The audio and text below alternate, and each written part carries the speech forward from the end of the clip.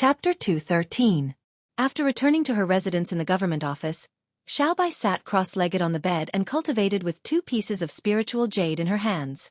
Li Mu took out the ice silk soft armor and the earth-rank flying sword that the Empress had bestowed upon him. He walked to the bedside and said, "You can wear this soft armor. You can also change that sword from before." Xiaobai shook her head repeatedly. No, this is a gift from Her Majesty to benefactor." Li Mu said, "Be good. Just take it when I tell you to. I have better things." Lu Hanyan and Wan Wan were on Mount Baiyun and did not lack treasures. Xiaobai only had the sword that Li Mu had given her from the government office. The Empress's reward this time was just enough to help her upgrade her equipment. Li Mu took out Xiaobai's previous sword and swung it at the Earth-grade flying sword. The Earth-grade flying sword was undamaged, but a chip appeared on the previous sword. The difference in quality of magic treasures was very difficult to make up for with nurturing. Xiaobai obediently put on the soft armor and put away the flying sword. She said, "Thank you, benefactor." Li Mu sat on the bedside and patted her head. He said, "We're family. There's no need to thank me." Xiaobai rubbed her head against Li Mu's hand. Li Mu sat cross-legged on the bed and cultivated with her. Before the inner guard had news, all he had to do was wait. During this time, he planned to use the mental power in his body to cultivate. By now, Li Mu had a deep understanding of mental power. This power existed in his body and could increase the speed at which he guided spiritual qi. Whether it was guided from heaven and earth or absorbed from spiritual jade, it was several times faster than when he did not use mental power. In other words, this was using hard work to make up for the lack of innate talent.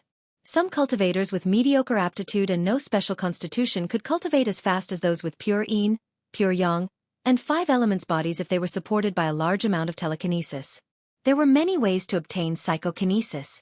Buddhists could enlighten the world, Taoists could exterminate demons and devils, the imperial court could govern the country, or like Li Mu, punishing evil and upholding justice for the people, they could obtain psychokinesis from the people. There were also some heretical sects that established their own sections. They obtained psychokinesis by fooling the common people and recruiting believers. In the end, psychokinesis was just a kind of subjective emotional power produced by humans.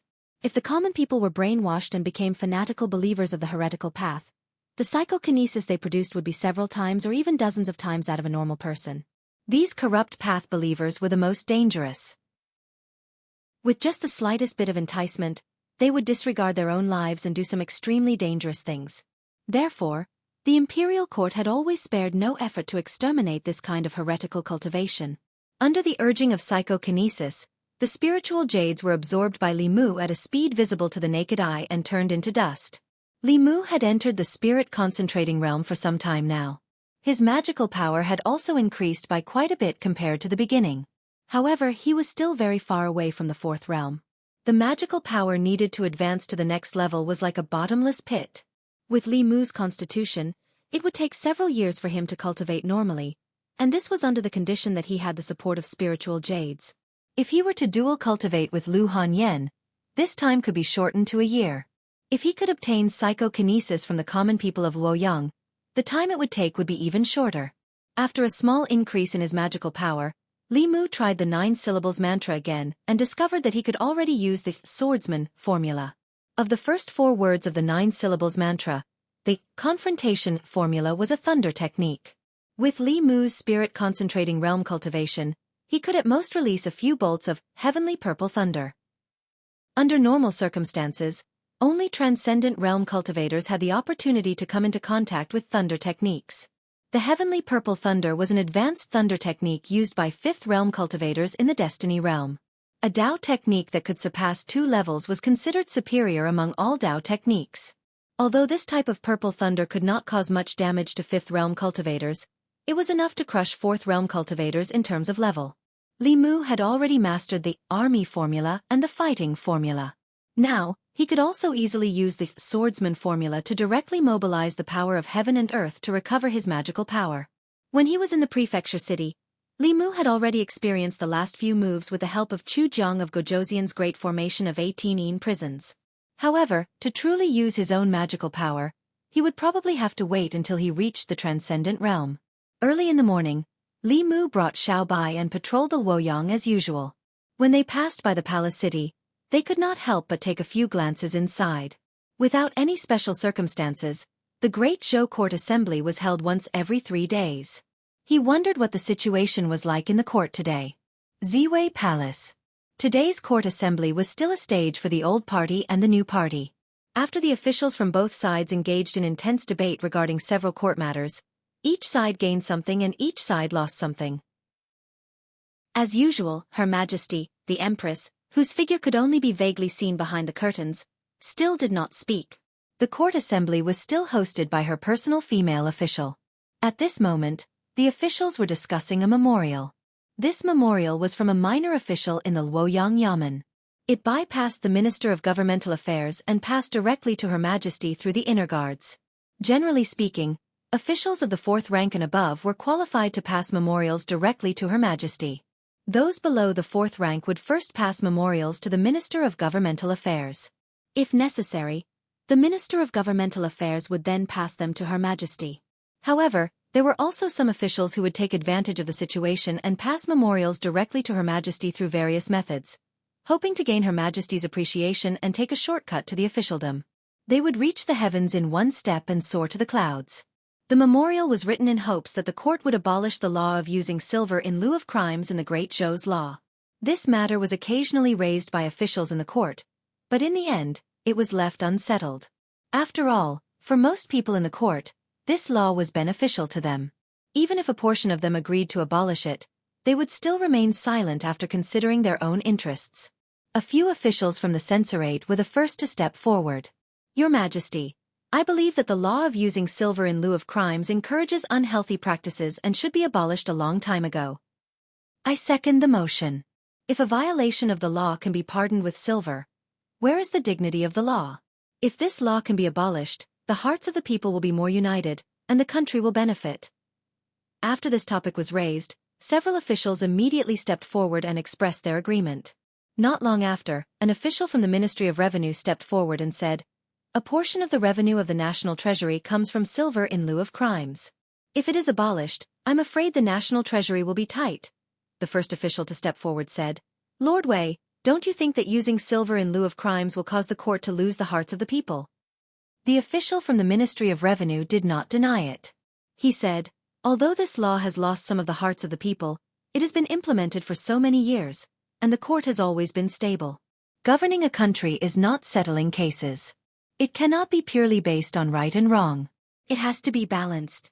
If the National Treasury loses this portion of revenue each year, where will the repair costs of the imperial city's yamen, the salaries of the officials, and the disaster relief funds allocated to the various prefectures come from?" The official opened his mouth but did not know how to refute.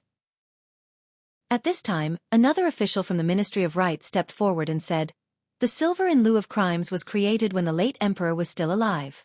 After several modifications, it has already eliminated the majority of serious crimes. It not only ensures the hearts of the people, but also increases the revenue of the National Treasury. Do the officials think that you are more wise than the late emperor?" With these words, the officials who had just agreed were immediately silenced. They could refute the reason of the official from the Ministry of Revenue, but who would dare to refute the words of the official from the Ministry of Rights? Even the person behind the curtain could not say that she was more wise than the late emperor, let alone them, the officials. Whoever dared to admit it would be disgraceful. An official from the Ministry of Revenue and an official from the Ministry of Rights blocked the mouths of everyone in the court. Whether it was the new party or the old party, those who could be called party in the divine capital belonged to the upper echelons. Silver in lieu of crimes was beneficial to them. With these two taking the lead, people quickly stepped forward one after another. "I oppose this proposal." "I also oppose." "I second."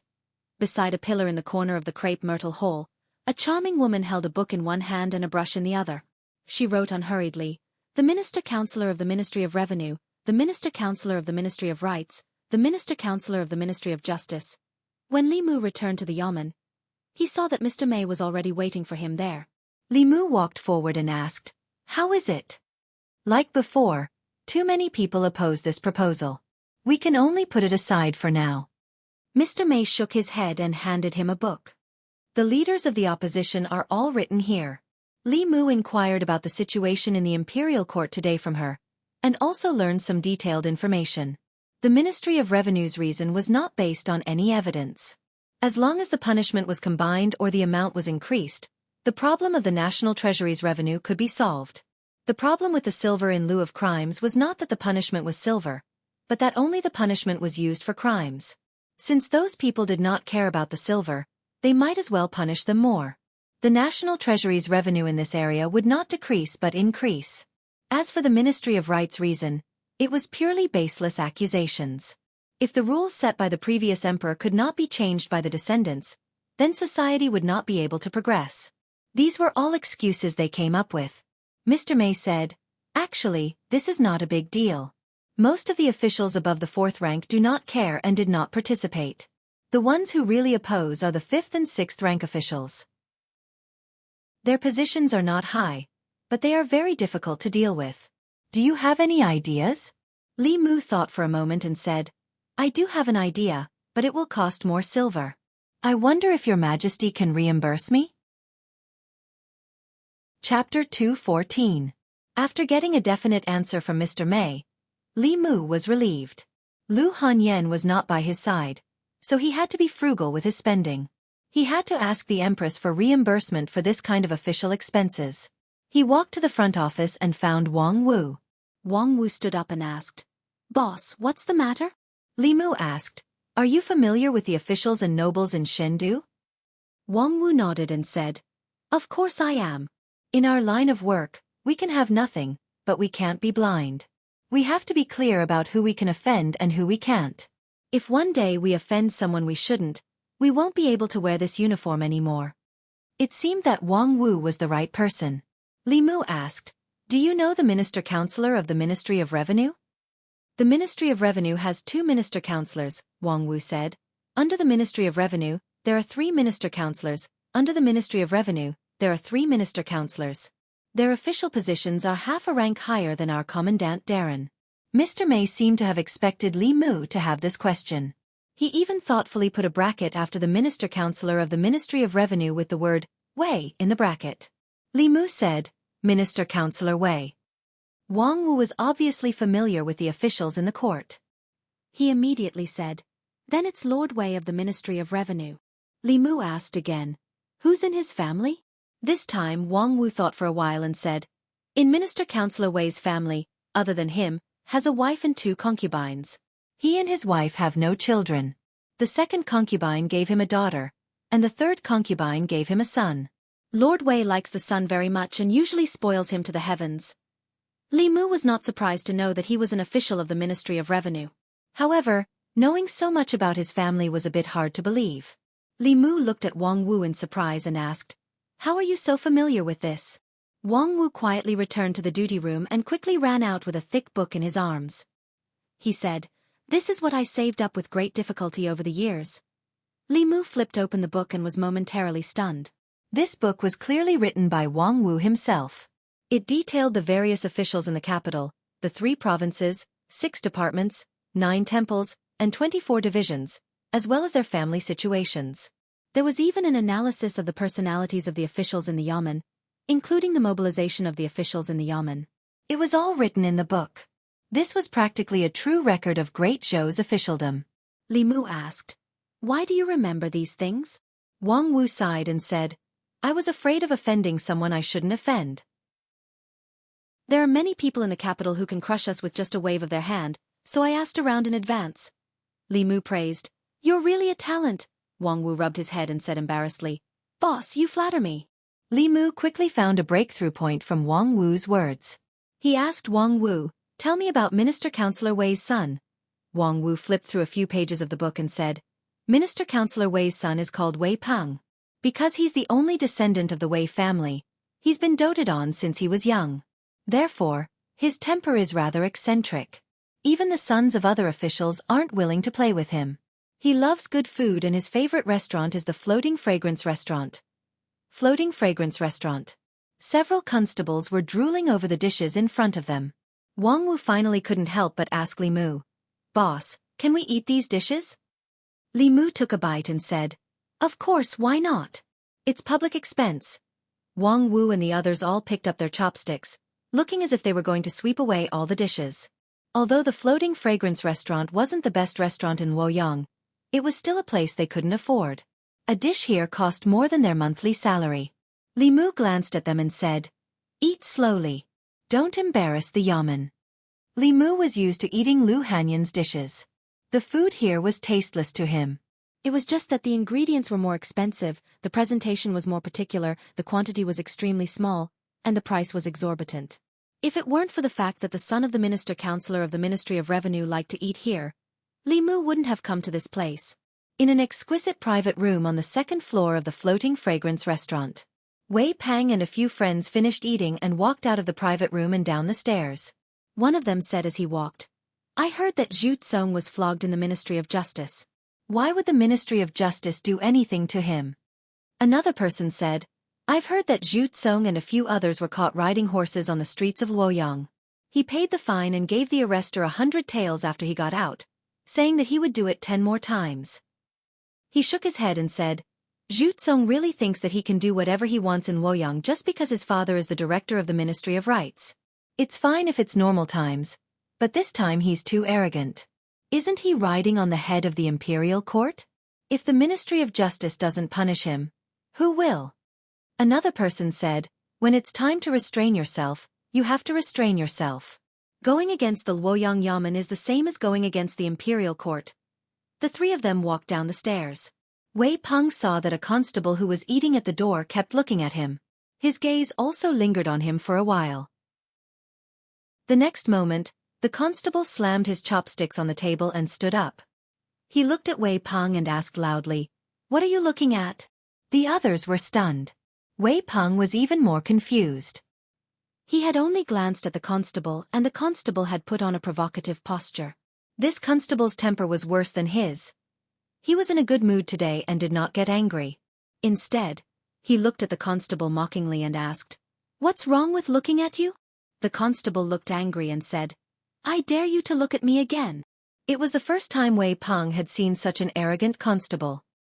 He crossed his arms and said, "What are you going to do?" Bang! The bailiff simply punched him in the face. Wei Peng staggered and was sent flying backwards. A bruise appeared on his eye. Wei Peng was stunned. The people behind him were stunned. The guests, shopkeeper, and waiters of Wafting Fragrance Inn were all stunned. He punched someone just because they looked at him a little longer. How could there be such an arrogant person in Luoyang? Even the sons of officials and nobles would have a reason when they bullied others. This constable's reason was a little careless. That said, many of the people present felt quite satisfied with that punch. After all, the person he hit was Wei Peng. Everyone was used to seeing his arrogant and despotic appearance. It was the first time they saw him being bullied. The constables were also stunned. Wang Wu had never thought that the reason Li Mu asked him about Minister Wei's vice-director was because of this. The pain that came from his eyes stunned Wei Peng for a moment before he woke up. Then, he clearly realized something. He had been beaten up. He had been beaten up by a constable. The reason the other party had beaten him was because he had looked at him a little longer. He was used to using his power to oppress others. When he went out, he brought 2 guards with him. At this time, the 2 guards also realized what was going on and reached out to grab Li Mu. These 2 people were in the spirit-condensing realm. Li Mu did not move. He just glanced at them. The 2's outstretched hands stopped in midair. Cold sweat seeped out of their foreheads. They did not attack again and retreated to Wei Peng's side. The other 2 looked at Li Mu in shock.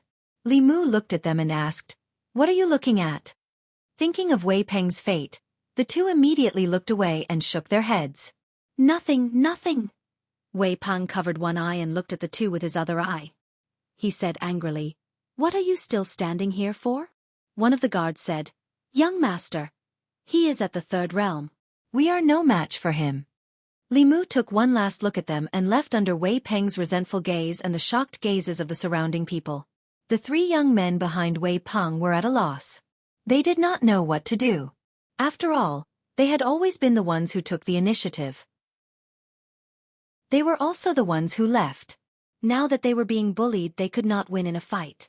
If they scolded him, they would probably be beaten up again. That person was extremely unreasonable. Even if they looked at him a little longer, they would be punched. If they scolded him, It would not be a matter of 1 or 2 punches. One of them looked at Wei Peng and asked, "What do we do next?" Wei Peng's face darkened. He said, "Go to the Ministry of Justice." Li Mu left the restaurant and walked leisurely to the government office. Wang Wu followed behind him and asked with his mouth agape, "Boss, what are you doing?" Li Mu could not be bothered to explain to him. He said, "You will know in a while." Wang Wu said anxiously, "What do you mean by in a while?" "The people from the Ministry of Justice will be here soon. We are the unreasonable ones this time." Wang Wu's prediction was right. The people from the Ministry of Justice came very quickly, even faster than Li Mu arrived at the government office. When he returned to the government office, the people from the Ministry of Justice were already waiting outside. Li Mu had already met a few bailiffs from the Ministry of Justice twice. The leader looked at him with a cold smile and said, "Constable Li, I'm afraid we'll have to trouble you to come with us." Li Mu did not refuse. He said, "Let's go." Xiaobai ran out of the government office and asked softly, "Benefactor, what's the matter?" Li Mu said, "Nothing. You stay in the government office first. I'll be back in a while." The bailiff from the Ministry of Justice had a mocking expression on his face. Last time he was the reasonable one. Under the threat of the internal guards, the doctor did not dare to judge randomly. This time he was the one who beat someone first. The reason was in the Ministry of Justice. As long as the doctor handled the case fairly, he would have to go in standing and come out lying down. Li Mu originally wanted Xiaobai to stay in the government office, but she insisted on following. Li Mu let her go. It was Li Mu's second time in the court of the Ministry of Justice. The doctor of the Ministry of Justice sat on the top. Wei Peng and his bad friends stood on the side, looking coldly at Li Mu. The doctor knocked on the gavel and asked, "Li Mu, Wei Peng said that you beat him up for no reason. Is this true?" Li Mu explained. "Who told him to look at me?" The doctor said in a low voice. "He only looked at you and you beat him up?" Li Mu looked at Wei Peng and asked, "Haven't they done this kind of thing before?" The doctor knocked on the gavel again and said, "I don't care about the past. I only want to ask about the present. Did you beat Wei Peng up for no reason at Spring Fragrance Brothel?" Li Mu nodded and said, "Yes. Since you've admitted to the crime, there's nothing left to interrogate." The doctor sneered and said, "Men, drag him away. Give him 20 beatings and throw him into the Ministry of Justice's prison for 7 days.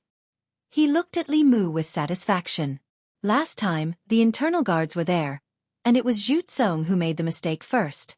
He had no choice but to let him walk out of the government office. But this time was different.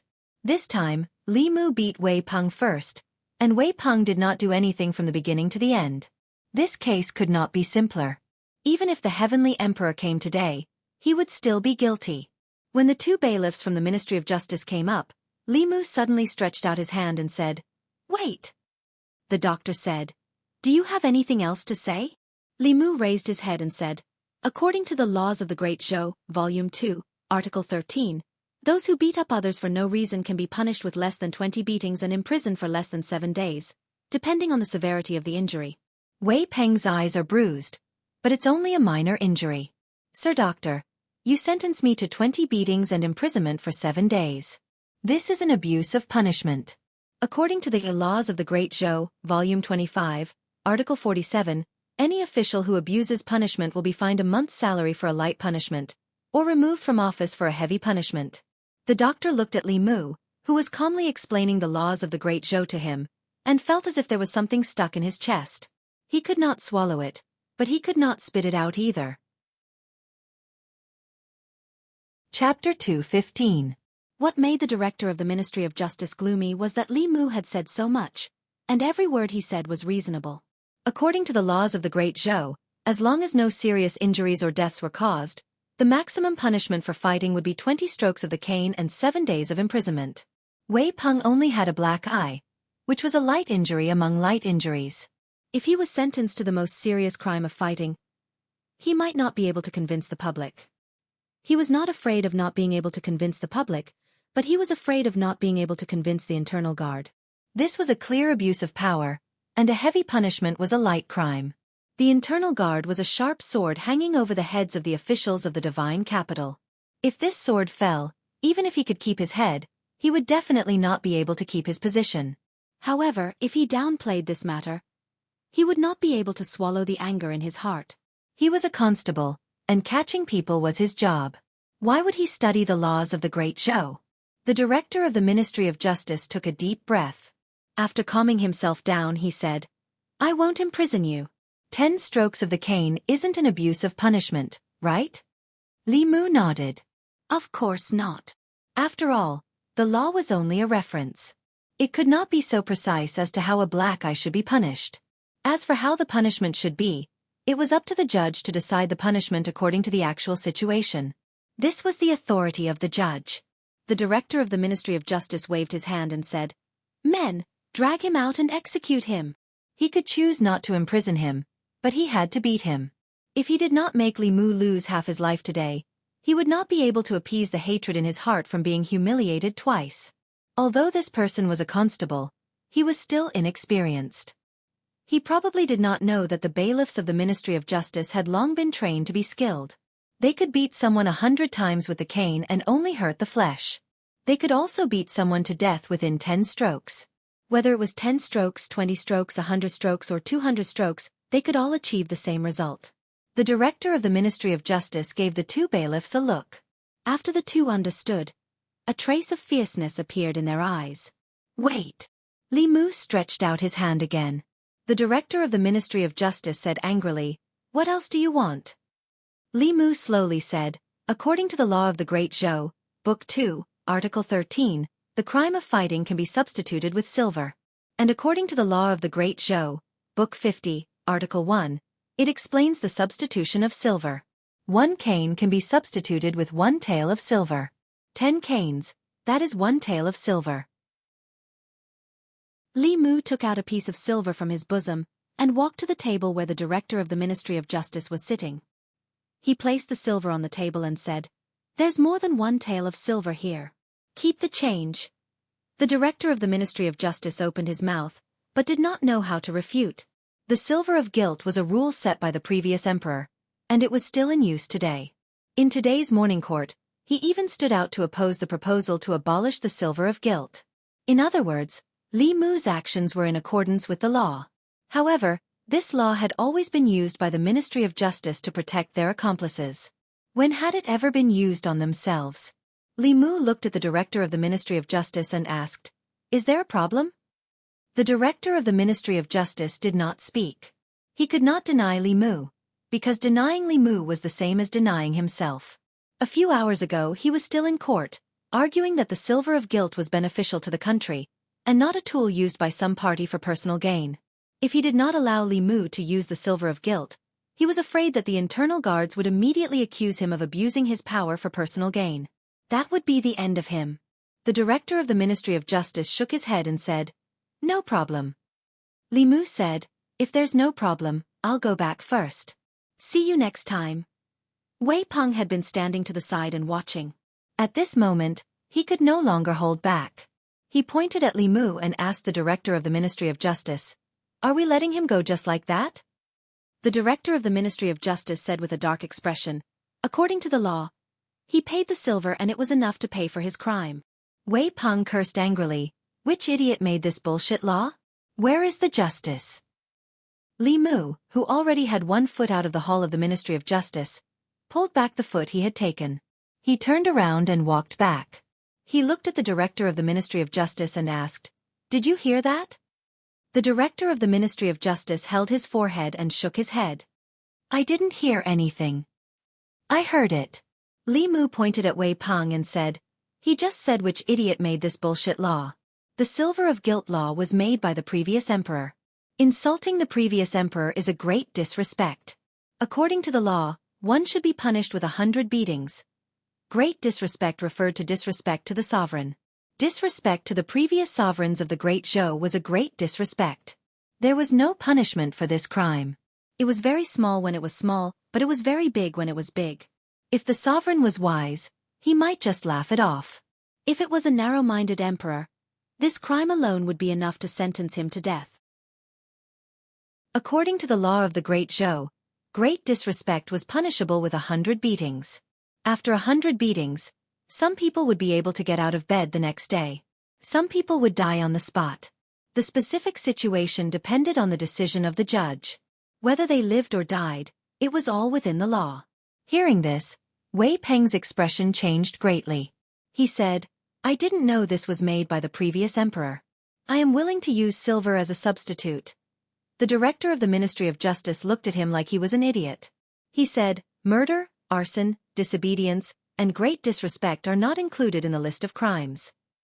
When the silver was first made available, the national treasury became much more abundant in a short period of time.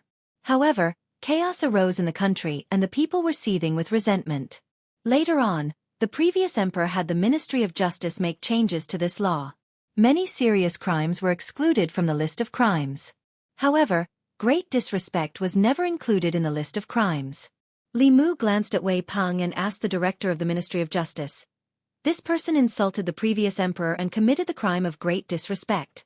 He should be punished with 100 beatings. Do you want him to be beaten here, or should I bring him back to the yamen? The director of the Ministry of Justice gritted his teeth and said, There is no need to trouble the yamen with the matters of the Ministry of Justice. 100 strokes would be enough to beat Wei Peng to death. At that time, how would he answer to Minister Councillor Wei? Minister Councillor Wei only had one son in his middle years, and Wei Peng was his only son. If he died in the yamen, he would probably go crazy. Li Mu nodded and said, Then let's begin. I will leave after watching. The director of the Ministry of Justice gave the two bailiffs a look and said, Wei Peng disrespected the previous emperor. According to the law, he should be punished with 100 beatings. Carry out immediately.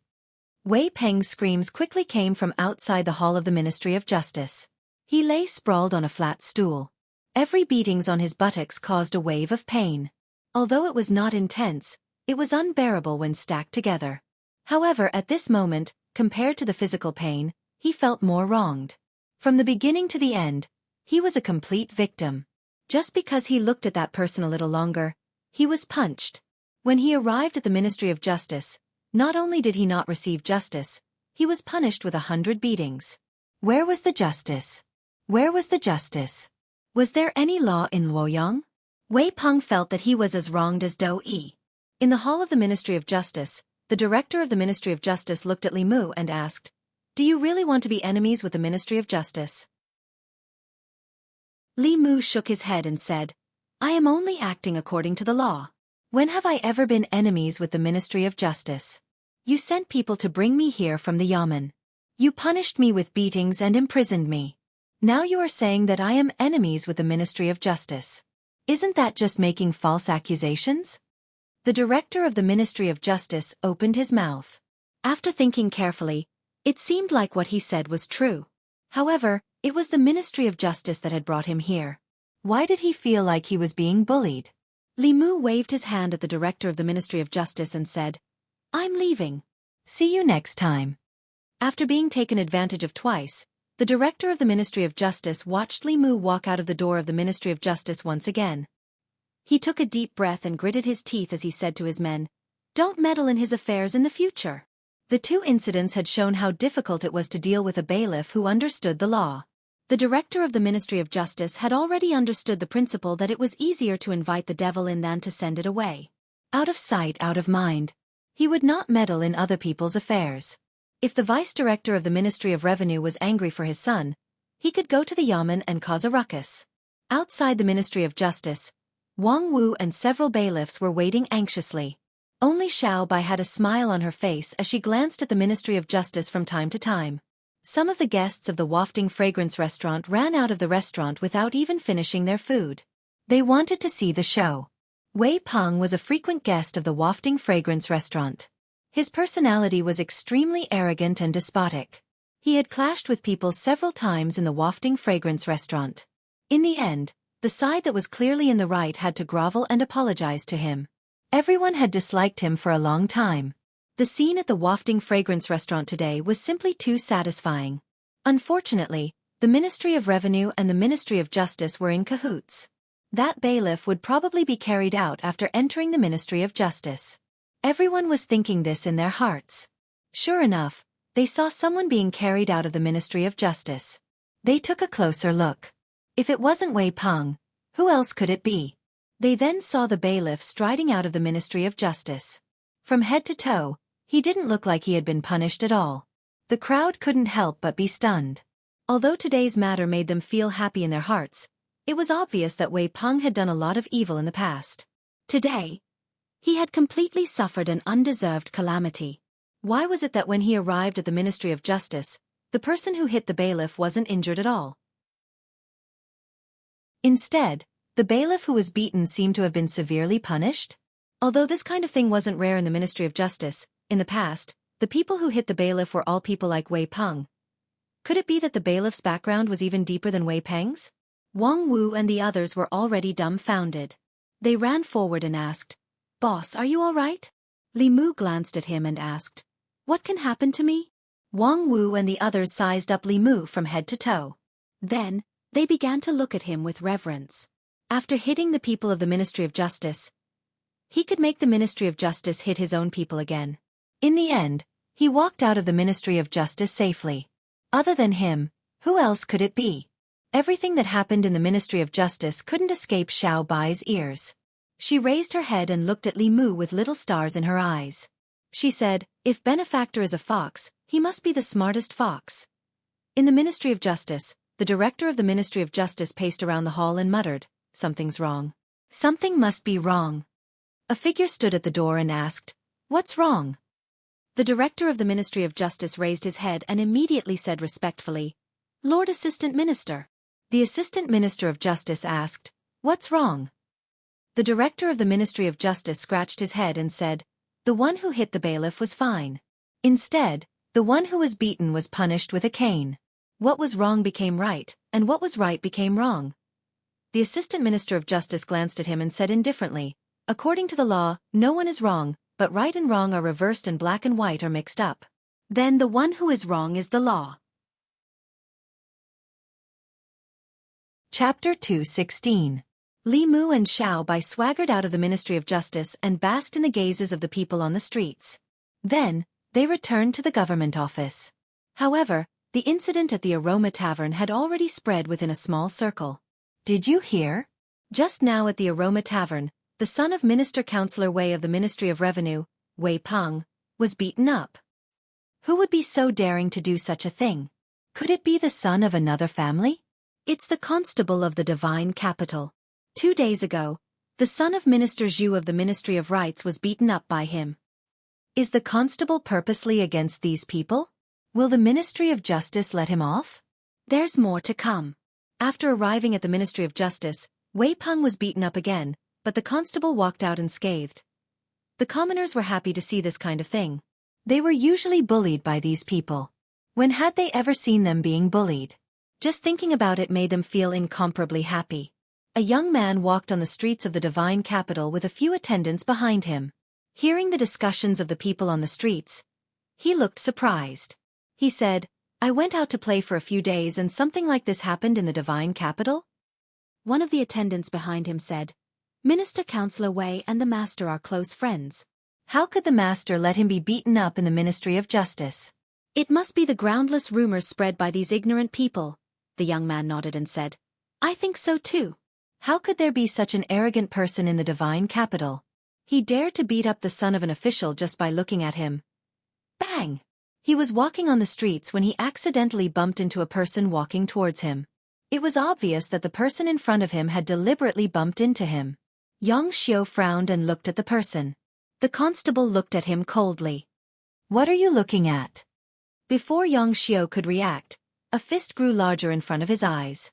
The two attendants reacted quickly. One of them blocked the constable's fist, while the other attacked his chest. The constable's footwork changed and he easily dodged the follower's attack. His fist also changed direction and landed on Yang Xiu's other eye. After a sharp pain, a bruise appeared on Yang Xiu's right eye. "How dare you! How dare you!" The two followers were furious. Just as they were about to attack again, the constable pulled out his sword and pointed at them. He said coldly, "Have you considered the consequences of attacking and arresting people on the streets of Luoyang?" The two of them paused. Assaulting and arrest was a serious crime, much more serious than fighting. Moreover, the aura that was inadvertently leaked out from that person's two simple actions just now made them feel extremely pressured. That person was at least at the third realm, They were no match for him. A follower's face turned green as he said angrily, "Why did you hit him for no reason?" "Li Mu. Who asked him to glare at me just now?" The other person found it hard to understand his logic. "You hit him just because he glared at you?" Li Mu asked, "Half a month ago, wasn't there someone who was beaten up by you just because he blocked his way?" The attendant pointed at Li Mu, speechless for a moment. The young master dared to do this because his father was the director of the Ministry of Justice. Did this insignificant constable have a father who was also a director of the Ministry of Justice? They might not be able to beat him, but they did not dare to either. The attendant said sternly, "As a constable, you hit someone for no reason. Come with us to the Ministry of Justice for trial." They did not dare to attack and arrest people on the streets of Luoyang. However, it was different at the Ministry of Justice. The young master's father was the director of the Ministry of Justice. Even when they were in the wrong, he could let them off the hook. Moreover, they were in the right this time. "Fine." Li Mu sheathed his sword and swaggered towards the Ministry of Justice. The attendant looked at Yang Xiao and asked, "Young master, are you all right?" He had just returned to Luoyang and was punched by someone. Yang Xiao covered his eyes and said with a dark expression, "Return to the Ministry of Justice." A few attendants followed behind Li Mu. Coupled with Li Mu's constable attire, those who did not know would think that they were the ones who had committed the crime. At this moment, they realized that this person was probably the constable of Luoyang who had made Wei Peng suffer. If he could make Wei Peng suffer in the Ministry of Justice, it meant that he was quite capable. However, their young master was different from Wei Peng. Their young master was the son of the director of the Ministry of Justice. Going to the Ministry of Justice was like going home. How could he be bullied in the Ministry of Justice? Wei Peng followed behind Li Mu and glared at him fiercely. His attendants also looked fierce as if they could already see what would happen to him. Ministry of Justice. The director of the Ministry of Justice was drinking tea in the side hall. He had yet to calm down. As the director of the Ministry of Justice, it was a great humiliation for him to be played by a lowly bailiff in his territory. Whenever he heard Li Mu's name, he would have a headache. Why was there such a lunatic in Luoyang? Soon, a constable came to report that Li Mu was here again. The director of the Ministry of Justice was stunned. He put down his teacup and said angrily, "He only left a few hours ago. Why is he here again?" He knew that Li Mu had come to the Ministry of Justice without fear. If he went out, he would be angered. He waved his hand and said, "Tell him that I'm not here. Tell him to return to his yamen." The constable said helplessly, "But he hit young master this time." "What?" The director of the Ministry of Justice stood up abruptly and ran to the front hall. When he saw his son standing there with one of his eyes bruised, he could no longer hold back his anger. He pointed at Li Mu and shouted, "Li, what the hell do you want to do?" Li Mu sighed and said, "I'm sorry, Sir Director. Sometimes I can't control my temper. You can punish me however you want." "I deserve this?" Yang Xiao covered his eye and said loudly, "Father, flog him 20 times and lock him up for 7 days. Li Mu couldn't help but look at him. As expected of the son of the director of the Ministry of Justice. He was clearly familiar with the laws of the Great Zhou. The director of the Ministry of Justice looked at Li Mu and said with a gloomy face, "In one day, you've provoked trouble twice. As a constable, you knowingly broke the law. Your crime is even worse. I'm not going overboard with flogging you 20 times, right?" "It's not." Li Mu took out 2 pieces of silver and said, "These are 2 taels of silver. Sir, please keep them well." The director of the Ministry of Justice's eyelids twitched. He said, "You've already used silver to pay for your crime today." Li Mu smiled and said, "The laws of the Great Zhou don't stipulate that I can only pay for my crime once a day. Could it be that Sir Director wants to abuse your power for personal gain because it's your son who's involved in the case?" The director of the Ministry of Justice's eyelids twitched wildly. The anger in his heart could no longer be suppressed. He had never thought of himself as a good person. But today, in front of Li Mu, he finally understood what the true power of evil was. Using the law to repeatedly trample on justice made people want to grind his bones and scatter his ashes. He glared at Li Mu and said through gritted teeth, "Do you really think that you can do whatever you want with money? I've already paid my fine. I'll go back first." Li Mu waved his hand and said, "If nothing unexpected happens, we'll meet again." When he reached the door, he turned back and said with a smile, "I'm sorry. You really can do whatever you want with money. Haven't you always been like this?" Yang Xiu pointed at Li Mu's departing figure and asked, "Father, are you just going to let him go like this?" The director of the Ministry of Justice took a deep breath and said in a low voice, "The law is like this. What can I do?" Yang Xiu's chest heaved up and down. He said angrily, "What bullshit law?" Li Mu, who was about to walk out of the Ministry of Justice, paused his steps. Seeing that Li Mu was about to step out of the yamen, the director of the Ministry of Justice slapped his son's mouth and said angrily, "Shut up. This law was set by the previous emperor. Who are you to question it?" Li Mu sighed and walked out of the Ministry of Justice. Yang Xiu covered his face with an innocent expression. He had clearly done nothing. He had been punched on the street for no reason. When he returned to the Ministry of Justice, the person who hit him had left, and he had been slapped again. At this moment, the grievance in his heart could no longer be described with words. The director of the Ministry of Justice's chest heaved up and down. He clenched his fists and loosened them after a while. The law of paying in lieu of punishment was very convenient when he used it normally.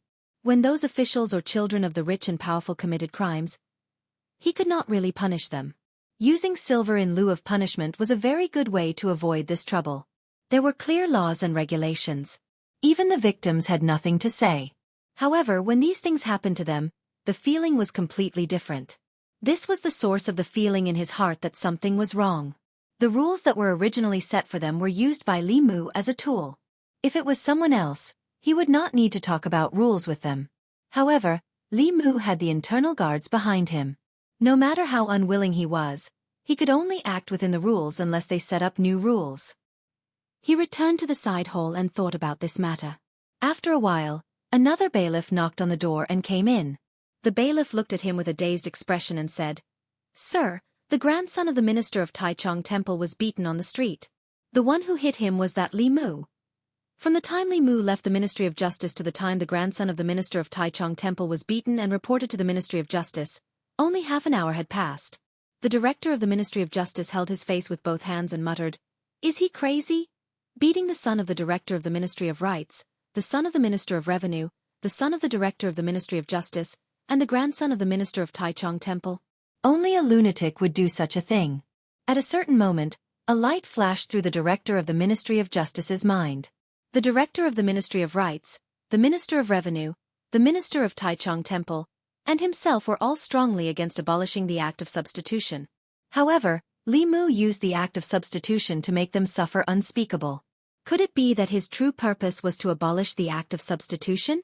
However, he was only a lowly bailiff.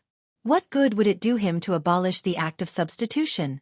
No, the first person to propose abolishing the act of substitution was the commandant of Chengdu. Li Mu was the commandant of Chengdu. Could it be that the commandant of Chengdu was behind all this? His purpose was to abolish the act of substitution, so that he could perform a meritorious service to His Majesty? The director of the Ministry of Justice had a look of realization. He finally realized the truth. Achoo! In the Chengdu Yamen, Zhang Chun sneezed. He picked up his teacup and took a sip. Looking at the cramped room, he sighed and said, "Why hasn't His Majesty delivered the house that he promised?" Chapter 217. Li Mu walked on the streets of Luoyang with Wang Wu following behind him. Letting Xiao Bai see him beating people up for no reason would hurt his upright image in Xiao Bai's heart. That was why Li Mu had her stay at the yamen to cultivate instead of following him around. Wang Wu followed behind Li Mu with a look of reverence. In the past few days, he was completely convinced by this new constable. Upholding justice for the people, punishing evil, and upholding justice. This was the constable of the people. The sons of some officials in Luoyang were evil, but he was even more evil than them. He went to the Ministry of Justice as if he was drinking water and eating. He had beaten people up, but in the end, he could walk out of the Ministry of Justice unscathed. Who else in Luoyang could be like him? Constable Li, would you like a bowl of noodles? Constable Li, would you like a pear? There are 2 new girls in the brothel. Would you like to come and have some fun? In the past few days, Li Mu's name had spread throughout Luoyang. It was not because he was upholding justice for the people, nor was it because he was handsome. It was because he could walk out of the Ministry of Justice unscathed after beating up the sons of officials on the streets. This gave the people a lot of fun to watch. The people whom the constable of the Luoyang Yamen had attacked were all sons of officials who were used to being arrogant and despotic in the Luoyang. Seeing them being bullied and unable to do anything to Constable Li, the commoners were extremely pleased. Li Mu rejected the brothel madam's invitation. He looked ahead, searching for his next prey. At one point, his eyes lit up as a familiar figure came into view. It was Zhu Tsong, the son of the director of the Ministry of Rights. Li Mu had only been in Luoyang for 2 days, but he already had a grudge with him because of the horse riding incident on the streets. Zhu Tsong had been beaten a few times in the Ministry of Justice, but he had completely recovered in a few days. Wei Peng, who had been beaten the most, had probably recovered by now. Being beaten with a cane might take the life of an ordinary person, but these people were rich and definitely did not lack healing pills. At most, they would suffer some physical pain during the torture. Zhu Tsong had already seen Li Mu, but he didn't dare to look at him again. Over the past few days, he had investigated thoroughly. Li Mu had internal guards behind him. They were the Empress's lackeys and fangs. Although there were many people in Luoyang who could afford to offend him, it definitely did not include him, whose father was only a director of the Ministry of Rights. He simply turned around, planning to slip away as soon as possible. As soon as Zhu Tsong turned around, Li Mu appeared in front of him. Li Mu looked at Zhu Tsong and asked with a smile, "Isn't this young Master Zhu? Where are you going in such a hurry?" Zhu Tsong lowered his head, not daring to look at Li Mu. He said, "Just strolling around." Li Mu frowned and said, "Why don't you look at me when you speak? Are you looking down on me?" Zhu Tsong immediately raised his head and said with a sad face, "Arrestor Li, it was all my fault. I was blind. I shouldn't have ridden on the street and provoked the imperial court. I won't do it again. Please forgive me." Li Mu looked at Zhu Tsong, stunned for a moment. If Zhu Tsong was as arrogant and despotic as before, beating him up would not be a big deal. But he suddenly turned over a new leaf and admitted his mistake. If Li Mu beat him up again, he would be in the wrong. A prodigal who turned over a new leaf was more precious than gold. If he could really repent in the future, he would be spared a beating today. Li Mu waved his hand and said, "Behave yourself in the future. Let's go." "Thank you, Arrestor Li." Zhu Tsong did not hesitate and quickly left. Li Mu sighed regretfully and continued to search for his next target. Suddenly, the sound of hurried horse hooves came from behind. Li Mu looked ahead and saw a young master riding on a horse. He crossed the road, causing the people to run away in panic. Riding on horses on the streets of Luoyang was common, but it was not so common. This was the second time Li Mu had seen it. He was about to chase after the young master when he felt something on his leg. He looked down and saw Wang Mu hugging his leg tightly. Li Mu asked, "What are you doing?" Wang Mu said bitterly, "Boss, we can't go. We can't afford to offend this person." Given Wang Mu's eyesight, after following Li Mu for the past few days, he should already know who they could afford to offend and who they could not. Even in such a situation, Li Mu was still so determined to drag Li Mu along. This showed that this person's background was indeed not small. Li Mu asked, "Who is he?" Wang Mu said, "A disciple of the Zhou family." A disciple of the Zhou family. Although there were only 4 words, it was very important in the hearts of the people, officials, and nobles in Luoyang. Although the royal family had no relatives, and since the empress ascended the throne, the relationship with the Zhou family was not as close as before. But now, the Zhou family was undoubtedly the #1 family in Great Zhou. The Zhou family and their vassal forces controlled half of the imperial court. The Zhou family's ancestor was a peak 6th realm cultivator. The family recruited countless cultivators, including Dong Xian. In Luoyang, even the Xiao family was inferior to the Zhou family. Lord Zhang had once warned Li Mu that the Zhou family was first among the people and forces that he could not afford to offend in Luoyang. Even if Li Mu had internal guards behind him, he could not afford to offend this family. Wang Mu hugged Li Mu's leg tightly and said, "Boss, listen to me. This is really not something we can afford to offend." Li Mu knew very well that he could be arrogant in front of the sons and grandsons of rank 5 and 6 officials in the name of internal guards. But he did not have the right to be arrogant in front of these people. In the end, before he had absolute strength and power, he was just someone who bullied the weak and feared the strong. He walked a few steps and soon saw his next target. It was a young man dressed in luxurious clothes. He seemed to have drunk a lot and walked on the street drunk. Occasionally, he would smile at the girls passing by, causing them to cry out in surprise and hurriedly move away. An old man was following behind him at a distance that was neither too far nor too close. He should be a bodyguard. Wang Wu followed Li Mu's gaze. His hands, which had already let go of Li Mu's thighs, hugged him again. He said helplessly, "Lord, this is also not something we can afford to offend." Unlike riding a horse on the street, being drunk was not a crime. Smiling at women while drunk was not a crime.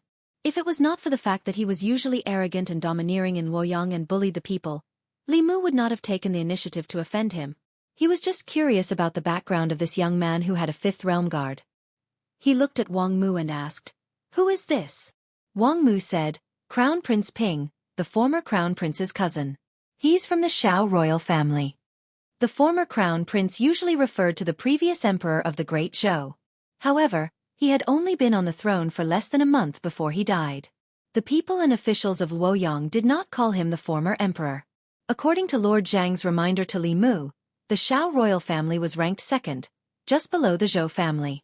The Great Zhou court had been swayed by these two forces since 3 years ago. The Shao royal family wanted to regain the emperor's aura after the empress abdicated and return the power of Great Zhou to the right track. The Zhou family wanted the empress to pass the throne to the Zhou family's descendants and change the surname of the Great Zhou royal family. These two forces had an irreconcilable fundamental conflict. Among the various forces in Luoyang, some leaned toward the Shao family, some leaned toward the Zhou family, some leaned toward the empress, and some remained neutral. Even though the Zhou family and the Shao family were locked in a fierce battle in court, they would try their best to avoid offending each other outside of court. Some people could not be offended for the time being. Those who could be offended had been in seclusion for the past 2 days. Li Mu waved his hand and said, "Forget it. Let's return to the court." Ministry of Justice. Several officials gathered together.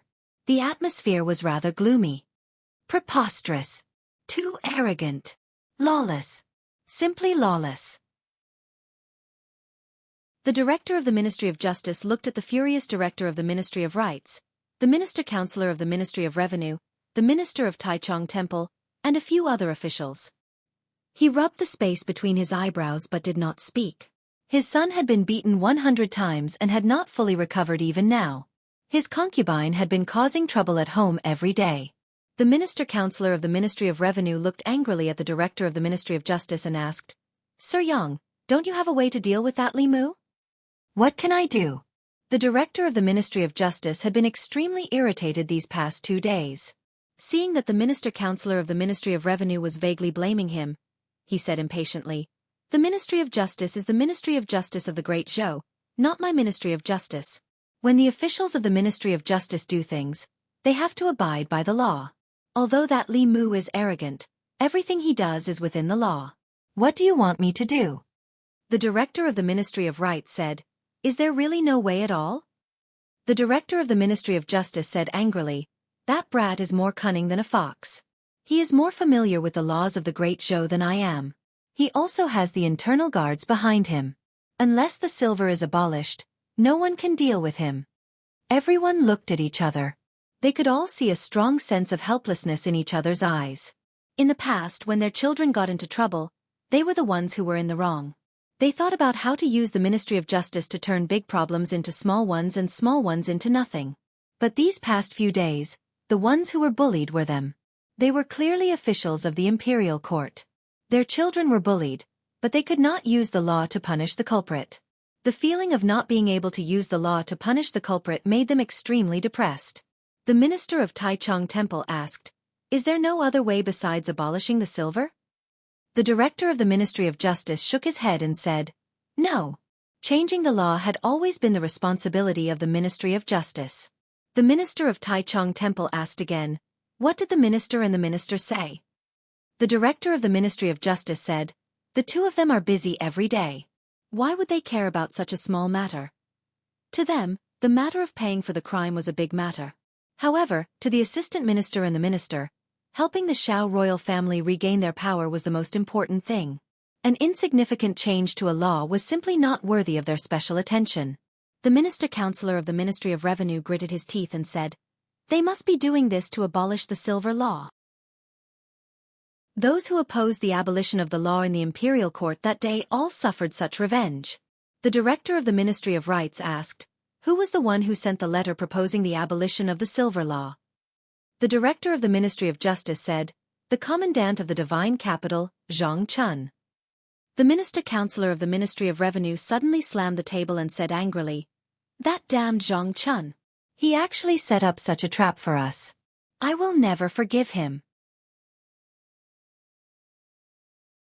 Chapter 218. At the Censorate. Lawless. This is lawless. Is no one going to do anything about such an evil official in the divine capital? Imperial censors, are you going to watch the divine capital be turned into a mess by this person? The officials whose families' juniors had been bullied gathered at the entrance of the censorate to block the entrance of the censorate. The censorate's door was shut tight and did not let them in. After shouting at the door for a while, and censorate poked his head out of the wall and said to them, "Dear censorates, this is the Ministry of Justice's matter. You should go to the Ministry of Justice's yamen." An official said angrily, "The Ministry of Justice told us to look for you, but you're looking for the Ministry of Justice. Who should we look for?" The censorate said, "I'm sorry. The censorate is only in charge of monitoring matters. You should report this to the Ministry of Justice." The official gritted his teeth and said, "Is the censorate not going to report such an evil official?" The censorate on the wall said regretfully, "This person's actions did not violate any law. It's not within the scope of the censorate's impeachment." Then, he jumped off the wall and looked at his colleagues in the courtyard. He smiled and said, "I wonder who thought of this idea." "It's amazing," one of the censorates mocked. "Now you want us to impeach him." Back in the imperial court, I wonder who was the one who strongly opposed the abolition of the scapegoat silver. Now that it's their turn, why did they change their attitude? Another censorate smiled and said, "This is called shooting yourself in the foot. This Commandant Zhang can even think of such an idea. He's a genius." Many officials in the censorate disliked the scapegoat silver law. Every once in a while, the imperial court would discuss the abolition of the scapegoat silver. However, due to the protection of the officials outside, the censorate's suggestion was rejected time and time again. In the end, the officials did not care who made the suggestion. The result was the same anyway. This time, many people did not know who submitted the scapegoat silver. However, after the incident in the divine capital, Wei Zhongquan's name was known by everyone.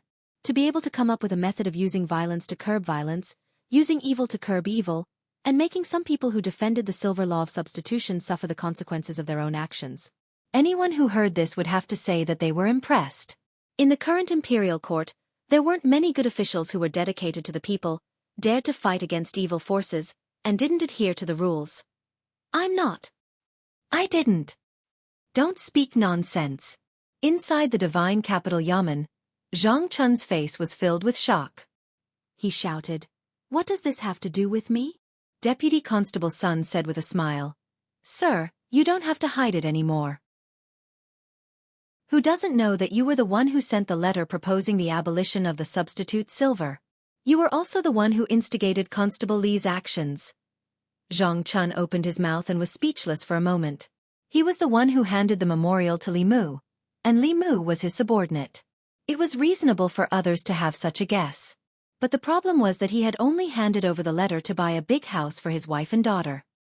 He did not instruct Li Mu to do those things. In the end, not only did he not get the house, but he also became a scapegoat. This was purely a case of yellow mud falling into one's crotch. He couldn't explain it even if he wanted to. When he thought about how he had unknowingly offended so many officials and dignitaries, Zhang Chun was furious. He said angrily, "Go and find Li Mu for me." After a while, Li Mu came to the back of the yamen. Zhang Chun gritted his teeth and said, "Look at what you've done." Li Mu was worried about not being able to find the target. He came back to his senses and asked, "What's the matter?" Zhang Chun said angrily, "You're still playing dumb with me. They all think that I'm the one who instigated you to do this." "What?" Li Mu was shocked. He had worked hard to find the target and repeatedly used violence. He didn't hesitate to destroy the perfect image in Xiao Bai's mind. All this was to establish an image in the eyes of the people as a constable who didn't fear the strong and dared to fight against evil forces for the sake of the people's well-being. In this matter, he was definitely the #1 person.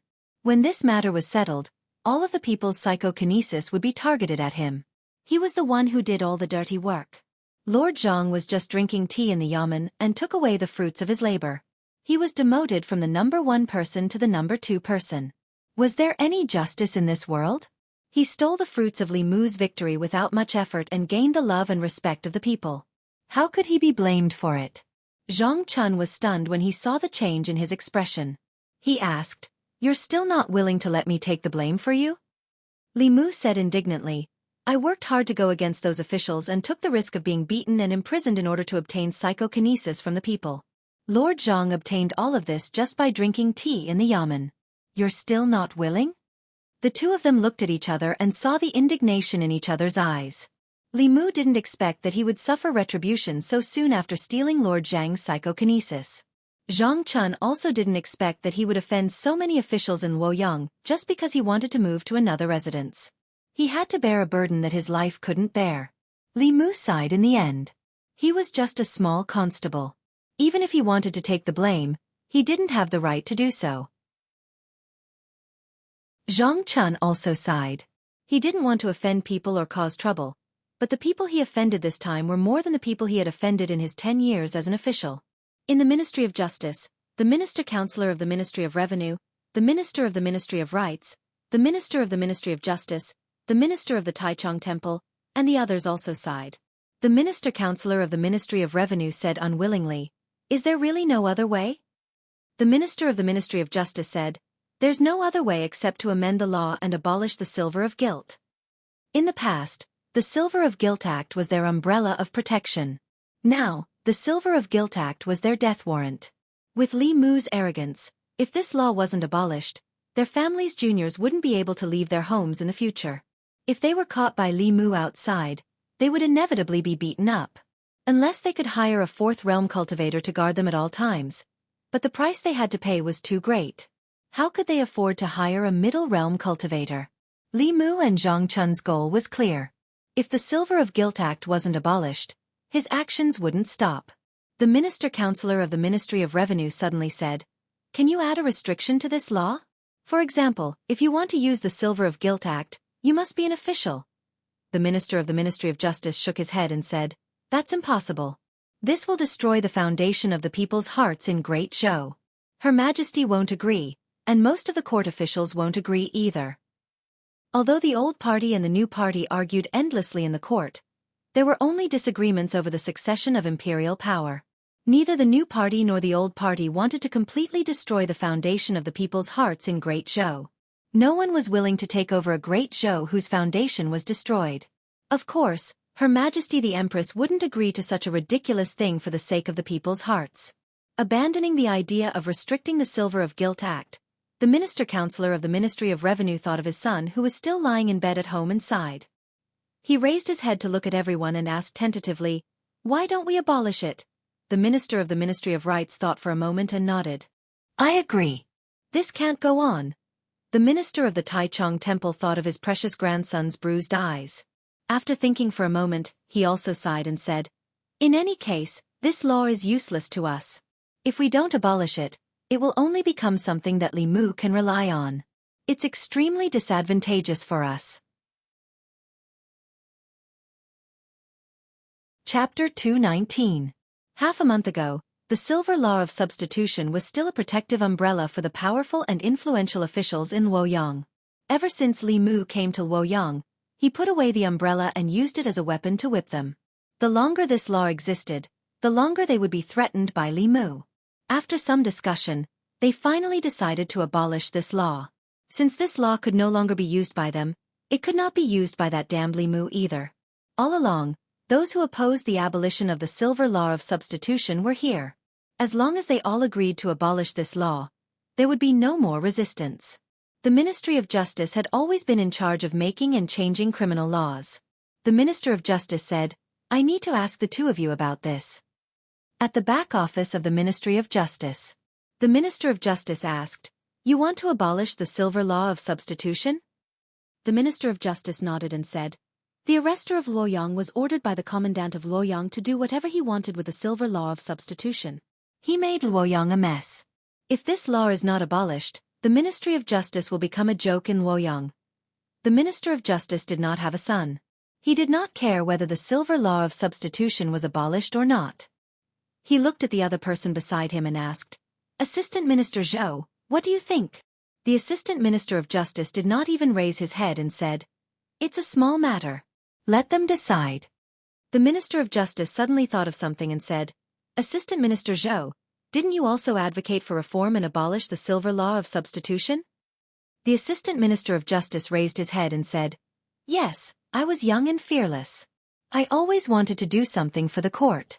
Unfortunately, I was not as lucky as this arrester," the Minister of Justice said. "His fearlessness is quite similar to Assistant Minister Zhou in the past. But it's good that this law is abolished. At least Luoyang will be less chaotic." The Minister of Justice just smiled and said, "The chaotic atmosphere in Luoyang is not just because of the silver law of substitution. I really want to see how far he can go." With the permission of the two officials, the Minister of Justice returned to his room on duty and began to think about abolishing the silver law of substitution. He had no choice but to make this decision. He felt very depressed, but there was nothing he could do. Li Mu had taken their path, leaving them with no other path to take, so they could only destroy it. 2 days later, Ziwei Hall. When the director of the Ministry of Justice brought up the memorial from the Shundu military captain Zhang Chun again, his attitude changed. He actually supported the idea of the court abolishing the use of silver in lieu of punishment and changing it to a combination of silver and punishment. The Minister-Counselor of the Ministry of Revenue, the Director of the Ministry of Rights, and the Minister of Taichung Temple all stood out to support this idea. This action caused some of the people in the imperial court to drop their jaws. Every time someone brought up the idea of abolishing the punishment silver, these officials, led by the Director of the Ministry of Justice, would stand out to oppose it. Just half a month ago, they had righteously refuted the abolition of the substitute sin silver. How could they change their minds one after another after only half a month? Of course, there were also a portion of people who knew exactly what had happened in the past half a month. It was because these people supported the substitution silver method that their children were forced to hide at home by the constable of the Luoyang Yamen. This matter had become a joke in the Luoyang Yamen. These people had picked up a rock, but in the end, they had only smashed their own feet. In the hall, an imperial censor stood out and asked the Minister-Counselor of the Ministry of Revenue, "Lord Wei, didn't you say before that the substitute sin silver is an important source of income for the national treasury every year? The repair costs of the royal palace, the salaries of the officials, and the disaster relief funds for the various counties all come from here? Without the substitute sin silver, where will all this money come from?" Anyone could hear the mockery in the censor's words. The Minister-Counselor of the Ministry of Revenue said without blushing or skipping a beat, "Although the substitute sin silver has been abolished, in the future, if you break the law, you will be punished both with silver and punishment. Moreover, the amount of punishment will be higher than before. The worry of the Ministry of Revenue's income decreasing can be resolved." The censor then looked at the Director of the Ministry of Rights and asked, "The substitute sin silver system was established when the previous emperor was still alive. If it is so easily overturned, is it not disrespectful to the previous emperor?" This was what he had said in the court half a month ago. The Director of the Ministry of Rights blushed but quickly recovered. He said, "That was then and this is now. The court situation during the previous emperor's time is very different from now. We officials in the court cannot stick to the old ways. We must know how to be flexible. Only then can we better assist His Majesty in governing the country." The censor gave him a disdainful look but did not say anything else. After all, the abolition of the substitute sin silver was beneficial to the people. A few words of mockery were enough. If they were forced into a corner, it might backfire. Behind the curtain, the young female official slowly said, "Does anyone have any objections to the abolition of the substitute sin silver?" There was complete silence in the hall. Even the officials who usually opposed the law had turned to support the abolition. Even if the others did not want to, they would not stand out and express their selfishness. After a moment, the young female official said, "Since no one objects, the Ministry of Justice will immediately abolish the law." From now on, anyone who breaks the law will not be able to use silver as a substitute. Luoyang Yamen. Mr. Mei held the imperial edict in his hand and read it aloud. Zhang Chun, the military captain of Luoyang, diligent and loyal to the people. He will be granted an official residence and become the minister of Luoyang.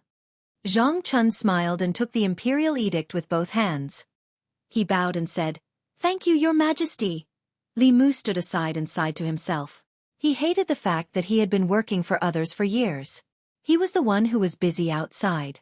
He was the one who was hated by the sons of officials. He was the one who had been in and out of the Ministry of Justice 7 times.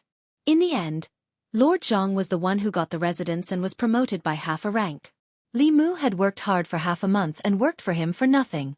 After Mr. Mei finished reading the imperial edict, he walked to Li Mu and asked, "How much did you spend these days? I will report it to you when I return to the palace." Li Mu said, 30 taels. Mr. Mei raised his eyebrows and said in surprise, 30 taels. He was not surprised that Li Mu had spent too much, but that it was too little. The abolition of the substitute silver would benefit the present generation and the future generations. Many knowledgeable officials wanted to abolish the law, but they all failed in the end. It was obvious how difficult it was to do it. She was prepared to spend 3,000 or even 30,000 taels. She did not expect Li Mu to spend 30 taels. Li Mu nodded and repeated, "It was 30 taels. Most of it was spent in the Ministry of Justice. If it was not for the meal at the fragrance restaurant, 20 taels would have been enough." The most effective way to deal with evil people was to be even more evil than them. If you wanted to force the Ministry of Justice to submit, then you had to go their way and leave them with no way out. As long as you found the right way, the money was secondary. In the imperial garden of the palace, the empress was admiring a budding peony among the flowers. She said softly, 30 taels. Official Mei bowed slightly and stood behind her. He smiled and said, "In the past half a month, he has used the silver law of guilt substitution to its maximum. He only used 20 taels to beat up the sons of the officials from the Ministry of Revenue, the Ministry of Rights, and the Ministry of Justice. If that wasn't the case, why would those officials take the initiative to change the law?" the young female official beside her said. After Her Majesty abolished the substitute silver law, the people of Fairy's capital responded very strongly. Everyone in Fairy's capital went to the state temple to pray. The Empress looked away from the flower bud and said calmly, "Let's go out and have a look." She turned around and brushed the flower bud with her sleeve. In an instant, the peonies in the garden bloomed. On the streets of Fairy's capital, Li Mu and Wang Wu walked on the streets. There were not many people on the streets that used to be bustling today. At this time, most of the people in Fairy's capital went to the state temple to pray. The substitute silver law had tortured the people for more than a decade since the time of the previous emperor. Today it was finally abolished. The people of Fairy's capital were grateful for Her Majesty's benevolence and went to the state temple to pray. This caused the idea of getting some telekinesis from the people to fail. However, although most of Li Mu's gains were stolen by Lord Li Mu because of the abolition of the substitute silver law, it was only for the imperial court. The people's trust in Li Mu would not decrease. This was all because of his punches on the streets of Fairy's capital. From afar, Li Mu saw a group of people coming from afar. They were all familiar faces to Li Mu. There was Wei Peng, the son of the vice director of the Ministry of Revenue, Zhu Tsong, the son of the director of the Ministry of Rights, Yang Xiao, the son of the director of the Ministry of Justice, and the grandson of the minister of Taichung Temple. For the past few days, Li Mu had been waiting for them on the street for a long time, but they refused to come out. Now that he finally saw them, he couldn't beat them up for no reason because the silver art of crime substitution had been abolished.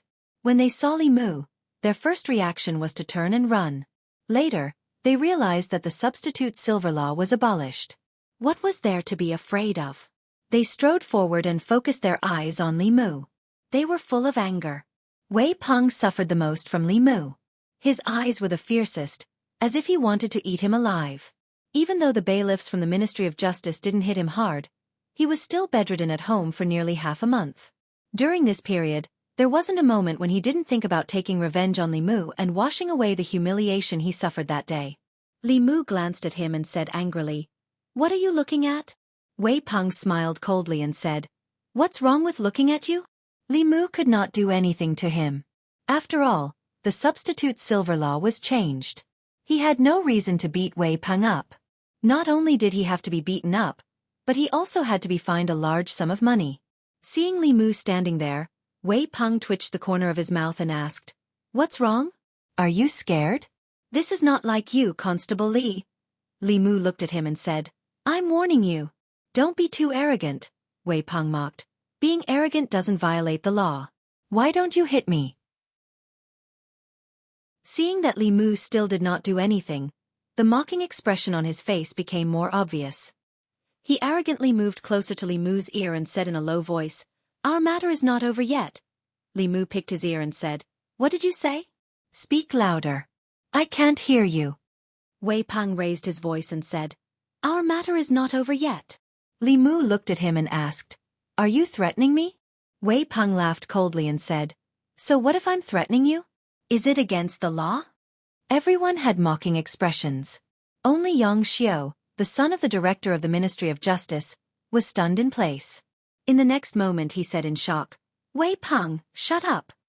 As the son of the director of the Ministry of Justice, he had a much deeper understanding of the laws of the Great Zhou than Wei Peng and the others. Using words or violence to threaten and intimidate an official of the imperial court was truly against the law.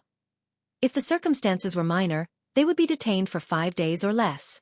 If the circumstances were serious, they would be detained for 5 days or less and be fined money. Yang Xiao wanted to remind Wei Peng, but it was already too late. "You don't know, right? Threatening me is really against the law." Li Mu looked at Wei Peng and shook his head. "Let's go and sit in the yamen. In the future, remember to read more books. There's no harm." Chapter 220. Wei Peng and the other officials' ignorance of the law was outrageous. According to the laws of Great Zhou, threatening, insulting, and slandering others were not serious crimes. However, if they caused a certain degree of harm to the person involved, they would still be fined and imprisoned. Officials and bailiffs were all government officials. Threatening a government official was an additional crime. Li Mu had kindly taught Wei Peng this law. Wei Peng was still in disbelief. He looked at Yang Xiao and asked, "Is what he said true?" Yang Xiao nodded helplessly and said, "It's true." Wei Peng's face paled. He squeezed out a smile and said, "I was just joking." Li Mu's face darkened. He said, "Do I look like I'm joking with you?" Wei Peng turned and ran without hesitation. Just as he was about to leave, Yang Xiao grabbed his arm tightly. Wei Peng turned around and said angrily, "What are you doing?" Yang Xiao gritted his teeth and said, "You idiot! You can only be detained for 5 days if you threaten a government official. Resisting arrest and running away is not a matter of 5 days." Li Mu looked at him again. As expected of the son of the director of the Ministry of Justice, his awareness of the law was much stronger than Wei Peng's. Wei Peng stood there in a daze. His face was full of regret. Li Mu glanced at him and said, "What are you standing there for? Let's go." He held Wei Peng's arm behind his back and walked toward the Luoyang Yamen. Yang Xiao looked at Zhu Tsong and said, "Isn't Minister Councillor Zhang of the Ministry of Rights also the Minister of Luoyang? Go and invite him. Maybe Wei Peng won't have to go to jail." Zhu Tsong shook his head and said, "It's no use. His Majesty just decreed that the Minister of Luoyang will be promoted to the Minister of Luoyang. Minister Councillor Zhang will no longer be the Minister of Luoyang." Yang Xiao sighed and said, "Then there's nothing we can do." A moment later, in the prison of the Luoyang Yamen, Wei Peng sat in the prison. His face was extremely pale. No one knew whether it was because of fear or anger. Yang Xiao looked at Wei Peng in the cell and said, "There's no other way. You caused trouble first. My father can't save you. I can only wrong you to stay here for a few days. If you need anything, I'll buy it for you." Wei Peng gritted his teeth and said, "I want a copy of the Law of Great Zhou." When Li Mu and Wang Wu walked on the streets again, the number of commoners on the streets had increased. He had only been in Fairy's capital for a month, but the feeling he got when he stood on the streets of Fairy's capital was completely different from before. When he first came to Luoyang, the people he met on this street did not help the elderly when they fell, nor did they help when they encountered injustice. Their gazes were indifferent and their expressions were numb. They were very wary of each other. Now, Li Mu could no longer see much indifference and numbness on their faces.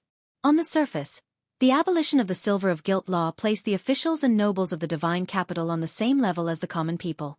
This was the first time in more than a decade that the people of the divine capital were united like never before. This was naturally beneficial to maintaining the stability of the country. It was also beneficial to Li Mu.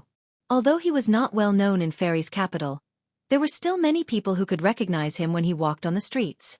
As Li Mu walked, a steady stream of psyche power gathered on his body. If he did a few more good deeds that pleased the people, their trust in him would gradually turn into love and respect. This would allow his 7 emotions to be fulfilled. The shopkeeper of the noodle stall poked his head out of the shop and said to Li Mu, "Constable Li, would you like to sit down and have a bowl of noodles?" It was mealtime. This noodle stall was very tasty. The constables of the yamen often patronized this stall. Li Mu sat down beside the stall and said, "2 bowls of noodles, please." The shopkeeper quickly brought out 2 bowls of steaming hot noodles from the shop and said, "I knew it. Constable Li must have a reason for beating up those officials' sons. Now that the Silver of Guilt law has finally been abolished, it's good that it was abolished. In the past, the law didn't even treat us common people as humans. Your arrival in Fairy's capital is truly a blessing for the people. Everyone is very grateful to you." Li Mu put down his chopsticks and said with a smile, "The person you should really be grateful to is Her Majesty. If it wasn't for Her Majesty, the Silver of Guilt law wouldn't have been abolished." Li Mu knew very well why the officials of the Ministry of Rights and the Ministry of Justice could tolerate him repeatedly jumping around in front of them. It was because he had the internal guards behind him. Furthermore, the internal guard's protection of Li Mu was ordered by the current Empress. Up until now, he had not even met the Empress. He also didn't know when he would truly be able to ride on her coattails. Compared to the Empress, the temptation of a 28-year-old 7th realm powerhouse was even greater for Li Mu. The successive emperors of the Great Zhou had a different cultivation shortcut from any other cultivator. The wisp of Emperor's Qi nurtured in the Imperial Ancestral Temple could create an upper realm powerhouse for the Imperial family. It was precisely because the Empress received the recognition of the Ancestral Temple that she obtained this wisp of Emperor's Qi that she successfully ascended to the 7th realm. She also had the qualifications to become an emperor. Li Mu, who was eating noodles beside the noodle stall, didn't see the 3 figures standing behind him. It wasn't just him. None of the passers-by on the street saw them. Seeing that there was no one around, the shopkeeper of the noodle stall said, 3 years ago, when Her Majesty just ascended to the throne, there was still a lot of criticism in Fairy's capital. However, everyone has to admit that in these 3 years, everyone's lives have been much better than before. Speaking of which, I've even seen Her Majesty once," Li Mu said in surprise. "You've seen Her Majesty?" The shopkeeper nodded and said, "I've seen her before. However, at that time, Her Majesty wasn't Her Majesty, nor was she the crown princess. She even ate noodles at my place. At that time, I never would have thought that she would become Her Majesty the Empress." Wang Wu finished his soup and put down the bowl. He said with disdain, "Stop bragging. When Her Majesty wasn't the crown princess, she was still the Zhou clan's legitimate daughter. Why would she come here to eat noodles?" The shopkeeper glanced at him and said, "Believe it or not." After saying that, he went inside to get busy. Wang Wu wiped his mouth and said, "This old guy doesn't even blink when he lies. Her Majesty is of noble birth. Why would she come to this kind of place like us?" Li Mu didn't know much about the thigh he wanted to hug. His knowledge of the Empress was limited to hearsay. Wang Wu grew up in Fairy's capital and often collected information about the rich and powerful families. Perhaps he knew more than Li Mu. He looked at Wang Wu and asked, "How much do you know about Her Majesty?" Speaking of this matter, Wang Wu began to talk non-stop. "That's a lot. Her Majesty is the youngest daughter of Grand Tutor Zhou. She is devastatingly beautiful and has a very high cultivation talent since she was young. When she was 20 years old, she had already entered the 5th realm."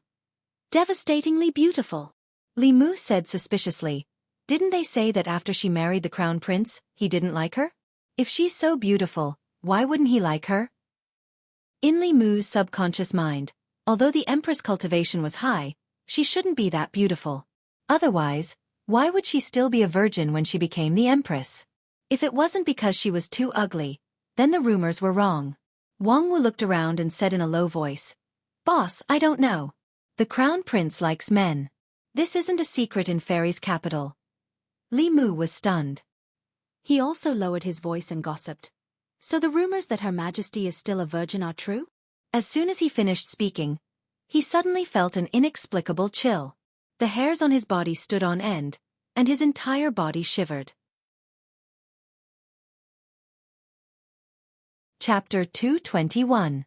Behind Li Mu, where no one could see, Mr. May looked anxious. The young female official looked angry. Finally, a beautiful woman with a noble temperament glanced at him. The next moment, 3 figures appeared in the imperial garden of the imperial palace. The young female official's face was livid. She said coldly, "This person is audacious. How dare he criticize Her Majesty behind her back? I'll put him in the internal guard prison right now." Mr. May opened his mouth. He wanted to plead for Li Mu, but he didn't know what to say. Criticizing Her Majesty behind her back was a serious crime if she wanted to punish him. The beautiful woman's expression was calm. She didn't seem angry. She said lightly, "Forget it. He just made a great contribution to abolishing the act of substitution. If he is imprisoned, how will he explain it to the people? Since he has contributed to the great show, I'll spare him this time." Since the Empress had spoken, the young female official couldn't say anything else. Mr. May breathed a sigh of relief. He said, "Your Majesty is merciful." The Empress said, "You can leave now. I want to admire the flowers alone." The Empress spoke again. The 2 of them bowed and said, "We'll leave now." The 2 of them turned and walked out of the imperial garden. In the imperial garden, the graceful and noble temperament of the beautiful woman was gone. Her pretty face was cold. She stomped her feet and gritted her teeth. "I'm so angry." The next moment, her figure disappeared again. Li Mu returned to the yamen and went home with Xiao Bai. There were many versions of the gossip about the Empress in Luoyang. However, she lived in the depths of the imperial palace for a long time.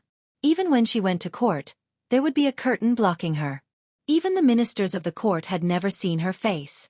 Therefore, Li Mu had no way of knowing whether she was tall or short, fat or thin, beautiful or ugly. However, Li Mu didn't care about that. As long as she had money and power and could provide him with cultivation resources, it was fine. When he returned home, Li Mu checked the formation he had set up. He didn't find any signs of it being invaded. He had offended too many people this time around. Just in case, it was better for him to find some time to buy some materials to reinforce the formation and raise its prowess to another level. After all, the divine capital wasn't like the North County. A Jushin cultivator was already considered a strong cultivator in the North County, but in the divine capital, he was just an ordinary follower of the officials. Only in the middle realm would the situation improve. There were still very few cultivators in the 6th realm. At this level, breaking through to the upper 3 realms was often the only goal they pursued. It was very difficult for the imperial court to use them. The 5th realm was the cornerstone of the imperial court, but they were not people that the minor officials Li Mu had offended could order about. He only needed to increase the power of the formation by 1 level so that it could trap a 4th level cultivator. As Li Mu was thinking this, he suddenly tripped and lost his balance, falling to the ground. Xiao Bai froze for a moment, then immediately ran over and helped Li Mu up. Li Mu patted the dust off his clothes and looked back. The place he had just walked through was flat and there were no potholes. How did he trip? After cultivating for so long, Li Mu's agility and reflexes were dozens of times higher than before, but he didn't react at all just now. He scratched his head in bewilderment and continued to walk forward. Bang! After 2 steps, Li Mu tripped again and almost fell. If it wasn't for his quick reflexes, he would have fallen flat on his face like before. He opened his heavenly eye and looked around vigilantly. He didn't find anything unusual. It was still the same after he used his heavenly eye. From the beginning to the end, the corpse dog's soul didn't show any signs of alertness. This meant that his body didn't feel any danger. Li Mu looked around and started to doubt himself. Did something go wrong with his cultivation? Did his limbs become uncoordinated and he couldn't even walk? After tripping twice, Xiao Bai took the initiative to support Li Mu so that he wouldn't trip again. This time, they returned home smoothly. Li Mu returned to his room and sat cross-legged on the bed. He held 2 pieces of spiritual jade and cultivated. Under the stimulation of his psyche power, the spiritual energy in the spiritual jade was absorbed by him at an incredible speed. Xiaobai also sat cross-legged opposite Li Mu and focused on cultivating.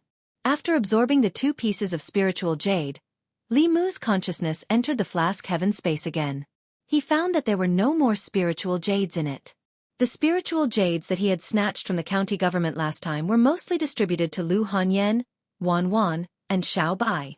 He had used up all the remaining spiritual jades during this time.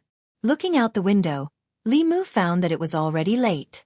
He laid down and prepared to sleep.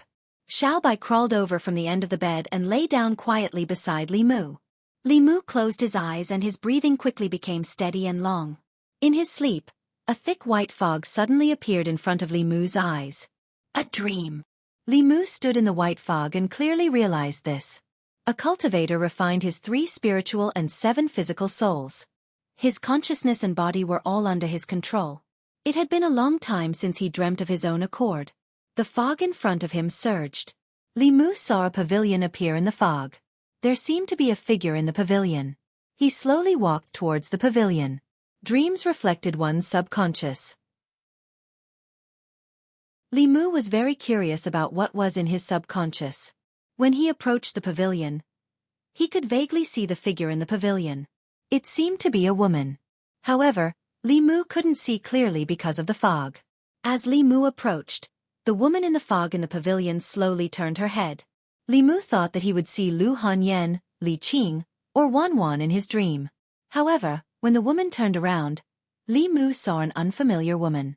The woman had black hair that cascaded down like a waterfall. She had willowy eyebrows and watery eyes. She exuded a holy and noble aura. She was extremely beautiful and didn't pale in comparison to Xiaobai. Facing Xiaobai every day, Li Mu wasn't that surprised by her beauty. He was just a little puzzled. Why would an unfamiliar woman appear in his dream? Could it be that he subconsciously wanted to have a beautiful encounter with her in God's capital behind Lu Hanyan's back? That was impossible. After coming to God's capital, Li Mu had always kept himself clean. He had rejected the brothel madam's offer of a lifetime of free sex. The only woman he had interacted with was Mr. May. Li Mu couldn't possibly have any impulse towards her. He looked at the woman curiously. What would happen between his subconscious and the unfamiliar woman in his dream? As soon as this thought popped into his mind, the woman in the pavilion suddenly disappeared before his eyes. Then, a huge force came from Li Mu's buttocks and he was sent flying. When he turned his head again, he saw that a whip had appeared in the woman's hand. She flicked her hand lightly and the shadow of the whip flew towards him. Li Mu wanted to dodge, but he realized that his body couldn't move at all. He could only watch helplessly as the whip lashed his body. Whoosh, whoosh, whoosh, whoosh. The long whip in the woman's hand lashed Li Mu's body over and over again. The pain was actually real. Although it wasn't unbearable, Li Mu's heart was filled with shame. Why would he have such a dream of being lashed by a strange woman with a whip? At this moment, Li Mu even suspected that he had some strange tendencies in his heart. In the dream, the woman waved the whip angrily, causing a few more whip shadows to appear. In the room, Li Mu suddenly jumped up from the bed. He opened his eyes and panted heavily. Xiaobai crawled up and looked at him worriedly. "Benefactor, what's wrong?" she asked. Li Mu looked at his surroundings and came back to his senses after a long while. He shook his head and said, "It's nothing. I just had a dream." He lowered his head and looked at his body. There were no injuries or pain. The dream just now had been so real that he couldn't tell whether it was a dream or not. Fortunately, it was just a false alarm. After waking up, Li Mu had a deep self-doubt. Why would there be such a thing in his subconscious? Could it be that he had awakened a certain attribute in his heart after witnessing others being beaten? Li Mu heaved a sigh of relief and patted his chest. He stopped his wild thoughts and lay down again. After having such a nightmare, his energy was somewhat overdrawn. After lying down, he quickly fell asleep again. The next moment, the familiar fog appeared before his eyes again. The beautiful woman stood in the fog and looked coldly at Li Mu. She said coldly, "You still dare to come back?" Li Mu's body stiffened. He saw several whip shadows coming at him again. Chapter 222. As soon as he closed his eyes, he saw the familiar woman and the familiar shadow of the whip again. Li Mu was dumbfounded. How could one continue to dream? He seriously suspected that something had gone wrong with his cultivation, and that he had encountered a nightmare or inner demon. At this moment, Li Mu felt as if he had been suppressed by a ghost. His body on the bed could not move, and his body in the dream could not move either. He could only watch helplessly as the whip landed on his body, bringing him a wave of burning pain. Even though he knew that he would not be hurt in reality, he was still angry and humiliated. In his own dream, he was actually bullied by a wild woman who came out of nowhere. Who could tolerate this?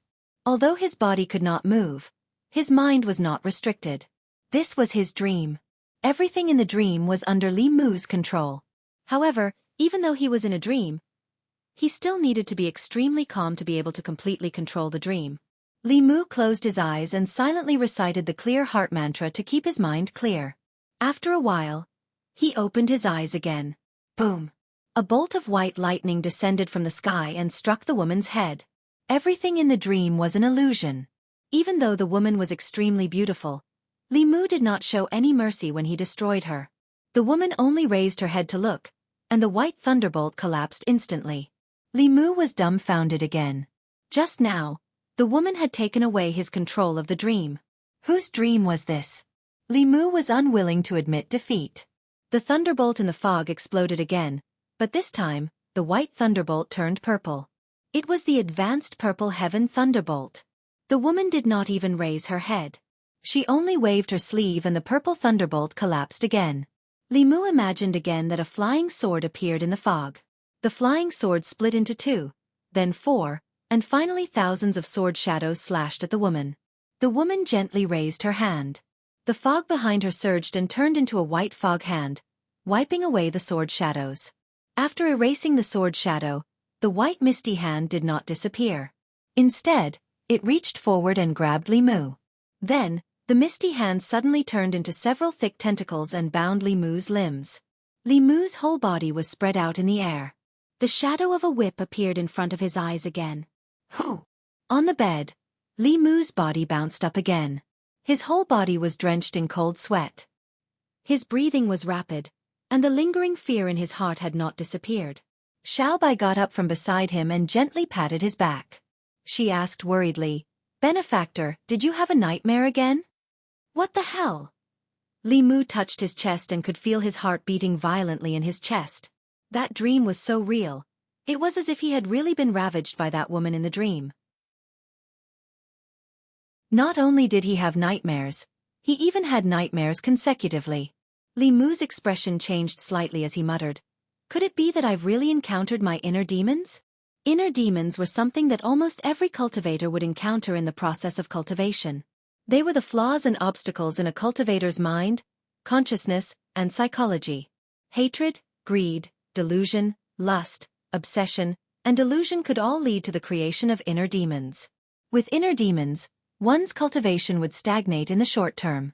In the serious case, one would go berserk and even be in danger of losing one's life. For example, Li Qing, a cultivator who had cultivated bit by bit and painstakingly, had an unusually strong mind. Even if inner demons appeared, they could easily overcome them. Because of his special constitution and sufficient resources, Li Mu's cultivation speed was far beyond the reach of most cultivators. The training and improvement of his mind could not keep up with the growth of his dermic powers. This was something that could not be avoided. Therefore, he had always been worried about inner demons. Many cultivators ended up as lunatics because they could not overcome their inner demons. Li Mu felt that he might have encountered his inner demons. The forms of inner demons were ever-changing.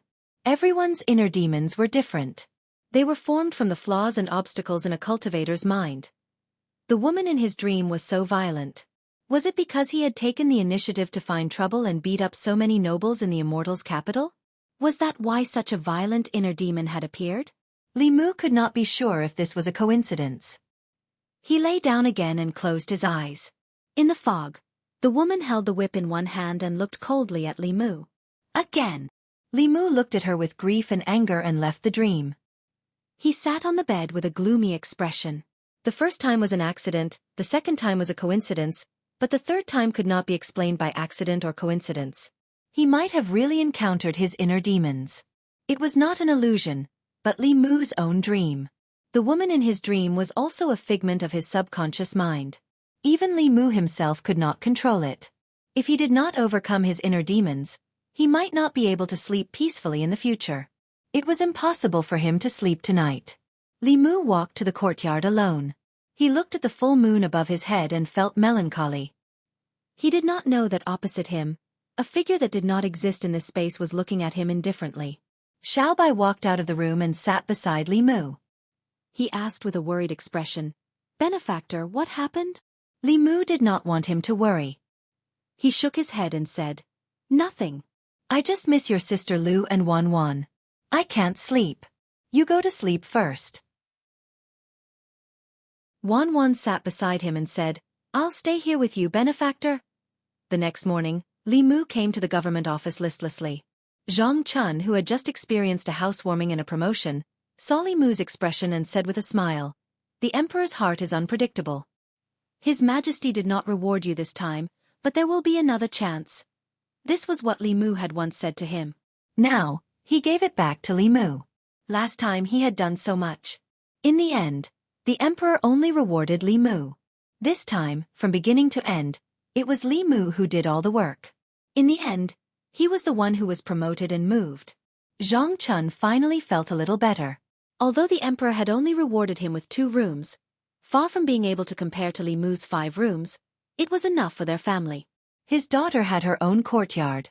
He finally did not have to worry that his daughter, who was separated by a wall, would hear him and his wife at night. Last night, he was happy until midnight. When he woke up in the morning, he felt refreshed. On the other hand, Li Mu must not have slept well last night. In reality, Li Mu did not sleep at all last night. As soon as he closed his eyes, his inner demons would take the opportunity to invade. Last night, he had been ravaged by that woman 8 times in his dreams. His entire person was about to collapse. After arriving at the government office, Li Mu returned to his courtyard at the back of the government office and tried to fall asleep again. This time, he fell asleep quickly. Moreover, the woman did not appear. Li Mu was slightly happy. He tried a few more times, but the woman still did not appear. He let out a long sigh of relief. Perhaps the inner demons did not appear every time. If he had that kind of nightmare every time he fell asleep, he was afraid that his entire person would collapse. Feeling a familiar aura appear in the courtyard, Li Mu got out of bed and walked into the courtyard. He asked, "Sister May, what's the matter?" Mr. May said, "Nothing. I'm just here to see you." Li Mu said regretfully, "I thought the emperor finally remembered and was ready to reward me." Mr. May glanced at him and said, "Hasn't the emperor rewarded you enough? What else do you want?" Thinking of the 2 Earth-class magic treasures and the 5-sectioned house, Li Mu did not say anything in the end. Even if the substitute silver was abolished, he had contributed the most but did not receive a reward. However, the reward before was enough to cover all his contributions. Mr. May pretended to look away from him casually and said, "The emperor is the ruler. You are the subject. You have to be more respectful to the emperor." Li Mu felt strange and said, "I have never seen the emperor. How can I respect the emperor?" Mr. May said, "What I mean is that you cannot be disrespectful to the emperor in private. You also cannot criticize the emperor. You have to protect the emperor." Li Mu thought about it. Although he was a little gossipy about the current empress, he still respected her and had always protected her. He did all these things and risked further offending the old party because he wanted the empress to win more people's hearts. The streets of Luoyang were empty, and the people rushed to worship the state temple. Wasn't that his protection of the empress? Nevin was the empress's guard, so he should know her well. Li Mu's gossipy heart was ignited again. He asked Mr. May, "Sister May, you are always with the emperor. You should know her well. What kind of person is the emperor?" Mr. May stared at him and said, "Have you forgotten what I just said?"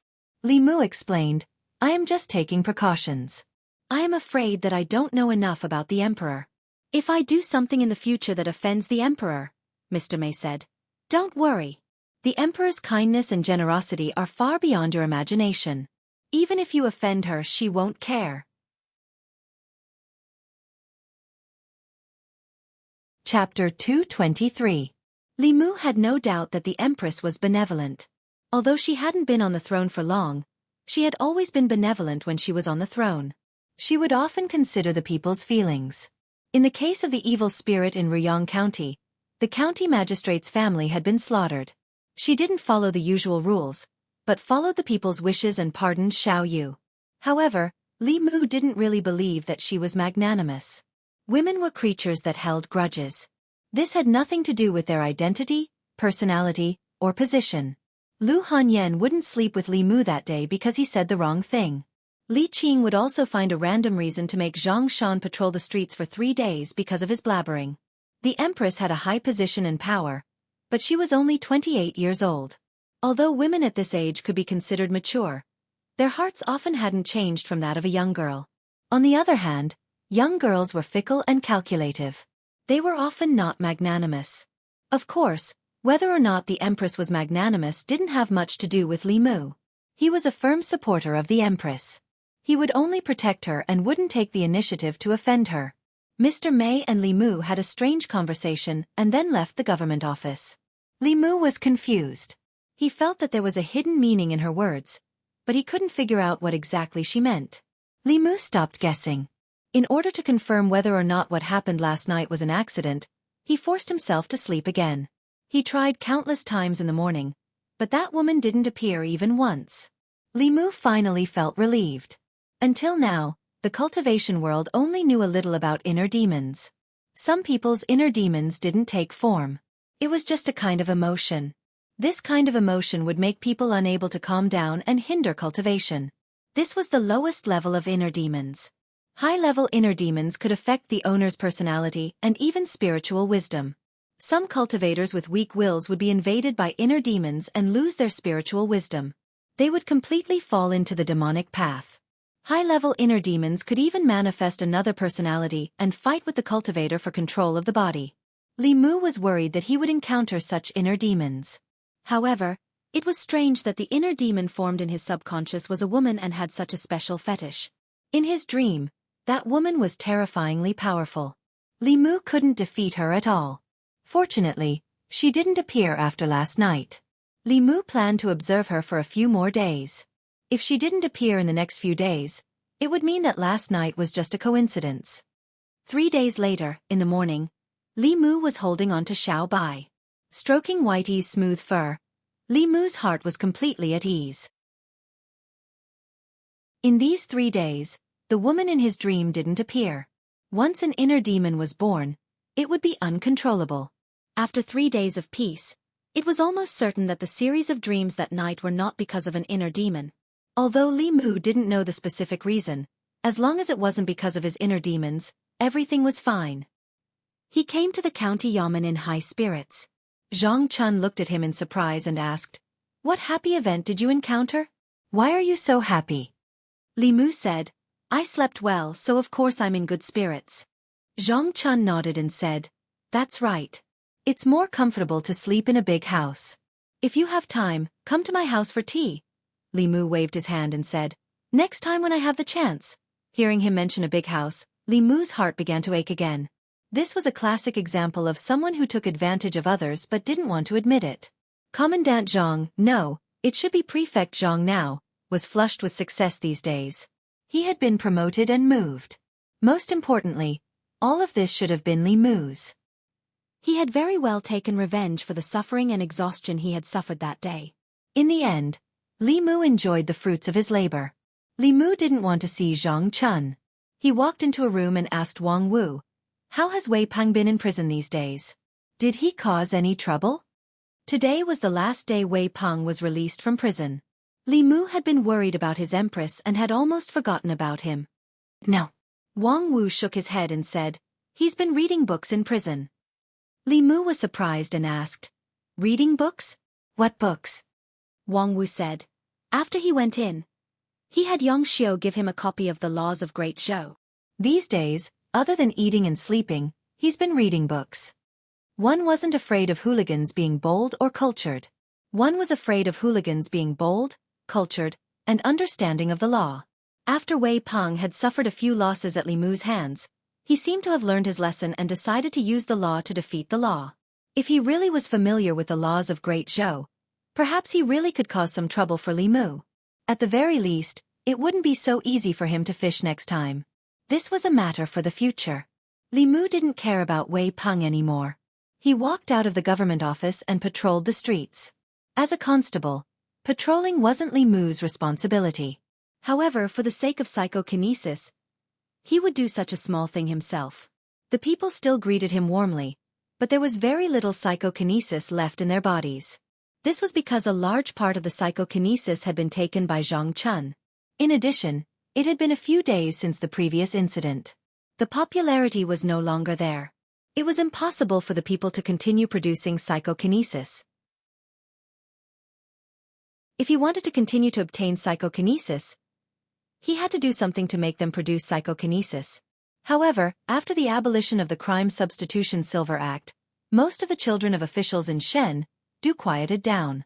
Li Mu couldn't just go up and beat them up indiscriminately. In the past it was to promote the reform. Now, there was no legitimate reason. The sound of horse hooves approached from afar. 3 figures on horseback galloped past the intersection not far in front of Li Mu. After the abolition of the Crime Substitution Silver Act, very few people rode on horses on the streets. Li Mu had seen this person once. It was the Zhou clan's descendant that Wang Wu had advised Li Mu not to provoke. The people pointed in the direction that the Zhou clan's descendant had left and discussed animatedly. Li Mu thought for a moment and chased after them with large strides. It wasn't easy to obtain the psychokinesis of the people. The more others didn't dare to do it, the more he wanted to do it. Li Mu had just reached the end of the street when he suddenly heard an uproar in front of him. It was mixed with the cries of the people. Li Mu's expression changed. He quickly ran toward the crowd in front of him. The Zhou clan's descendant was still riding on his horse. There was a long trail of blood on the street in front of the horse. A few feet in front of him, a figure lay on the ground. It was an old man. His chest was caved in as he lay on the ground, no longer breathing. Golden light surged in Li Mu's eyes. He did not discover the old man's 3 souls. There was only a faint wisp of soul power floating above the old man's corpse. He was already dead. The 7 physical souls were still present, but the 3 souls were already scattered. The 3 souls of mortals would gradually weaken with illness and age. At the end of their lives, they would no longer be able to turn into Yin spirits.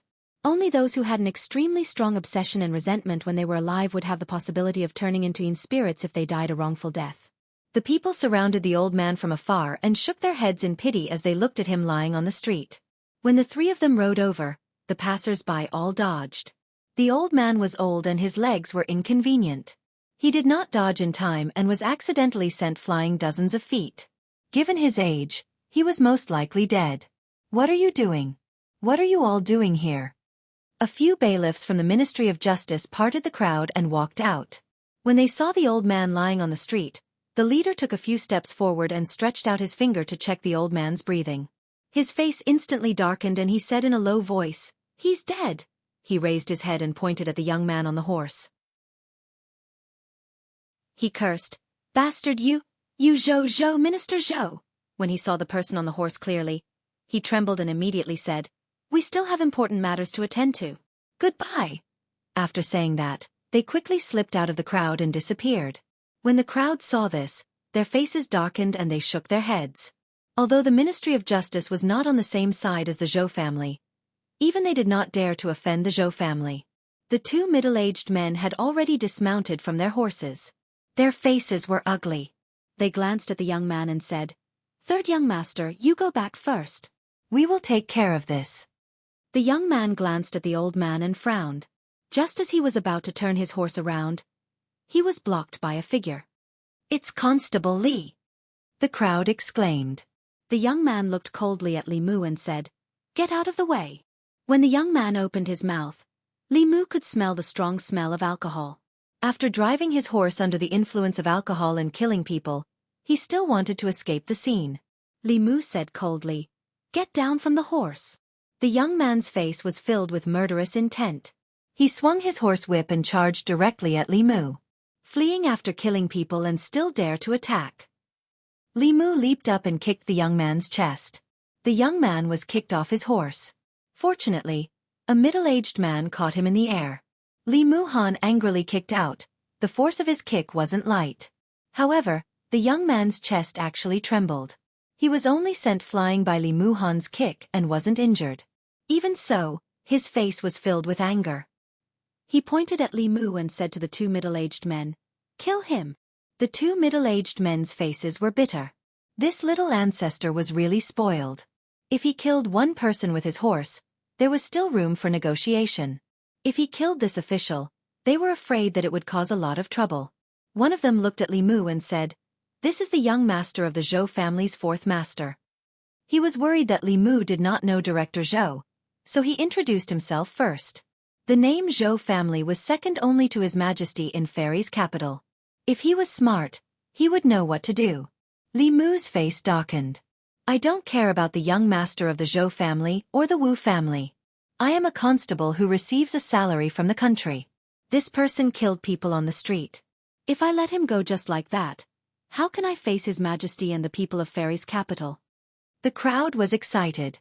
Constable Li is indeed worthy of his reputation. There were also people who looked worried. This is the Zhou family. How can Constable Li go against the Zhou family? The people from the Ministry of Justice watched from afar. Although they were not on good terms with Li Mu and even had some grudges against him, they had long forgotten about their past grudges. The leader of the constables looked at Li Mu with a complicated expression. "I'm really impressed this time." The person beside him shook his head. "You have to be impressed." The last constable opened his mouth wide and said, "This guy is really not afraid of the heavens or the earth."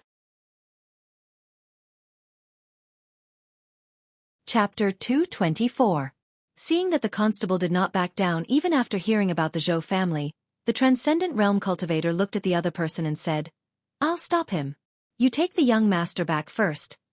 Of course, the Zhou family's disciples could not be taken away like this. This was their duty as guards. Once they reached the Zhou family, everything that happened would be shouldered by the Zhou family.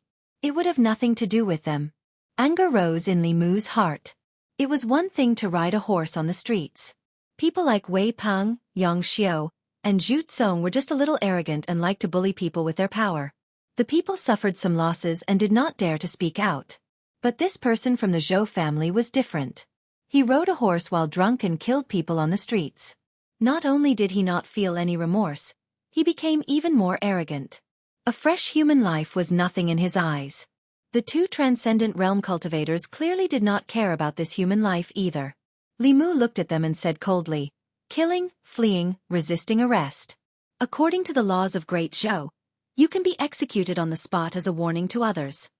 The middle-aged man was a Transcendent Realm cultivator. He stood in front of the Transcendent Realm cultivator and said with a smile, "You can try." Li Mu looked at him and asked, "Are the lives of people so cheap in your eyes?" The middle-aged man shook his head and said, "I cannot let you take the young master away. This is my duty." Li Mu looked at him coldly and said, "Sorry, this is also my duty. I am arresting the murderer according to the law. Those who stop me will be punished as well." As he finished speaking, a sword light slashed towards the middle-aged man's head. Swoosh! The middle-aged man pulled out the long knife at his waist and blocked it. Clang! After the sound of metal clashing, the long knife in his hand broke in two and fell to the ground with a clang. At the same time, one of his arms fell to the ground. With Li Mu's current cultivation, using Bai as a regular weapon was actually not enough. After all, Bai was only in the Shen class. Its greatest use was Madame Chu, who could provide Li Mu with level 4 mana. If he used Bai alone against level 4 cultivators, this sword would instead weaken the power he could unleash. Therefore, when he swung his sword down, he sent Bai into the Flask Heaven Ring and replaced it with the Qingxian sword. An ordinary sword strike had broken the middle-aged man's saber and severed his arm. His mystic-ranked high-grade weapon was broken into two, and at the same time, his arm was broken as well. The middle-aged man stared blankly for a moment, then his complexion greatly changed. He hurriedly used his other hand to take out a piece of Fu Lu and stuck it on the severed arm. Only then did he manage to stop the madly gushing blood. He sat on the ground and circulated his magic power to regulate his breathing. Before the other middle-aged man could leave with the young man, he saw this shocking scene. Li Mu pointed his sword at the two of them and said indifferently, "Killing and fleeing, one of you try to escape?" The remaining middle-aged man's face turned ugly. He didn't expect a spirit condensation cultivator to have such a divine weapon. But he still had to take the young master away. He grabbed the young man's shoulder, and the two of them rose into the air, ready to leave. Li Mu waved his hand and threw out a piece of Fu-Lu. The Fu-Lu turned into a ray of golden light and entered the middle-aged man's body. He only felt the magic power in his body stagnate, and he suddenly couldn't circulate it. Both he and the young man fell from the sky. He hit the ground and stared at Li Mu. He asked, "Do you really want to become enemies with the Zhou clan?" It wasn't Li Mu who became enemies with the Zhou clan, but the Zhou clan who became enemies with him. And this wasn't the first time. This time, it was time to settle the old and new scores together. Of the two middle-aged men, one was severely injured with a severed arm, and the other's magic power was sealed. Li Mu walked in front of the young man and said, "You want to escape after killing someone? Do you think there are no laws in the Immortal's capital?" It seemed that he wouldn't be able to escape today. The young man wasn't afraid. He only looked at Li Mu mockingly and said, "Let's go." He didn't have anything on him. Li Mu looked at the bailiffs from the Ministry of Justice who were hiding in the distance. He saw one of them holding a metal chain and said from afar, "Lend me your metal chain." The bailiffs looked around, threw the metal chain on the ground, and silently retreated. Li Mu waved his hand and the metal chain flew into his hand. He tied up Zhou Chu and walked to the old man who was hit. He sighed and looked around. He asked, "Who is willing to help me carry the old man's body to the county yamen?" The crowd was in a commotion. Soon a man stood out and said, "Constable Li, I'll do it." Li Mu saluted him. "Thank you." The man grinned and said, "It's my duty." Li Mu held the metal chain in his hand as if he was leading a dog. Zhou Chu followed behind him. The two middle-aged men followed closely behind him. Wherever they went, the streets were in an uproar. Why did that man lose an arm? It's so scary. Isn't that young Master Zhou of the Zhou family? Why is he chained up? What crime did he commit? Does it matter what crime he committed? What matters is who dared to arrest him. Didn't you see? The one holding the chain is Constable Li. Other than Constable Li, who else in Luoyang would dare to do such a thing? This is going to be a big show. It's the Zhou family. Show my ass. I'm worried about Constable Li. If something happens to him, who will redress the grievances of the people of Luoyang? At the entrance of Luoyang Yamen, Wei Peng was greeted by Yang Xiao and Zhu Kong. After 5 days in prison, he looked haggard. His hair was messy, his eye sockets were dark, and his beard was unshaven. However, he was in high spirits. He held a thick copy of the Great Zhou Law in his arms and said regretfully, "If I had known this earlier, I wouldn't have suffered so many losses at the hands of Li Mu." Yang Xiao looked at him and asked, "What do you plan to do next?" Wei Peng looked around and said, "I'm not done with him yet. I'm going to..." Before he could finish, he suddenly saw a group of people walking toward the yamen. The one walking in front was Li Mu, whom he had been thinking about day and night for the past 5 days. At this moment, Li Mu's face was gloomy and murderous. He held a metal chain in his hand. A person was tied up behind the chain. Wei Peng recognized him at a glance. He was Zhou Chu of the Zhou family. This was the kind of person he usually met on the streets and needed to avoid. But now, Zhou Chu was being chained up by Li Mu like a dog. Beside Zhou Chu were his 2 bodyguards. One of them had a broken arm and half his body was dyed red with blood. The glaring red color made Wei Peng dizzy. Yang Xiao's attention was on Wei Peng and did not see this scene. He asked curiously, "What are you going to do?" Wei Peng swallowed and said, "I'm going to study the Great Zhou Law carefully after I go back. I think we were wrong in the past.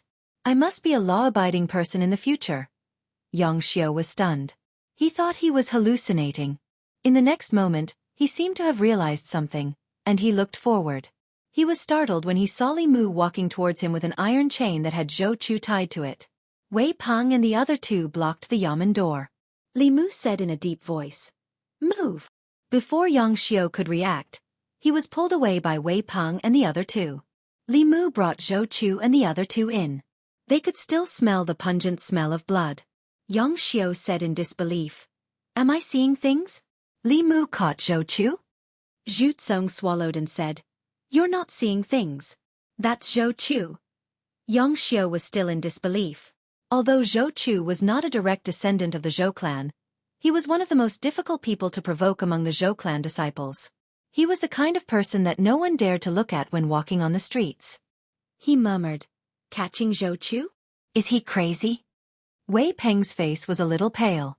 He said, "This person doesn't want to live. We'd better not provoke him in the future." At the back of the yamen, Zhang Chun was tasting tea. For the past 2 days, he had been in a very good mood, especially when he saw Li Mu's gloomy expression. He had to let him have a taste of the bitterness in his heart at that time. Thinking like this in his heart, when he saw Li Mu walk in with a cold face, the smile on his face became bigger. He said, "Li Mu, sit down and have a cup of tea." Li Mu said, "No, there's a murder case that needs to be heard by Darren." "What?"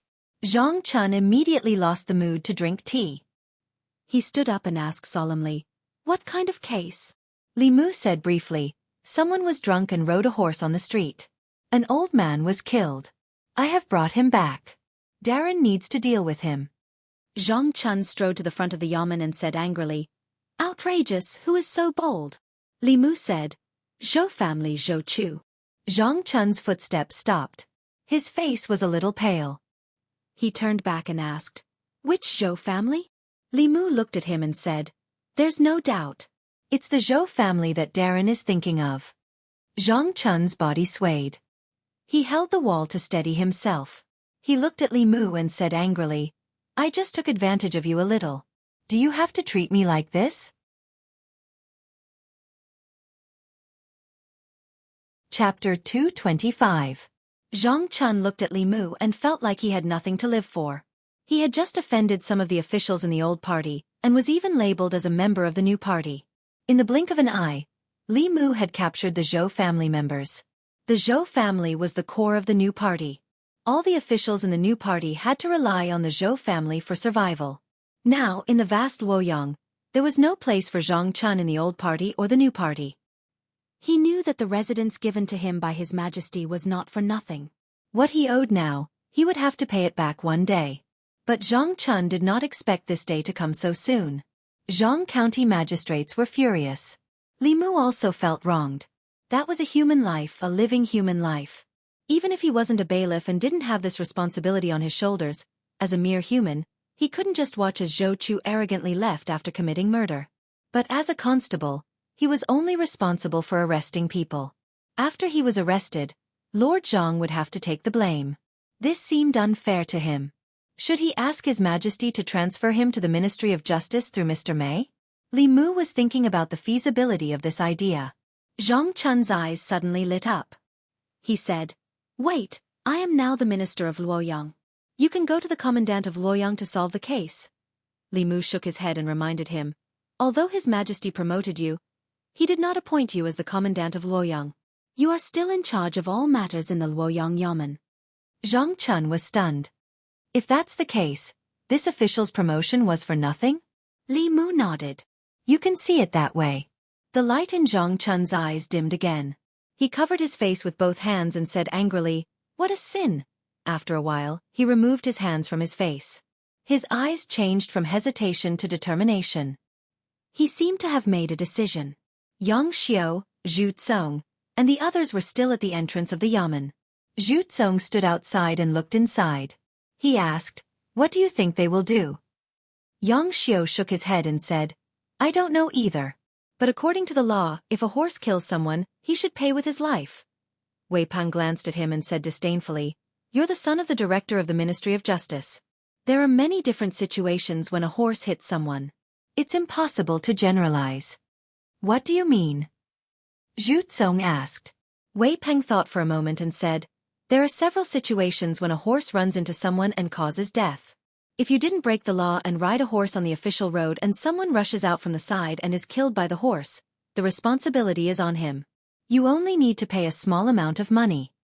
If he was walking on the official road and you accidentally killed him while riding a horse, the responsibility would be on you. You would have to compensate for all the losses. But because it was just a mistake, you don't have to pay with your life, and you don't even have to go to jail. Not only do you have to take full responsibility for killing someone with your horse after drinking, you will also have to go to jail. This is under the circumstances where riding a horse is allowed. Riding a horse is not allowed in Luoyang. That's another crime. Riding a horse while drunk is another crime. Murder and escape is another crime. Resisting arrest is another crime. Wei Peng flipped open the law of Great Zhou in his hand and said, "What Zhou Chu did was extremely bad. If it were someone else, it wouldn't be too much to sentence him to death." Zhu Tsong swallowed his saliva. He suddenly felt that compared to Zhou Chu, his image was suddenly lofty. Although he also liked to ride a horse on the streets of Luoyang, he didn't dare to ride too fast. He would give the people blocking his way time to dodge. He just wanted to show off and didn't want to kill someone. Wei Peng walked into the yard of the yamen and said, "Let's see what they will do." In the court of the Luoyang yamen, the old man's body was lying flat on the ground. After the coroner of the yamen examined the injuries, he said, "Your Honor, the victim's sternum is all broken. He died from the collision." Zhang Chun looked at the old man and closed his eyes. After a while, he slowly opened them and looked at Zhou Chu. He said, "Offender Zhou Chu, you broke the law by riding a horse while drunk on the streets of Luoyang and killed an innocent old man. On the way to escape you resisted arrest. Countless people on the streets witnessed it. Do you plead guilty?" Zhou Chu had sobered up. He looked at him indifferently and said, "I plead guilty." "It's good that you plead guilty." Zhang Chun sat back in the main seat and said, "According to the law of Great Zhou, Book 5, Article 13, if you break the law by riding a horse on the streets of Luoyang and cause serious injury or death, you will be sentenced to more than 10 years in prison. You rode a horse while drunk and attempted to escape after killing someone. You also ordered your subordinates to attack the yamen arresters of Luoyang.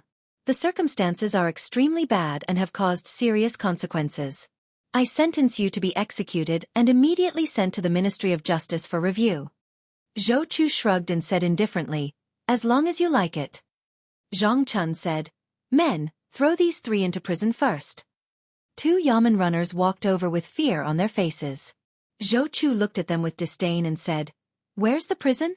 I'll walk by myself." Seeing Zhou Chu being taken away without fear, Li Mu did not feel relieved. This was because he knew that this was not the end, but only the beginning. Zhang Chun walked down from the court and patted his shoulder. He said, "Don't be discouraged. You didn't do anything wrong." Li Mu was actually a little embarrassed to face Zhang Chun. As a subordinate, he had never let Zhang Chun be at ease. Everything he did in Luoyang was actually because he had a strong backing. He was just a small official. The old and new parties could not suppress him through the court. If they wanted to use secret methods, they would have to send out a 6th realm cultivator. Even if it was a 6th realm cultivator, Li Mu could temporarily hold them off for 15 minutes. If they wanted to get rid of Li Mu secretly, they would have to send out a 7th realm cultivator. A cultivator of that level was a deterrent in both parties. They were used to keep the Empress in check.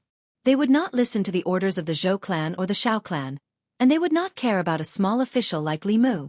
Therefore, although Li Mu's status was low, he could do whatever he wanted in Luoyang. However, Zhang Chun was different. He was as timid as a mouse, but he had a strong sense of justice. He wanted to hide from everything, but whenever he needed to stand up, he would stand up without hesitation. This time, he had completely offended the Zhou clan. Li Mu looked at him and asked, "Have you thought it through, sir?" Zhang Chun let out a long sigh and said, "I didn't get promoted for nothing, and I didn't live in this house for nothing." "This is life?" Li Mu asked. "Sir, do you mean that you've accepted your fate?" "No." Zhang Chun shook his head and said, "We'll make a big deal out of this, the bigger the better. We'll make it so that both the new and old parties can't tolerate me. Then, I can be transferred out of Luoyang." Li Mu thought about it carefully and realized that Zhang Chun had a good plan. He was the minister of Luoyang. His position was not high, but it was not low either. Even if he offended both the new and old parties, as long as he did his job well and did not commit crimes or use his power for personal gain, neither party could do anything to him. They could only use some power to push him out of this position and transfer him far away. Out of sight, out of mind. This was exactly what he wanted. No wonder he gave Zhou Chu's case such a harsh verdict. Of course, Zhou Chu's bad behavior had a huge impact, but he probably already had this idea before he decided on the case. Li Mu gave him a thumbs up and praised, "Good, you're really good. Zhou Chu rode his horse on the streets of Luoyang and killed innocent people. He was arrested by the Luoyang Yamen and later sentenced to death by the minister of Luoyang. When this case spread out, it caused a sensation in Luoyang. What shocked people was not that Zhou Chu rode his horse and killed people, but that the Luoyang Yamen dared to sentence the Zhou family to death. Although Zhou Chu was not a direct descendant of the Zhou family, his status in the family was not low. The minister of Luoyang had made a mortal enemy of the Zhou family by doing this. Zhou Chu was just a small 6th-rank official. If he went against the Zhou family, he would not have a good ending. After this, he might not even be able to keep his position. In the Luoyang Yamen, less than 15 minutes after Zhou Chu was locked up, a man in an official's uniform hurried into the Yamen. When the Yamen saw him, they immediately bowed and said, "Greetings, Minister of Luoyang." The man looked angry and asked, "Where's Zhang Chun?" One of the Yamen pointed and said, "Minister Zhang is at the back of the Yamen." Soon, Zhang Chun, who was drinking tea at the back of the Yamen, saw the minister of Luoyang. He had only heard about it but had never seen it before. Before him, the Luoyang Yamen was dispensable. Even the officials there were officials from other departments. They would not come to the Yamen on a normal day. As the minister of Luoyang, this was his first time seeing the minister of Luoyang. The minister of Luoyang reprimanded him. "Your men captured Zhou Chu and you sentenced him to death?" Zhang Chun said, "Zhou Chu was drunk and rode his horse to kill people. He fled and resisted arrest. Is it wrong for me to sentence him to death?" The minister of Luoyang gritted his teeth and said, "Do you know who he is?" Zhang Chun said calmly, "I don't care who he is. If he broke the law, he should be punished according to the law. The last one who bent the law was beheaded by His Majesty." The minister of Luoyang explained, "What I mean is that you don't have to punish him so harshly. You can take him into custody first and judge him slowly." Zhang Chun asked mockingly, "Take him into custody first and drag it out until the people forget about it. Then close the case hastily. Is this how the Luoyang Yamen used to do things?" The minister of Luoyang pretended not to hear Zhang Chun's mockery. He said, "It's better for you, me, and everyone else." Zhang Chun shook his head and said, "I'm sorry. I can't do that." The minister of Luoyang said with a sullen face, "From now on, I'll take over this case. You don't have to worry about it anymore." Zhang Chun shrugged and said, "Do as you wish. I've sent the file to the Ministry of Justice anyway. We're just waiting for their approval." The minister of Luoyang pointed at him and said angrily, "You?" Zhang Chun asked, "What about me?" "Your future is gone." The minister of Luoyang said coldly and turned to leave in big strides. Zhang Chun walked out of the door and exhaled deeply. He exclaimed, "Nice." He stood in the courtyard and was silent for a while. Suddenly, he looked at Li Mu and asked, "Are you close to Mr. Mei from the internal guards?" Li Mu nodded and said, "Not bad." Zhang Chun thought for a moment then said, "Next time you see her, help me ask if the residence bestowed by His Majesty can be sold."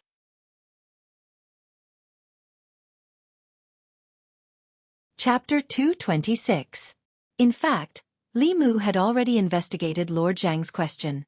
Other things bestowed by Her Majesty, such as silk and magic treasures, could be dealt with on their own, but not official residences. Official residences bestowed by Her Majesty or the Imperial Court could be modified, renovated, or even rebuilt, but they couldn't be sold.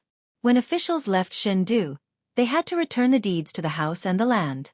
In other words, whether it was Lord Zhang's 2-sectioned house or Li Mu's 5-sectioned house, they still belonged to the Empress and the Imperial Court. After hearing this, Zhang Chun sighed and said, "What a loss." Li Mu didn't want to discuss the mansion with him anymore.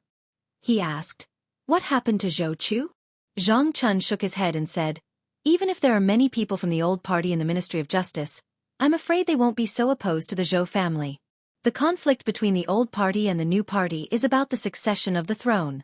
Other than that, they're actually the same kind of people. They're all privileged people in the Great Zhou. Moreover, Her Majesty's surname is Zhou." Li Mu thought for a while and said, "If Her Majesty favors Zhou Chu, then I don't want to be a constable in Chengdu." Zhang Chun suddenly became alert and said, "Where do you want to go?" Li Mu said, "Back to Beijing.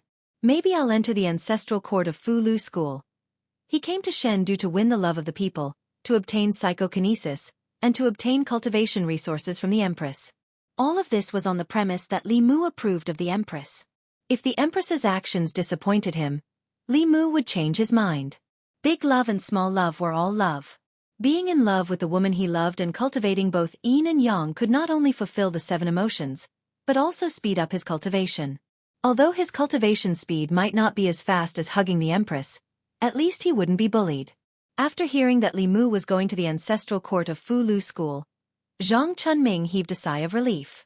After thinking for a while, he said, "Actually, I think that it's much better for you to enter the ancestral court of Fu Lu School than to be a servant in Luoyang. Why do you have to be so tired every day? Why don't you just resign? Do you know how to write a resignation letter?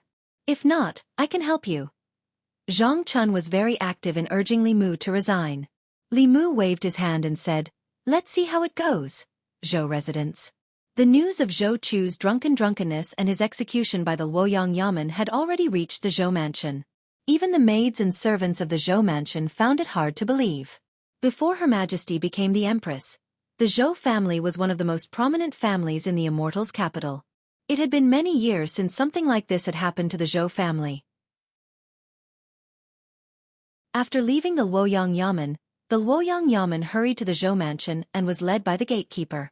After walking for a long time and passing through countless moon gates, he arrived at a courtyard in the Zhou mansion. There were many important people in the Zhou mansion, and he was not qualified to meet most of them. Therefore, he went directly to Zhou Chu's father, the Assistant Minister of the Ministry of Works, Zhou Ting. As soon as he entered, Zhou Ting asked, "How did it go?" The Luoyang Yamen gritted his teeth and said, "That damn Zhang Chun. He's determined to go against you. I was too late. He's already submitted the verdict to the Ministry of Justice for review. I'm afraid we can't get around them." Zhou Ting's face darkened. He said coldly, "Zhang Chun. I'll remember this name." He glanced at the Luoyang Yamen and said, "All right, you may leave." After the Luoyang Yamen left, Zhou Ting walked out of the room and disappeared under the sunlight. Ministry of Justice. The Assistant Minister of the Ministry of Justice, Zhou Zhong, was flipping through a case file. At a certain moment, he closed the file in his hand and glanced at the door. The 2 doors slowly closed.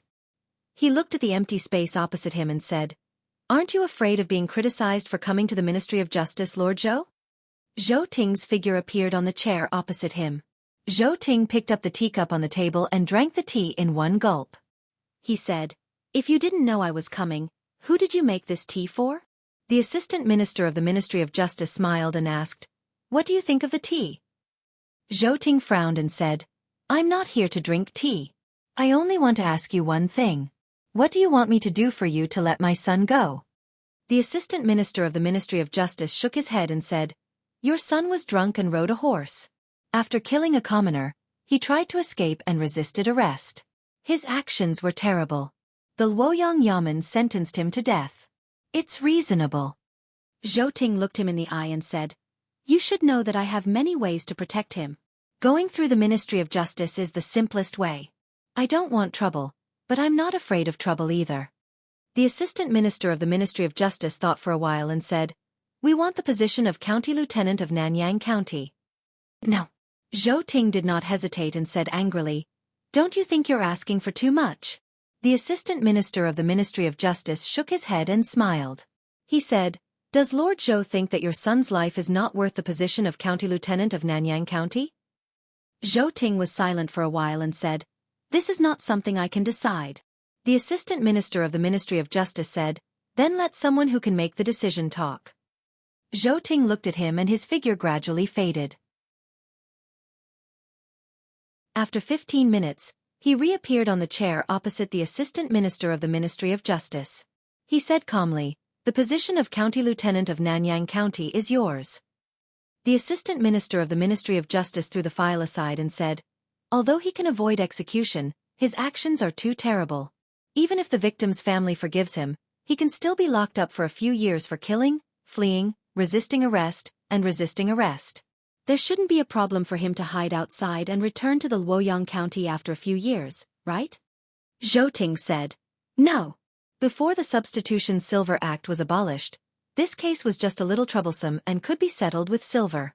However, now that the Substitution Silver Act was abolished, It was not easy for anyone to settle a murder case in the Luoyang County with simple methods. He glanced at the Assistant Minister of the Ministry of Justice again, and his figure faded away. The Assistant Minister of the Ministry of Justice, Zhou Zhong, had the same surname as him, but he firmly supported the old faction of the Shao family and was the political enemy of the Zhou family. However, sometimes the most trustworthy person was the enemy. The Assistant Minister of the Ministry of Justice looked at the file sent by the Luoyang County government and shook his head. He said softly, "What will you do?" The Luoyang County government. Li Mu was still patrolling outside when he received a message from Wang Wu. The Ministry of Justice had rejected Lord Zhang's request to be executed. The government had its reasons to execute him, but the Ministry of Justice also had their reasons to reject it. The reason given by the government was that Zhou Ting was drunk and riding a horse, causing death. Later, he attempted to flee and resisted arrest. His actions were too terrible and he should be sentenced to death for manslaughter. The Ministry of Justice did not approve it because the Zhou family had compensated the deceased's family with a large sum of money, and the old man's family had written a letter of forgiveness. Under normal circumstances, for manslaughter and unintentional murder, as long as the family was forgiven, the government would give a lighter sentence. Once Zhou Ting was forgiven by the deceased's family, he would be able to escape death. This was in accordance with the law, even in Li Mu's later life. Li Mu returned to the government office. Zhang Chun shook his head and said, "There's nothing we can do." The deceased's family was not well off. The Zhou family compensated them with a large sum of money, enough for them to live the rest of their lives without worry. The deceased's family wrote a letter of forgiveness and the Ministry of Justice decided to give a lighter sentence. Zhou Ting will be sent to Jiujiang County to serve 3 years of hard labor. Wang Wu sighed and added, "Jiujiang County. They are all members of the new party." Zhou Chu just changed his place to be happy. Jiujiang County is far away from Chengdu. Zhou Chu will be more comfortable in Jiujiang County than in Chengdu. Deputy Constable Sun walked in and said to Li Mu, "Constable Li, there's someone outside who wants to see you." Li Mu walked to the entrance of the government office and saw a middle-aged couple leading a boy and a girl around 7 or 8 years old. Li Mu looked at them and asked, "Who are you?" The middle-aged couple knelt on the ground.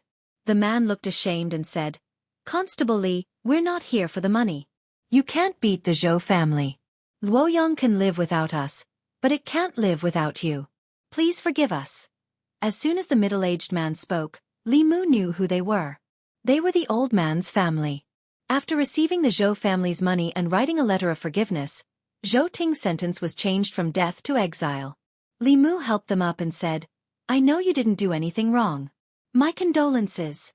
He could tell that the couple was sincere and there was no falsehood in their words. Although Li Mu also hoped that people like Zhou Ting could be executed as soon as possible to prevent him from harming the people in the future. For this family, the dead could not be brought back to life. The current ending was the best ending. Li Mu was already very gratified that they were thinking of him. After sending the couple off, Li Mu returned to the government office. Zhang Chun sighed and said, "Don't take it too hard. You've already done a lot for Luoyang and the people of the Great Zhou. If the money for substitution is not abolished, you'll still see him often in Luoyang in the future." An hour later, people from the Ministry of Justice came and took Zhou Ting away from the government office. The outside of the government office was filled with onlookers. Their expressions were indignant. They wanted Zhou Ting to die, but there was nothing they could do. After staying in the prison for a few hours, Zhou Ting walked out of the government office again. When he walked in front of Li Mu, he looked at him with a smile and said, "I told you it's useless."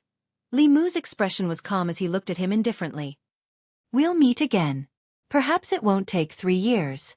At that time, I hope you'll still be here." The smile on Zhou Ting's face gradually disappeared. He looked at Li Mu and said, "You're the first person to let me know what the prison in Luoyang is like. It's not easy to meet such an interesting person. I really don't want to leave now." With that he left. The 2 middle-aged men who went to prison with him also followed behind him. Zhou Ting took a few steps, then turned back and said to Li Mu, "By the way, after I leave, you have to pay more attention to that old man's family. You have to move out quickly. I heard that they live outside the city. Their house is made of straw mixed with mud. Who knows when it will collapse? They have to be careful on the road. There are many people riding horses outside. It won't be good if 1 or 2 people are killed. When he said this, he did not lower his voice. The onlookers widened their eyes.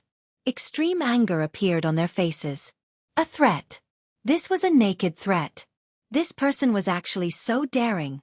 He had just killed that innocent old man with his horse. Now he was threatening their family. Was there no law in Luoyang? Li Mu clenched his fists, then quickly relaxed them. Zhou Ting was very satisfied with his reaction. He smiled at Li Mu and said, "I'm just reminding you. I didn't do anything. You have to have evidence before you do anything. Don't accuse a good person." "Haha," Li Mu said. "Whatever man does, God is watching. God is watching from above." Zhou Ting smiled disdainfully and said, "God? After so many years, I really want to see what God looks like. If you have the ability, let them come down." Li Mu had one hand in his sleeve. He pointed to the sky and raised his head. He shouted, "Damn God, if you have eyes, you shouldn't let good people be wronged. You shouldn't let such evil people harm the world." Zhou Ting sneered. When he looked up, his expression suddenly changed. Boom! A purple thunderbolt struck down from above. Puff! The purple thunderbolt struck Zhou Ting's head. A strange sound came from his chest. A Fulu card turned into ashes. Boom! After the first thunderbolt, another purple thunderbolt struck Zhou Ting's head. He was still unscathed, but the green brick under his feet exploded with a loud bang. At the same time, a substitute talisman in his sleeve burned. Boom! The third thunderbolt struck.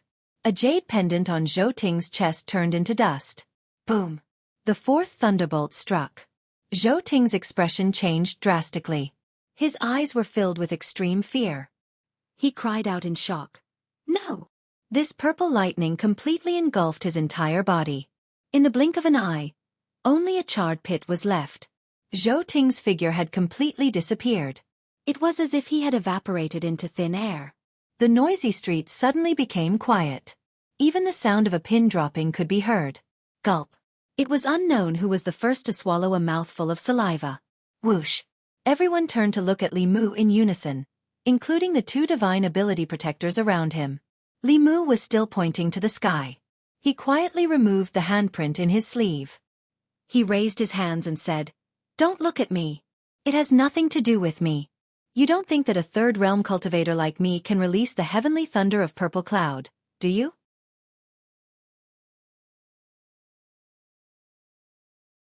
Chapter 227. The street in front of the government office was silent. The commoners looked at the charred pit on the street, their faces filled with fear and confusion. Zhou Quan had already disappeared, but the scene of him being struck to ashes by the divine lightning from the heavens was still replaying in everyone's minds. The 2 supernatural power cultivators looked at the scene in a daze, their bodies turning cold. The purple heavenly thunder was dozens of times stronger than ordinary thunder techniques. It was a high-level thunder technique that could only be released by creation realm cultivators. Even if Zhou Chu had several life-saving trump cards, he could not withstand the continuous lightning from the heavens. The purple heavenly thunder had the power of the 5th realm. Even they could not withstand it. They could only watch as Zhou Chu turned to ashes, his soul dispersing under the purple heavenly thunder. As soon as the last thunder subsided, a figure dashed out of the divine capital office. Zhang Chun's expression changed. He asked, "Purple heavenly thunder? Who attracted the purple heavenly thunder?" Li Mu shook his head, indicating that he did not know. Zhang Chun looked around and asked, "Where's Zhou Chu?" As soon as he finished speaking, he seemed to have thought of something and said angrily, "How dare you?" Zhou Chu is a sinner. He was taken away as soon as he was released from the government office. Does the Zhou family have no regard for the law? Li Mu pointed at the pit on the ground and said, "Zhou Chu is there." Zhang Chun stared blankly at the charred pit on the ground. Li Mu explained, "Zhou Chu killed the old man. After he was released from prison, not only did he not repent, he even held a grudge. He threatened the victim's family in front of so many citizens and was disrespectful to the heavens. Finally, he angered the heavens and sent down several purple heavenly thunders. He died from the wrath of the heavens. Everyone here can testify." Zhang Chun said in shock, "Zhou Chu is dead? Struck to death by lightning?" The onlookers finally came to their senses and spoke. The heavens have eyes, the heavens have eyes. The heavens are watching what people do. Even the heavens can't stand his evil deeds. Good strike, good strike. Even the heavens are upholding justice for us citizens. Good has its reward, evil has its retribution. The heavens are watching from above. Zhou Chu's actions just now had aroused the anger of the people. The people had seen him die from the wrath of the heavens with their own eyes. The joy in their hearts was indescribable. The guard with the broken arm came to his senses and pointed at Li Mu, angrily saying, "It's you, it must be you. You used a scheme to kill the young master." Li Mu looked at him and said, "You have to have evidence before you speak." "If I could use the heavenly thunder of purple cloud, I would have destroyed you, who are worse than animals, long ago. Why would I wait until now?" The guard said. "Fu Lu, you must have used Fu Lu." Li Mu said coldly, "Did you see me use Fu Lu just now?" It was impossible for him to use the heavenly thunder talisman in front of everyone. The guard changed his words again. "Taoist technique, you used Taoist technique." Li Mu mocked. "It can make a cultivator of the third realm use the fifth realm heavenly thunder of purple cloud. If I knew this Taoist technique, the 4 sects and 6 schools of Buddhism and Taoism would have to worship me. Why would I need to stay in Luoyang and be bullied by animals like you?" The guard opened his mouth and was speechless. No matter what the cause of the young master's death was, someone had to bear the responsibility. If it was not this constable of the Luoyang government, it would be them. As guards, they would not live long if they let the young master die. He clenched his teeth and crushed the jade talisman in his hand. The moment the jade talisman was crushed, a strong aura shot up from the Ministry of Works. A figure stepped on the air and appeared at the entrance of the Luoyang government in an instant. Zhou Ting looked at the two and asked, "What is it? Where is the young master?" The one-armed guard lowered his head and said in fear, the young master was killed." Zhou Ting's expression changed. "What, my son is dead?" The one-armed guard pointed at Li Mu and said, "Sir, this person killed the young master." He was furious. "Where is his body? Where is his soul?" The guard said with a trembling voice, The young master's soul has dissipated." Zhou Ting took a few steps back. As a fifth realm cultivator, he could not control his emotions. His body was trembling slightly. He grabbed the guard by the neck and lifted him up. He clenched his teeth and said, "What did you say? Say it again." The one-armed guard's eyes were wide open. He said with difficulty, The young master died under the heavenly thunder of purple cloud." Zhou Ting let go of his hand and threw him aside. He looked at Li Mu with a murderous gaze. Zhang Chun said hurriedly, "Sir, Zhou Ting died under the wrath of the heavens. So many people saw it with their own eyes. You can't blame anyone else." Zhou Ting looked at the charred pit under his feet. He closed his eyes and his lips trembled slightly. No one could hear what he said clearly. However, his cold and emotionless voice sounded in the ears of the two guards. "Kill this person, and I will ensure that your primordial spirits are not destroyed." The two guards looked at each other. Killing an official meant death. If the young master died, they would also die if they went back. Only by obeying the Zhou family would they have a sliver of hope. In the next moment, one of them drew his sword and slashed at Li Mu without hesitation. The other person's artifact had long been broken by Li Mu. He clenched a fist with one hand. His fist was suffused with white light. He punched at Li Mu's chest. "Return my young master's life." The sword light cut through the air. The fist created a sonic boom. It went straight for Li Mu's chest. Their speed was extremely fast, but there was someone who was even faster than them. Before the two of them attacked, Zhang Chun had already taken a step forward and blocked in front of Li Mu. After being blocked by Zhang Chun, the two of them paused slightly. They were about to push Zhang Chun back when they suddenly lowered their heads and looked at their chests. Two small golden swords pierced through their chests. Their hearts were pierced. The two of them died instantly. Just as their primordial spirits escaped, the two small swords came back and pierced into their primordial spirits. They exploded immediately. Their primordial spirits were completely destroyed by the self-destruction of the golden sword shadows. In Li Mu's hand, the last two sword talismans turned into ashes. He looked at Zhou Ting's father and said coldly, "Those who assassinate an official will be killed on the spot." "You are the constable of the divine capital?" Zhou Ting looked at him. His facial muscles trembled as he asked, "My son died because of you?" Li Mu felt the emotions of the people around him. He knew that this was a rare opportunity to gain their trust. He looked straight into Zhou Ting's eyes and said, "Zhou Ting died because of the wrath of heaven. Even if heaven doesn't kill him, I will kill him. Then you can go to hell." With his only son dead, Zhou Ting had lost his last bit of rationality. A giant golden palm condensed behind him and slapped down on Li Mu's head. "How dare you? How dare you hurt people in the divine capital?" Zhang Chun's face was dark. He raised his hand and slapped out.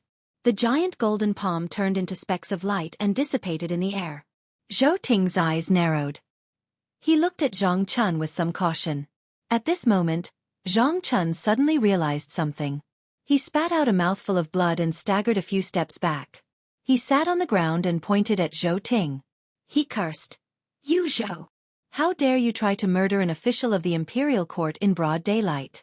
Do you have no respect for the law? Do you have no respect for His Majesty?" Li Mu helped Zhang Chun up. With a flip of his hand, a porcelain bottle appeared in his palm. He poured out a pill from the bottle and handed it to Zhang Chun. He said, "This is a healing pill. Lord Zhang, please take it." Zhang Chun swallowed the pill and smacked his lips. He looked at Li Mu and said, "That palm strike contained decades of experience. I'm seriously injured. This pill is good. Do you have more?" Li Mu gave him the entire bottle. He still had a few bottles of such pills. A figure was rushing over from afar. Soon, Li Mu sensed a familiar aura. Mr. May appeared beside Li Mu. He looked at the corpses of the two guards on the ground, then at Zhou Ting and Zhang Chun. He asked in a low voice, "What happened?" Zhang Chun pointed at Zhou Ting with a mournful expression. He said, "Mr. May, you have to help me. This man tried to murder an official of the imperial court. He didn't care about the law at all. He didn't care about Her Majesty at all." Mr. May looked at Zhou Ting and asked sternly, "Lord Zhou, is this true?" The inner guards obeyed the Empress.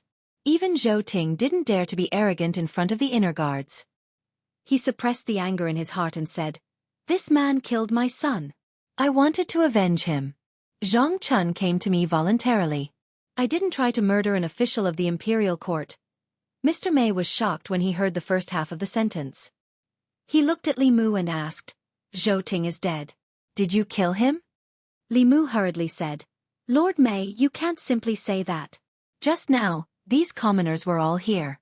A few hundred pairs of eyes were watching. Ask them, have I ever touched a single strand of hair?" Hearing this, many people defended Li Mu. "It has nothing to do with Constable Li.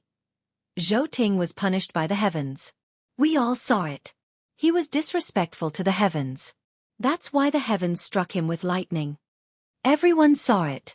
He didn't die in one strike. He was struck several times. I counted.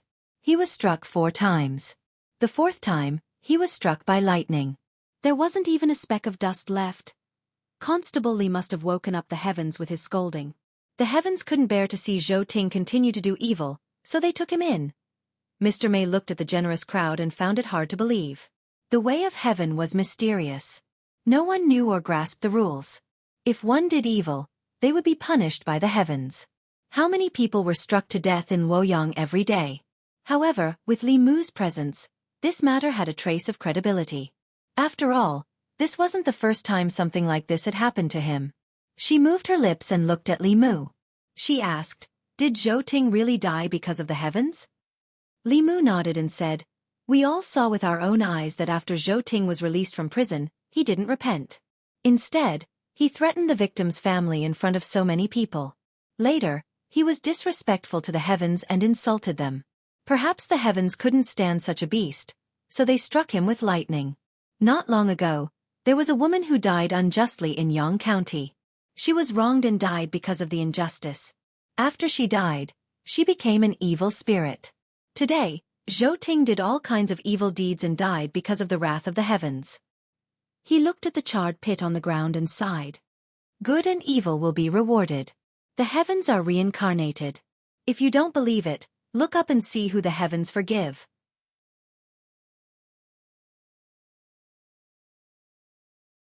Chapter 228. Zhou Ting clenched his fists and veins popped out on his forehead. However, in front of Mr. Mei, he could only suppress the pain of losing his son and his anger towards Li Mu and Zhang Chun. He didn't believe in divine punishment at all. The way of heaven was mysterious, and the so-called divine punishment was just an excuse used by foolish people to comfort themselves. The evil spirit incident in Yang County wasn't caused by her injustice, but by the truth. Zhou Chu's death was definitely not due to divine punishment. His eyes were bloodshot. He looked at Mr. Mei and said, "Mr. Mei, do you also believe in divine punishment?" Mr. Mei wasn't sure. He glanced at Li Mu and said, "No matter what, the heavenly thunder of purple cloud isn't something that can be attracted by cultivators in the assembled God state. This has nothing to do with Li Mu. We'll only know the details after the investigation." Many commoners and officials heard the thunder in broad daylight in the Luoyang city. 2 constables from the Ministry of Justice arrived late. When they saw the charred pit, 2 corpses, and Zhou Ting, whose veins were popping out on his forehead, they knew they couldn't get involved. They were about to leave when Zhou Ting suddenly said, "This case involves the Luoyang government. They should avoid arousing suspicion and hand it over to the Ministry of Justice for investigation." The 2 constables from the Ministry of Justice stopped in their tracks. Their faces fell completely. One of the constables gritted his teeth and walked forward. He asked, "What happened here? Who killed these 2? The 2 corpses on the ground were the most eye-catching things. The constables recognized them as Zhou Chu's guards. Both of them died on the street, but they didn't know where Zhou Chu went. Li Mu said, "These 2 tried to assassinate me. I've killed them in front of everyone. The people around can testify. I can testify that these 2 tried to kill Constable Li. They deserve to die. They did evil with Zhou Chu all day long. They should have died long ago. Why didn't those thunderbolts kill them too?" With the people around as witnesses, it was easy to cover up what happened to the 2 guards. The constable's job was to chase after criminals and bandits. Their lives were easily threatened when faced with the heretical cultivation of demonic ghosts. In the case of a fatal crisis, they had the right to kill the villains who threatened their lives on the spot. As a constable, he could empathize with Li Mu. He understood Li Mu's actions very well. He skipped over this matter and asked again, "What about those thunderbolts just now?" One of the commoners said, "Zhou Chu committed all kinds of evil and was disrespectful to the heavens. The heavens sent down a few bolts of lightning and struck him to death." That constable was stunned on the spot. Giving Zhou Ting a glance, he said in disbelief, "Young Master Zhou was struck to death by lightning?" The development of the matter had greatly exceeded his expectations. This was no longer a matter that the 2 of them could handle. The constable hurriedly said, "This case is of great importance. It must be decided by the Ministry of Justice. Those related to this case, please follow us back to the Ministry of Justice for trial." Li Mu wasn't directly related to Zhou Chu's death, but it was also indirectly related. Naturally, he had to make a trip to the Ministry of Justice. Zhang Chun swallowed a pill and said, "I'll go with you. I'll also go to the Ministry of Justice to demand an explanation for Lord Zhou's palm strike just now." Zhou Ting's face darkened. The Minister of God's capital, Zhang Chun, was as strong as him, but he pretended to be injured by him. How shameless. "We'll go with Constable Li too. We'll testify for him. Go to the heavens and demand justice if you can. Constable Li is innocent. Everyone, let's go to the Ministry of Justice and support Constable Li." The commoners were furious. They followed Li Mu to the Ministry of Justice. At the entrance of the Ministry of Justice, the bailiff guarding the door was scared out of his wits when he saw this scene. He thought that the people in God's capital were rebelling and attacking the Ministry of Justice. Upon closer inspection, he realized that the people at the front were 2 of his colleagues from the Ministry of Justice. "What's going on? Why did you bring so many people here?"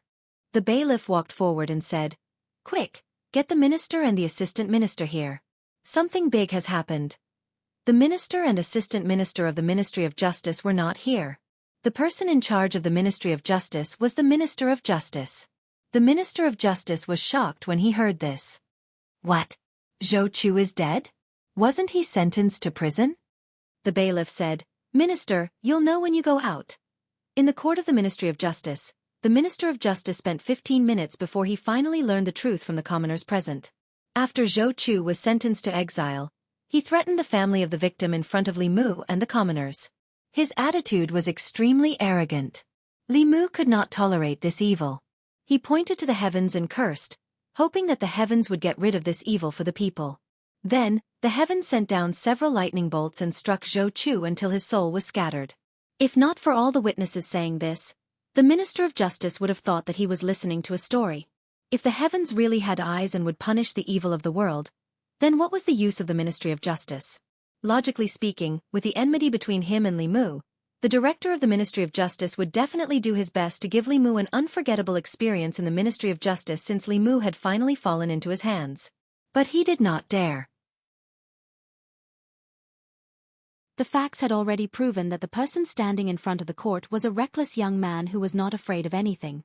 He had just attracted the wrath of the heavens and killed an evil person. If he was angered, and he continued to point to the heavens and curse, the next person to be struck by lightning might be the Minister of Justice himself. As the Minister of Justice, he had handed down countless cases. This was the first time he had encountered such a strange and tricky case. It was impossible to say that Zhou Chu's death had nothing to do with Li Mu. But to say that he had something to do with it, he had to admit that the heavens could hear his pleas and struck Zhou Chu to death according to his wishes. In this case, what crime should he pin on Li Mu? Hiring someone to kill someone? Hiring the heavens to kill Zhou Chu? The employer was caught. Should they also arrest the murderer? The problem was, how would the Ministry of Justice arrest the heavens? As a cultivator, he did not even dare to have such disrespectful thoughts towards the heavens. After all, not everyone had the guts of Li Mu. The Minister of Justice looked at Zhou Ting and said, "The idea of the wrath of the heavens is ridiculous. Is there a possibility that the person who killed your son was actually a fifth-level master who was hiding in the dark?" He did not like Zhou Chu's actions but did not dare to act openly. So he took the opportunity when Li Mu was cursing the heavens to kill your son with the heavenly thunder of purple clouds, eliminating evil for the sake of the people. Zhou Ting's son had just died. The Minister of Justice originally wanted to choose his words carefully, but in the end, driven by his conscience, he said this word. Although he had done many evil things in the past few years against his conscience, he could be considered a good person compared to Zhou Chu. He killed an innocent person with his horse. The Zhou family had paid a great price to get Zhou Chu out of prison. But not only did he not restrain himself, he became even worse. As soon as he was released from prison, he threatened the family of the victim he killed in front of the constable of the fairy's capital. Was this something a human could do? If he had a shred of humanity left, he would not have done such a thing. It was obvious that the Zhou family had been too prominent in the fairy's capital in the past 3 years. As a result, Zhou Chu had relied on the Zhou family and was so arrogant that he had lost his humanity. Zhou Ting's face darkened. He said, "A fifth-level master is just your guess. No matter what, Li Mu is related to my son's death. How will the Ministry of Justice deal with him?" When the Minister of Justice heard this, he was already a little angry. The Ministry of Justice did not rely on the new party. The Zhou family was powerful, but this was the Ministry of Justice.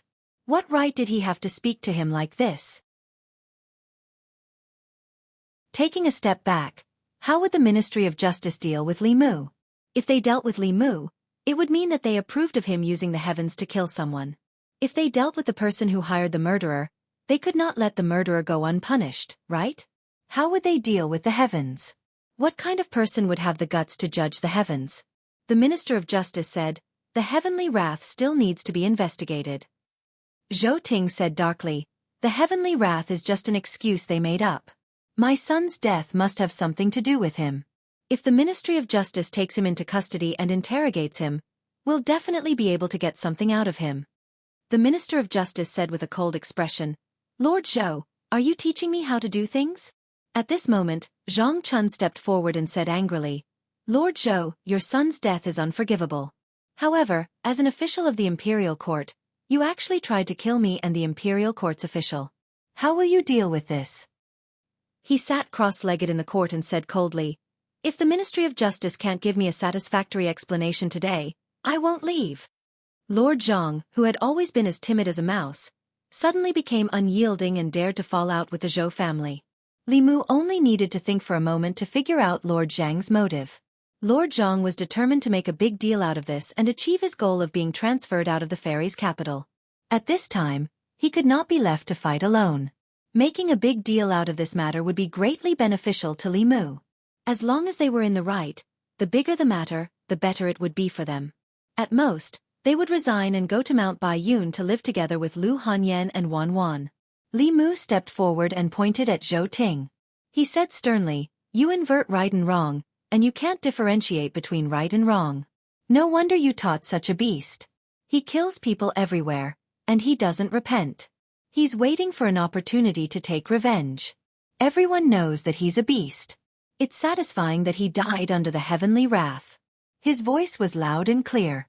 It spread to the ears of everyone in the court and outside the court. The people were in high spirits, and the psyche power in their bodies surged. They looked at Li Mushi in the hall, and some kind of colorless emotion surged in their bodies. Countless officials in the Ministry of Justice were stunned for a moment when they heard that. Then, they felt a surge of pride in their hearts. Regardless of their position, to be able to say such words in front of the Zhou family, even if he was their enemy, was worthy of their respect. This was how a man should be. The Assistant Minister of the Ministry of Justice walked to the entrance of the Ministry of Justice and stopped. He looked at the court and reminisced. The Minister of Justice asked, "Assistant Minister Zhou, what's wrong?" The Assistant Minister looked forward and said, "He looks like an old friend of mine." The Minister of Justice's eyes flickered. He had been an official for many years, but he had only seen the scene in the Ministry of Justice twice. Coincidentally, the mastermind of both incidents was here. In the court, the muscles on Zhou Ting's face twitched and the veins on his forehead throbbed. He said sternly, "Who do you think you are? How dare you insult me?" Li Mu looked straight at him and said coldly, "I've cursed the heavens above and the earth below. I've cursed all the injustices in the world. I'm not afraid of the heavens and earth. Who do you think you are?"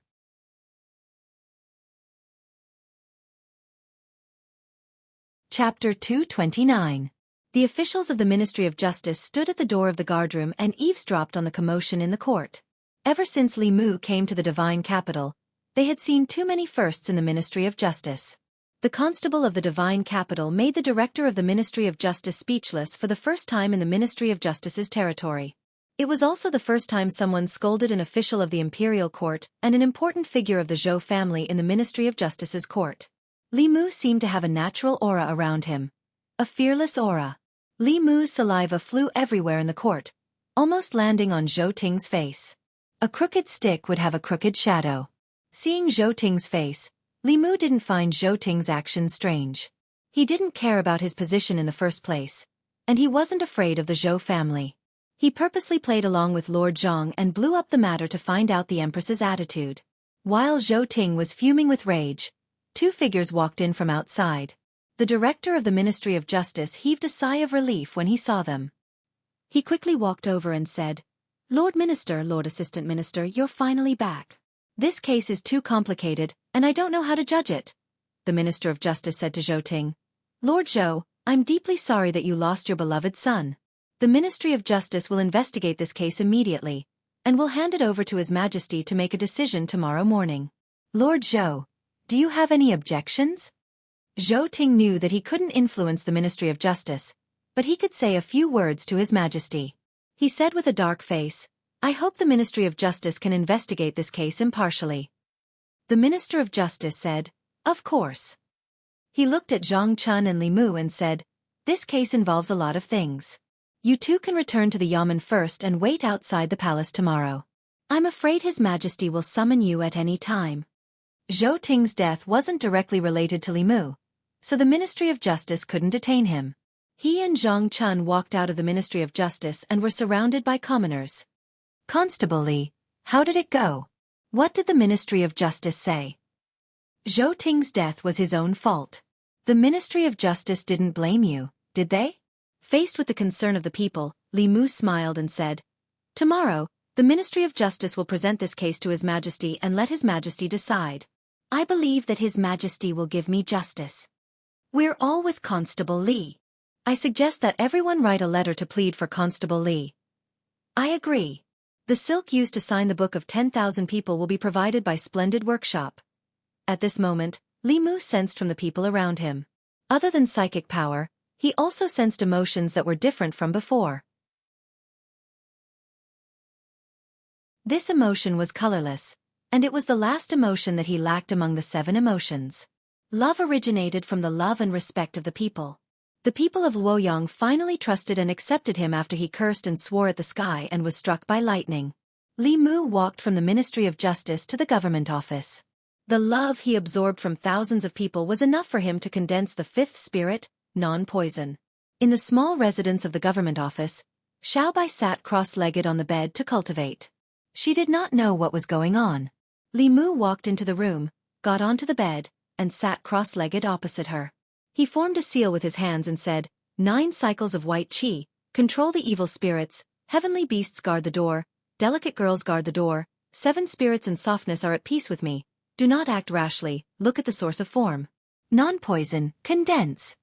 His mana was no longer the same as before. It was extremely easy for him to condense the spirit and follow the spirit. After Li Mu had completely refined the love, Li Mu could clearly feel that there were some changes in his body. His mana had also increased slightly. However, compared to the increase in his mana, what he felt most was the feeling of completion that came from within his body. After condensing the love, Li Mu acutely sensed that there was a trace of love beside him. He opened his eyes and saw Xiaobai sitting in front of him. She was holding her chin with both hands and looking at him in a daze. Her gaze was so pure and her small face was so delicate. The way she looked at Li Mu with all her attention made his heart tremble slightly. Since the second time she met Li Mu, she had never changed her mind about giving herself to him. After seeing Lu Hanyan, she was worried that Lu Hanyan would be dissatisfied, so she hid this thought. Li Mu had always thought that as a member of the Heavenly Fox clan, she stayed by his side only to repay his kindness. He did not expect that she would have the same feelings for Li Mu as Lu Hanyan. When Xiaobai saw Li Mu open his eyes, the corners of her mouth immediately curled up. She said sweetly, "Benefactor, you're awake." Li Mu patted her head and said, "Let's go home, the Ministry of Justice." Zhang Chun and Li Mu returned to the Yamen first, but Zhou Ting did not leave. He persuaded his family to make a deal with the Assistant Minister of the Ministry of Justice with his position as the Nanyang Commandery Officer. He listened to his arrangements and gave the old man's family a large sum of money for them to write a letter of understanding.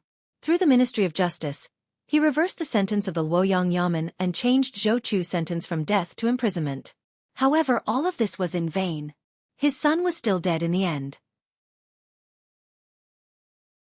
When only Zhou Ting and the Assistant Minister of the Ministry of Justice were left in the court, the Assistant Minister glanced at him and said, "I am also very regretful about your son's death, but I have already done what I promised you. Our transaction has been completed. The following matters have nothing to do with me." Zhou Ting's eyes were bloodshot after experiencing the pain of losing his son.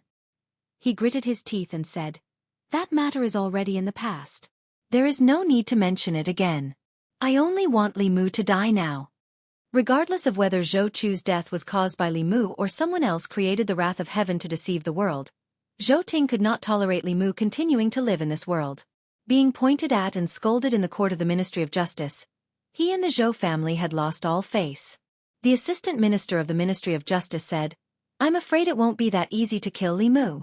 He is now affecting the people of the Luoyang. Moreover, your son's actions have indeed incurred the wrath of the heavens. His Majesty will not let him die, nor will your Zhou family, unless he killed Zhou Chu. However, he clearly does not have the ability to kill Zhou Chu. If you want to avenge your son, you can only stab the heavens." A moment later, Zhou Ting walked out of the Ministry of Justice aggressively. In order to settle this matter, the Zhou family had paid a heavy price. However, in the end, an important chess piece of the Zhou family in Nanyang Commandery was lost. His son was also lost. It could be said that he had lost both his son and his army. He wanted nothing more than to cut Li Mu into 1,000 pieces and grind his bones to dust. However, there was nothing he could do. As soon as he returned to the Zhou family, a servant came to invite him, saying that the master wanted to see him. Zhou Ting passed through a few doors and arrived at a study. He knocked on the door and a dignified voice said, "Come in." Zhou Ting walked into the study and said sorrowfully, "Big brother Chuer is dead." In the study, an imposing figure said, "I already know." The figure sighed and turned to look at him. He said, I've already warned you to be strict with yourself and discipline your son well. However, you never listened and allowed him to do as he pleased in the Luoyang. That's why he has today's consequences. Zhou Ting said sorrowfully, it's too late to say all this now. Chuer is dead. His soul has dissipated. He doesn't even have the chance to become a ghost. I must catch Chuer's murderer and tear him to pieces. The figure was silent for a moment. He asked, what did the Ministry of Justice say? Zhou Ting gritted his teeth and said, the Ministry of Justice suspects that a fifth realm powerhouse killed Chuer under the guise of heavenly wrath. The figure calculated with his fingers and shook his head. No one else was involved in Chuer's death. It's indeed related to that constable. Zhou Ting's eyes widened. Although he really wanted Li Mu to die, he did not think that Zhou Chu's death was caused by Li Mu. He was just a third realm constable and did not have that kind of ability. However, Big Brother had the cultivation of Dongxian. He could read the stars and predict heavenly secrets. It was impossible for him to be wrong. Zhou Ting said furiously, it's really him. How did he kill Chuer? The figure shook his head and said, heavenly secrets are hard to predict. It's already the limit for him to be able to predict that Chuer's death is related to him. Zhou Ting said, I'll beg the Dean and His Majesty. They'll definitely be able to calculate everything. The figure shook his head and said, although the Dean and His Majesty have high cultivation, they can't calculate much more than me. It's better not to disturb them. It's not difficult to find out how that constable killed Chuer. As long as we use the soul assimilation technique on him, the truth will come to light. Zhou Ting thought about it and said in disbelief, there are no traces of Fu Lu being used at the scene. There's also no such Dao technique. Could it really be? The figure was silent for a moment. Then he said calmly, if that's the case, you don't have to pursue this matter anymore. Zhou Ting was stunned. Then, he said with a ferocious expression, am I going to die for nothing? If it's heavenly wrath, then it's the will of the heavens, the figure said. The will of the heavens comes first. The Zhou family cannot lose their sense of righteousness. You must consider the big picture. Zhou Ting was silent for a long time. Then he said slowly, I understand.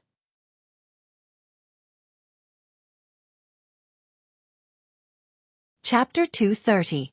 Zhou Mansion. As the most powerful family in the Great Zhou dynasty, the scale of the Zhou Mansion in the divine capital was even greater than that of the Shao Mansion. The Zhou Mansion was more than 100 feet long from north to south and 50 feet wide from east to west. The mansion occupied a large area. The Zhou family was prosperous. The four brothers all held important positions in the imperial court.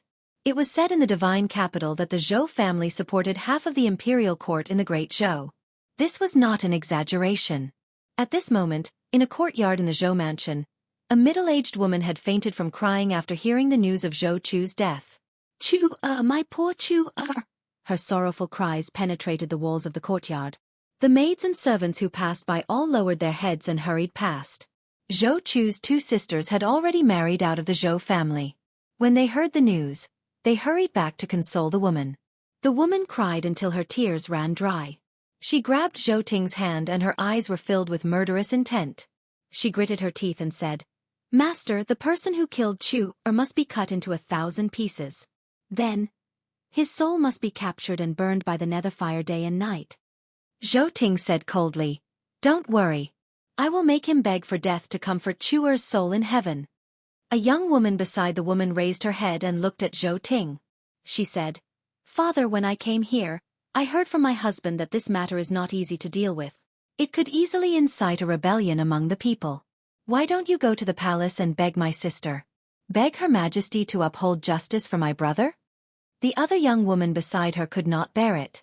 She opened her mouth several times, but in the end, she sighed and did not say anything.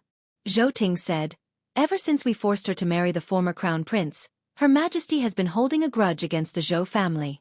In these 3 years, she has deliberately distanced herself from the Zhou family.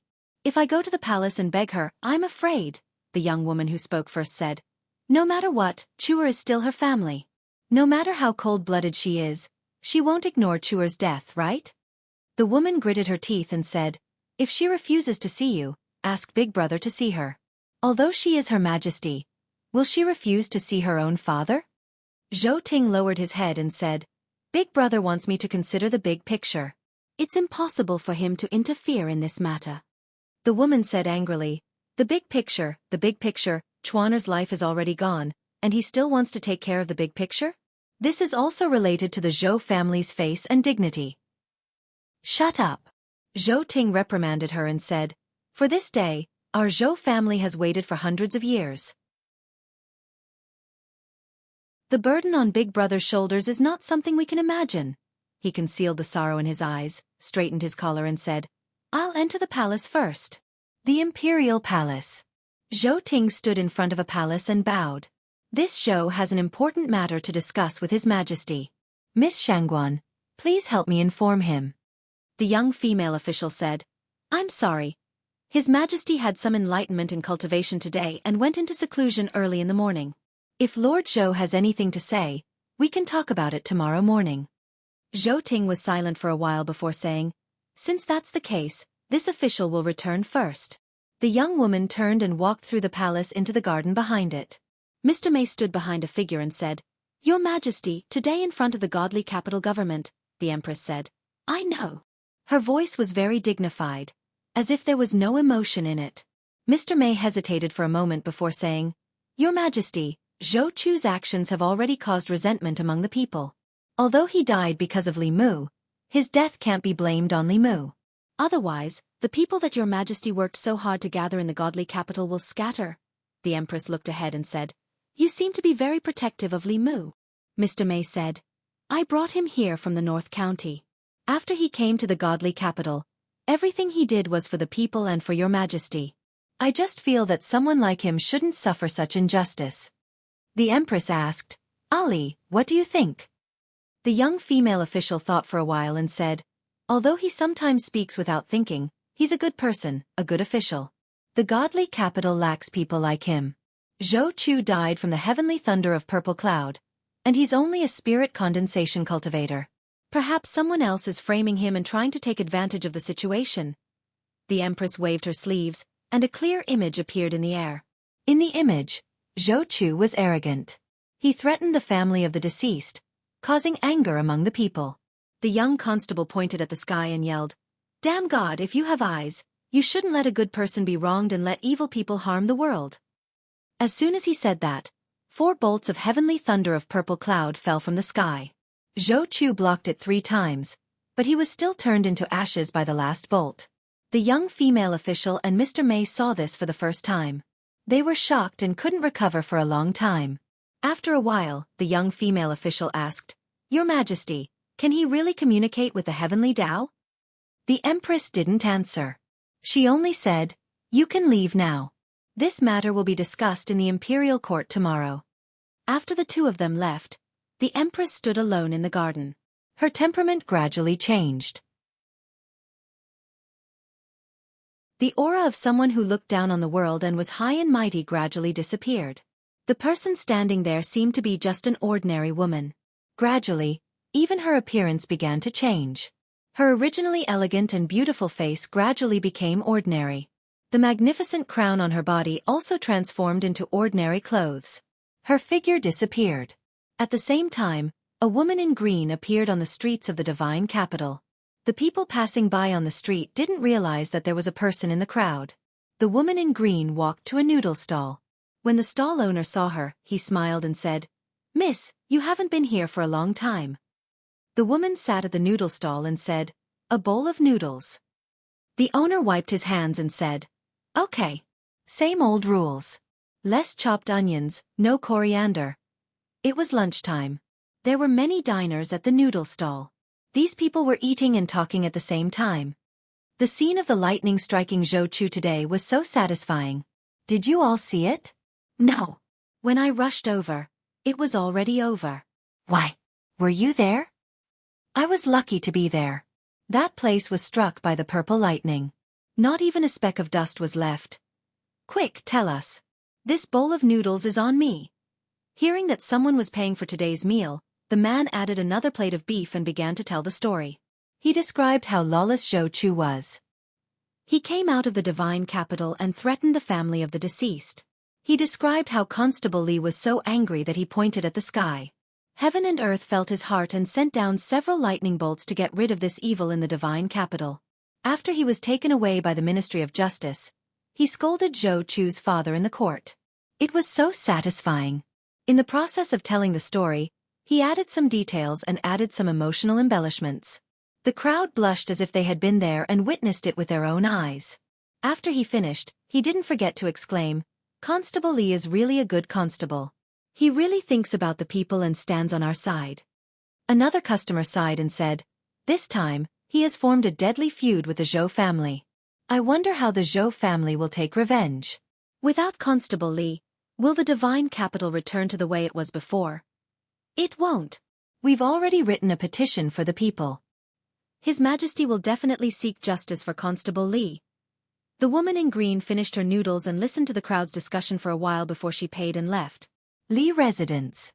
Li Mu and Xiao Bai bought some groceries on their way home. When they got home, they busied themselves in the kitchen. Compared to eating out, he enjoyed the feeling of cooking with her. In the past, Lu Hanyan was the one who cooked with him. After he came to the divine capital, Xiao Bai was the one by his side. Under Li Mu's guidance, Xiao Bai's culinary skills had reached a higher level. She was qualified to be Li Mu's assistant. After the meal, Li Mu told Xiao Bai that he was going to the palace tomorrow. At that time, he would send her to the government office first. Xiao Bai asked worriedly, "Will Her Majesty blame benefactor?" Li Mu shook his head and said, "I don't know." After all, his understanding of the Empress was mostly based on hearsay. Li Mu didn't know what kind of person she really was. However, he wasn't afraid of this case. With the clear heart technique, the soul-sucking technique was useless against him. As long as he didn't admit it, no one would be able to pin Chu Zhou's death directly on him. As for the soul-searching technique, it was extremely harmful and irreversible. Unless it was an extremely important matter that concerned the country or the country, the imperial court wouldn't use it on an official.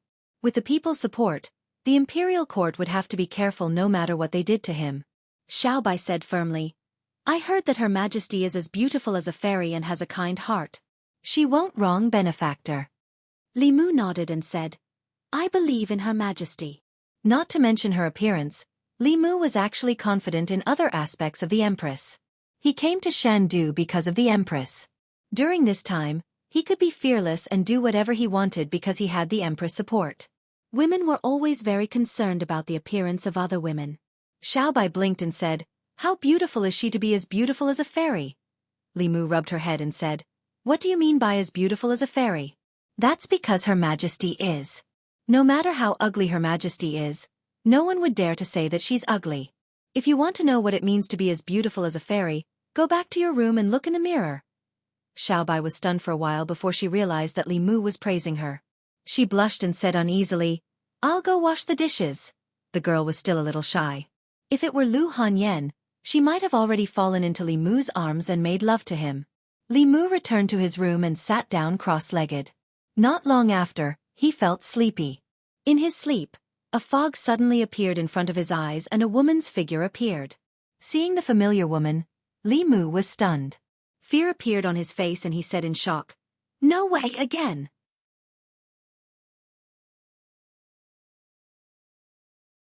Chapter 231.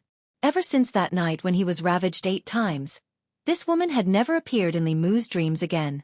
This made him think that what had happened back then was merely a coincidence. Until now, this familiar figure had appeared in his dream once again. This made Li Mu realize that the possibility of that incident being a coincidence was infinitely close to zero. Li Mu did not leave the dream immediately. He needed to figure out what was going on. Li Mu looked at the woman from afar and asked, "Who are you?" The woman said indifferently, "You don't need to know who I am." Li Mu asked tentatively, "Are you my inner demon?" With Li Mu's knowledge, other than an inner demon, he could not think of any other possibility. Even Dong Xian could not casually invade other people's dreams. This was something that even venerable Qian Huan could not do. "Inner demon?" The woman looked at him and said slowly, "You can understand it that way." Li Mu said warily, "What do you want?" The woman said, "I was born because of you. Why don't you ask yourself what you want?" Her words made Li Mu no longer doubt her identity. Except for the consciousness born in his body, no one could easily enter his dreams. Many people interpreted the high-level inner demon as a second soul. According to Li Mu's understanding, it was more like a second personality. In the same body, several different consciousnesses were born. Their age, personality, and even gender could be different. Li Mu had seen this kind of setting countless times in suspense movies. Li Mu asked warily, "You want to devour my consciousness?" The woman shook her head and said, "Not interested." Li Mu said in surprise, "Then what do you want?" The woman looked at Li Mu and said, "You killed Zhou Chu." Li Mu looked at the woman. The consciousness of the inner demon and the main body did not affect each other, so she did not know what she was thinking or what she knew. However, the experiences of this body could not be hidden from her. Although the person in front of him was a woman, Li Mu knew very well that he was her and she was him. He had nothing to hide from himself. Li Mu asked, "Don't people who are worse than beasts deserve to die?" The woman said, "Director Zhou is from the Zhou family, and His Majesty's surname is also Zhou. Aren't you afraid that His Majesty will be biased?" Li Mu looked at her and said, "You know a lot." The woman replied, "You are me and I am you. I know what you're thinking." Li Mu looked at her and asked, "Then tell me, what am I thinking now?" Li Mu thought, if the inner demon only appeared in dreams, if he had a wet dream, what would it look like in the eyes of the inner demon? Whoosh! As soon as this thought appeared in his mind, the shadow of a whip came at him.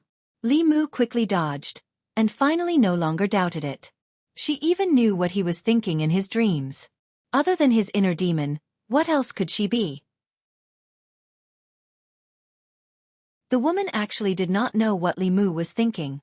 She only saw that his expression was strange, wretched and lustful. He could not be thinking of anything good, so she might as well whip him first. Li Mu looked at the woman and said, "Don't be impulsive. Hitting me is hitting you." The shadow of the whip slowly disappeared. The woman asked again, "Why are you doing this? What good is it for you?"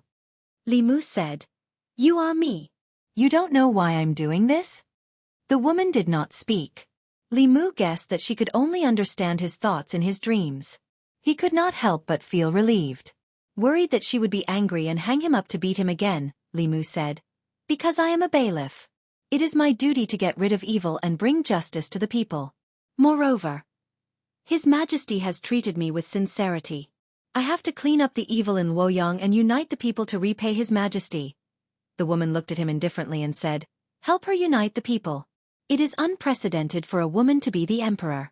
It subverts ethics and disturbs the morals. How can a man become her pawn?" "Watch your words." Li Mu glared at her and said, "During His Majesty's reign, he implemented benevolence and reformed the legal system. Many people have a better life.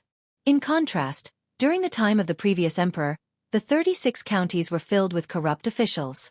Even Luoyang was a mess. If I don't help such a wise emperor, should I help a tyrant?" Li Mu was dissatisfied with the woman in front of him. As his other personality, she did not have the consciousness of the main personality. Li Mu felt ashamed for having such a personality. The woman was silent for a moment. She looked at Li Mu one last time and her figure slowly faded away. Li Mu pointed at her and said, "Don't go. I haven't finished talking." The woman's figure completely disappeared. Li Mu also woke up from his dream. He touched his head with a puzzled expression. This time, he did not get beaten up. This time, she was not as unreasonable as last time. He had read about the inner demons in books. They were all violent and murderous monsters. This was the first time Li Mu had heard of such a type. It was a dreamless night. Li Mu hugged Little White and slept until dawn. After sending her to the yamen, he waited outside the palace with Zhang Chun. The morning court had already begun. They did not know what was going on inside. Until now, they had not been summoned. The two of them waited outside the palace in boredom. In the crepe myrtle palace, some of the courtiers were arguing in full swing. An official said angrily, "A country has its laws and a family has its rules. Zhou Chu has already been tried. Who gave him the right to execute on his own?" An imperial censor objected, "Zhou Chu was unrepentant and deranged. He angered the heavens and attracted the thunder fire. What does it have to do with others?" The official said, "Who attracted the heavenly thunder of purple cloud?" The imperial censor said. Do you have evidence? Some officials have already calculated that Zhou Chu's death is related to Li Mu. His death is also related to the heavens. Why don't you interrogate the heavens? You are twisting words and forcing logic. You are trying to accuse him. Whether it is true or not, we will know if we use the soul search on Li Mu. The court was divided into two factions regarding Zhou Chu's case. One faction believed that Li Mu, as an arrester, did not have the right to execute anyone. His actions were considered intentional murder. The other faction believed that Zhou Chu died from the wrath of the heavens. The heavens were greater than everything. Even if the wrath of the heavens was caused by Li Mu, it should not be blamed on him. The two factions argued endlessly. The entire court was very noisy. Silence. The young female official's voice reached everyone's ears. Everyone shut their mouths. The court was so quiet that you could hear a pin drop. No matter how they argued, the final verdict of this case still depended on the emperor. The moment the court quieted down, an image suddenly appeared in front of everyone. The scene was the scene in front of the Shindu Yamen. Zhou Chu, who was already dead, was in the picture. The officials were shocked.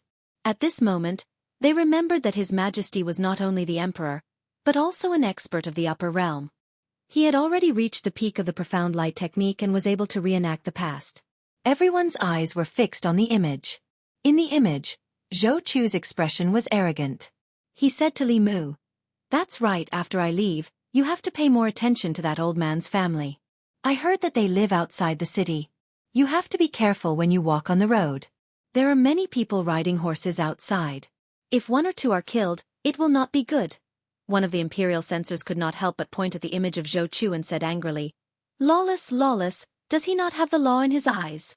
Another imperial censor spat and said coldly, "This is simply the behavior of a beast. He deserves to die." In the court, many people's faces were filled with anger. This was a blatant provocation of the law and justice. They only heard that Zhou Chu was arrogant, but they did not expect him to be so arrogant. Under the strong impact of this image, several officials of the new party also retracted their heads. Whoever dares to speak up for Zhou Chu will definitely offend the public. What worried them more was the emperor's thoughts. His Majesty used his great magical power to reenact the image of yesterday. Does this mean that he is not on the side of the Zhou family? In the video, facing the threats around him, the young constable said, "God is watching what we do. God is watching us."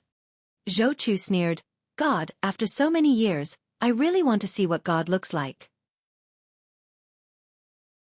If you have the ability, let them come down." The young arrester was obviously enraged. He pointed to the sky and scolded God for being blind. As his voice fell, several lightning bolts suddenly fell from the sky. Under the last purple lightning bolt, Zhou Chu turned into ashes. Even some of the high-ranking officials in the court felt their blood boil when they saw this scene. A few of the imperial censors were so excited that their beards trembled. Their eyes were filled with envy and reverence. This was the response of the heavenly axiom. It was the greatest recognition that the heavenly axiom gave to a person. There was no imperial censor who did not desire such recognition. A body of righteousness that can shake the heavens. How magnificent is this? He is still Li Mu, the Li Mu who wrote Do Ease Injustice. It is His Majesty's blessing to have such a person in the fairies' capital. It is the blessing of the great Zhou. His Majesty must not wrong such a talent. The Empress's dignified voice came from behind the curtain. How do you think this case should be resolved? At the forefront of the officials, a figure stood out. Seeing the figure, all the officials held their breaths. The first person to stand out was none other than the head of the Zhou family, Zhou Chu's uncle, and also the Empress's biological father. The middle-aged man looked up at the image and said, "The people's hearts are the foundation of the great Zhou's continuation. Zhou Chu killed innocent people and did not repent. In the end, he angered the heavenly axiom and punished the heavenly axiom. The officials in the court should learn from this and restrain themselves and their descendants. They should not bully the people and bully the villagers." The head of the Zhou family's words undoubtedly determined the nature of the case. Even the officials of the new party would not use this opportunity to attack the arrester. Zhou Ting clenched his fists and knelt on the ground with his head lowered. He closed his eyes and said in a trembling voice, "I have not taught my son well. I have let your Majesty and the people down. I am ashamed to be in the court. I wish to resign from the position of Assistant Minister of the Ministry of Works. I hope Your Majesty will approve.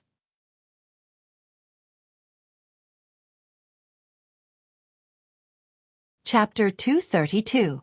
Li Mu and Zhang Chun waited for a long time at the gate of the palace. Instead of the Empress, they saw Mr. May. Mr. May walked out of the palace gate and said to the two, "It's all right now. You can go back." Zhang Chun was stunned and asked, "What's going on inside?" Mr. May looked at Li Mu and said, "Her Majesty used the dark light technique to recreate the scene of yesterday." All the officials were furious. The Assistant Minister of the Ministry of Works, Zhou Ting, resigned because he didn't teach his son well. Her Majesty has agreed that Zhou Ting died because of the wrath of heaven. It has nothing to do with you. You can go back now. Zhang Chun asked, "Is there anything else?" Mr. May asked, "What do you want?" Zhang Chun shook his head and felt a little regretful, but he didn't say anything. Mr. May suddenly took out a stack of fulu from his sleeve and handed it to Li Mu, saying, "This is for you from Her Majesty." Li Mu looked at the stack of purple cloud thunder talismans in his hand thoughtfully. Mr. May handed him a jade pendant and said, "This is also for you from Her Majesty." Li Mu took the jade pendant and looked at it over and over. He didn't see anything special about it, so he asked, "What is this?" Mr. May said, "This jade pendant can hide the secrets of heaven. Keep it with you." Hearing this, Li Mu suddenly felt that the jade pendant in his hand became heavier. Hiding the secrets of heaven didn't seem to have any real effect. It could neither increase defense nor enhance attack. However, it had a very important function, which was to prevent the ultimate masters from calculating. The masters of Dongxian had already seen through the mysteries of heaven. They could observe the stars and know fate. With a pinch of their fingers, they could predict good or bad luck. They could even calculate someone's location and monitor them remotely through the dark light technique. If one had something to hide the secrets of heaven, they could block the calculations of the masters of Dongxian and above. This could be very useful sometimes. The jade pendant that concealed the heavenly secrets and the stack of purple cloud thunder talismans made Li Mu wonder if the Empress knew anything about it. Logically speaking, even if a seventh realm expert could calculate that Zhou Chu's death was related to him, they shouldn't be able to confirm whether he had died directly or indirectly at Li Mu's hands. The Thousand Illusions had said before that the mysteries of heaven were hard to predict. No one could calculate all of the mysteries of heaven. The so-called arithmetic was nothing more than some hazy feelings, very difficult to be specific. He accepted the jade pendant and bowed to Mr. May, saying, "Sister May, please thank His Majesty for me." Mr. May sighed and said, "His Majesty has suffered a lot to protect you this time. I hope you will remember his kindness." Li Mu used to have some worries, but after today, his worries had disappeared. From today onwards, he truly regarded himself as one of the Empress men. It was a pity that he hadn't been summoned today, so he didn't have the chance to see her. However, there was no need to be anxious. Now, he had already begun to hug the Empress's thigh. There would be plenty of opportunities to see her in the future. Zhou Manor. Crash. In a small courtyard, the sound of porcelain shattering could be heard. The maids and servants all stood in the courtyard with their heads lowered, not daring to speak. The middle-aged woman picked up a vase and smashed it. She panted heavily and gritted her teeth, saying, "Zhou Chu died in vain. I can't accept this, I can't accept this." She pointed in the direction of the palace and cursed. "She's also a member of the Zhou family. How can she be so cruel?" Slap. Zhou Ting slapped her face and said in a low voice, "Shut up. His Majesty isn't someone you can talk about." The woman stood there in a daze after being slapped. Moments later, she raised her head and looked at Zhou Ting. She shook her head and said, "Crazy. Everyone in the Zhou family is crazy. I want to leave this place. If you don't avenge me, I will." Zhou Ting looked at her departing figure. He raised his foot and finally put it down. In one day, he looked haggard and old. The scene in the court today kept replaying in his mind. He clenched his fists and gritted his teeth, saying, "Li Mu." The palace. The Empress had been in the back garden for a long time after the court ended. She looked in the direction of the Zhou family. After a long time, she retracted her gaze and asked, "Am I really cruel?" The young official said, "Zhou Chu deserved his death. It can't be blamed on anyone. Your Majesty doesn't need to blame yourself for this." The Empress seemed to be asking her, but it also seemed like she wasn't asking her. She didn't say anything else and left the garden. She walked in front of a magnificent palace. Above the palace, the words, Ancestral Temple, were written. The young official stopped in front of the ancestral temple. Only the imperial family could enter the Great Zhou's ancestral temple. For them, it was a forbidden area. The Empress walked into the ancestral temple. What greeted her eyes was a high platform. On the high platform, from top to bottom, there were more than 10 memorial tablets of the Great Zhou's emperors. In front of the memorial tablets, sandalwood incense rose in spirals. In addition to these memorial tablets, the most eye-catching thing in the ancestral temple was a small cauldron. These small cauldrons had 3 legs and 2 handles. They were neatly arranged in a row under the memorial tablets of the Great Zhou's emperors. After a careful count, one would find that there were a total of 36 small cauldrons. The 36 small cauldrons emitted a faint golden light. The golden light was strong and weak. The strong light was dazzling, and the weak light was dim. The golden light of each small cauldron condensed into golden lines that converged in a giant cauldron in the ancestral temple. The giant cauldron had 3 legs and 6 handles. The body of the cauldron didn't emit any light, but there was a golden dragon swimming in the cauldron. The golden dragon felt the Empress walk in and swam out of the cauldron. It happily circled above her head a few times, and then flew back into the cauldron. In the corner of the ancestral temple, there were 3 prayer mats. 3 figures sat cross-legged on the prayer mats. Their auras were extremely obscure. They all wore black dragon robes. If one looked closely, one would find that the golden dragon embroidered on their robes only had 4 claws. An old man with a face as withered as tree bark on the left opened his eyes. He looked at the most dazzling cauldron in the center of the 36 small cauldrons and said, "The psyche power of the people of the divine capital has multiplied several times in this month. The guy you transferred from the North County is quite capable." The Empress's expression was calm. She looked at the golden dragon swimming in the cauldron and asked, "When will this strand of Emperor's chi be complete?" The old man said, "During Emperor Wen's time, the sea was clear and the rivers were clear. The people were loyal, but it took 20 years. 2 generations of emperors spent nearly 100 years to produce 1 strand, and it has already been used by you. With the current Great Zhou, it will take at least 30 years for the next strand of Emperor's chi to be complete." The Empress frowned and said, "That's too long." The old man said with a smile, "The Zhou clan has been planning to steal the throne since a few hundred years ago. We've been planning this for so long, and our ancestors have sacrificed their lives to obtain a stream of monarch chi, yet you're not interested in being the emperor. How ironic." The Empress said coldly, "The Zhou family's matters have nothing to do with me." The old man smiled and said, "I'm afraid you will have to sit in this position for a long time. You will slowly lose your family and friends. The officials will respect you and fear you, but they will never reveal their true feelings to you. Your parents will call you Your Majesty and have ulterior motives. No girl will get close to you, and no man will like you. You will slowly lose love, hate, happiness, anger, sadness. Stop talking. It's useless. This is the fate of every emperor.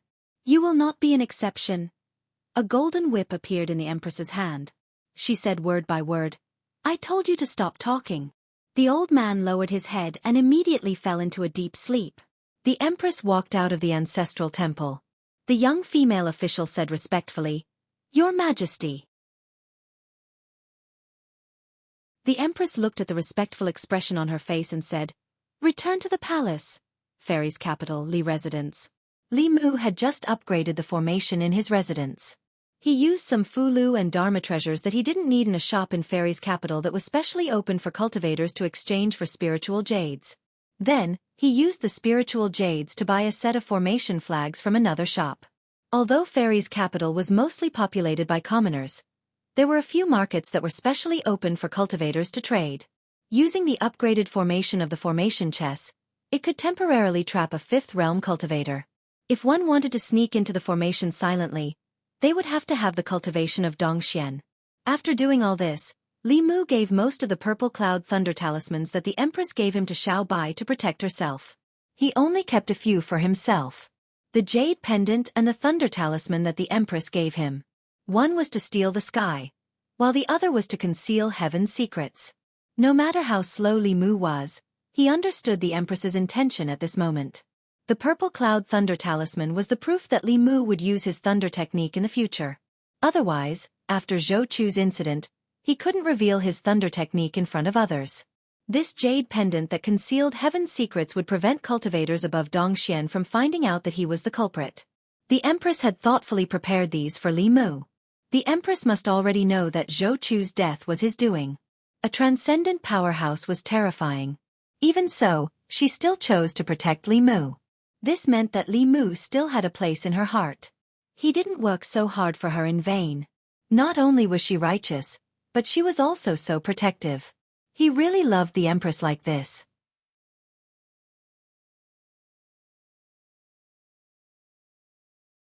Chapter 233. Half a month had passed since the Zhou Chu incident. In the morning, Li Mu, who was sitting cross-legged on his bed, slowly opened his eyes. A golden light flashed in his eyes. Although he had been preparing to cultivate both Buddhism and Taoism, he had spent more than 90% of his time cultivating under the guidance of Taoism. He had very little time to recite scriptures and practice Buddhism. Especially after entering the spirit concentrating realm, the growth of his mana had slowed down. He had spent all his time cultivating Taoism. Now, his Taoist cultivation had reached the third realm, but his Buddhist cultivation had only barely broken through the first realm last night. The first realm of Buddhism was called breakthrough. It meant that Buddhist disciples could see through the mortal world and enter into Buddhism. This realm required the cultivation of the six senses. Now, Li Mu's six senses had been perfected. He did not need to use any supernatural powers to hear the conversation between the butcher and the waiter in the tea house a few streets away. Through his sense of smell, he could easily distinguish the various smells in the air and trace them back to their source. In a way, he already had the innate supernatural powers of some monsters. Some monsters were born with a keen sense of hearing and smell. Although humans were suitable for cultivation, they were far inferior to monsters in terms of innate supernatural powers. Li Qing had once advised him that only by cultivating one of the two sects of Buddhism and Taoism could one attain a profound level. At that time, Li Mu did not feel anything. Now, he finally realized that a person's energy was limited. Even if he was talented in both Buddhism and Taoism, it was impossible to cultivate both to a high level. The realms after Buddhism required even more time.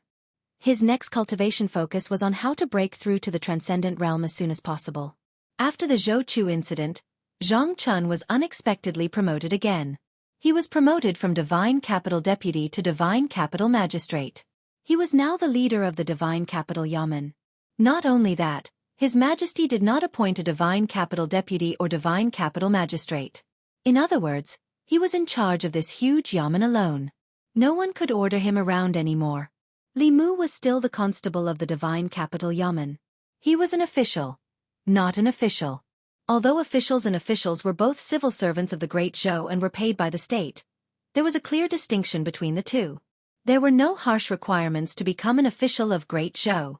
Officials were generally appointed by local officials, or their sons would inherit their father's business.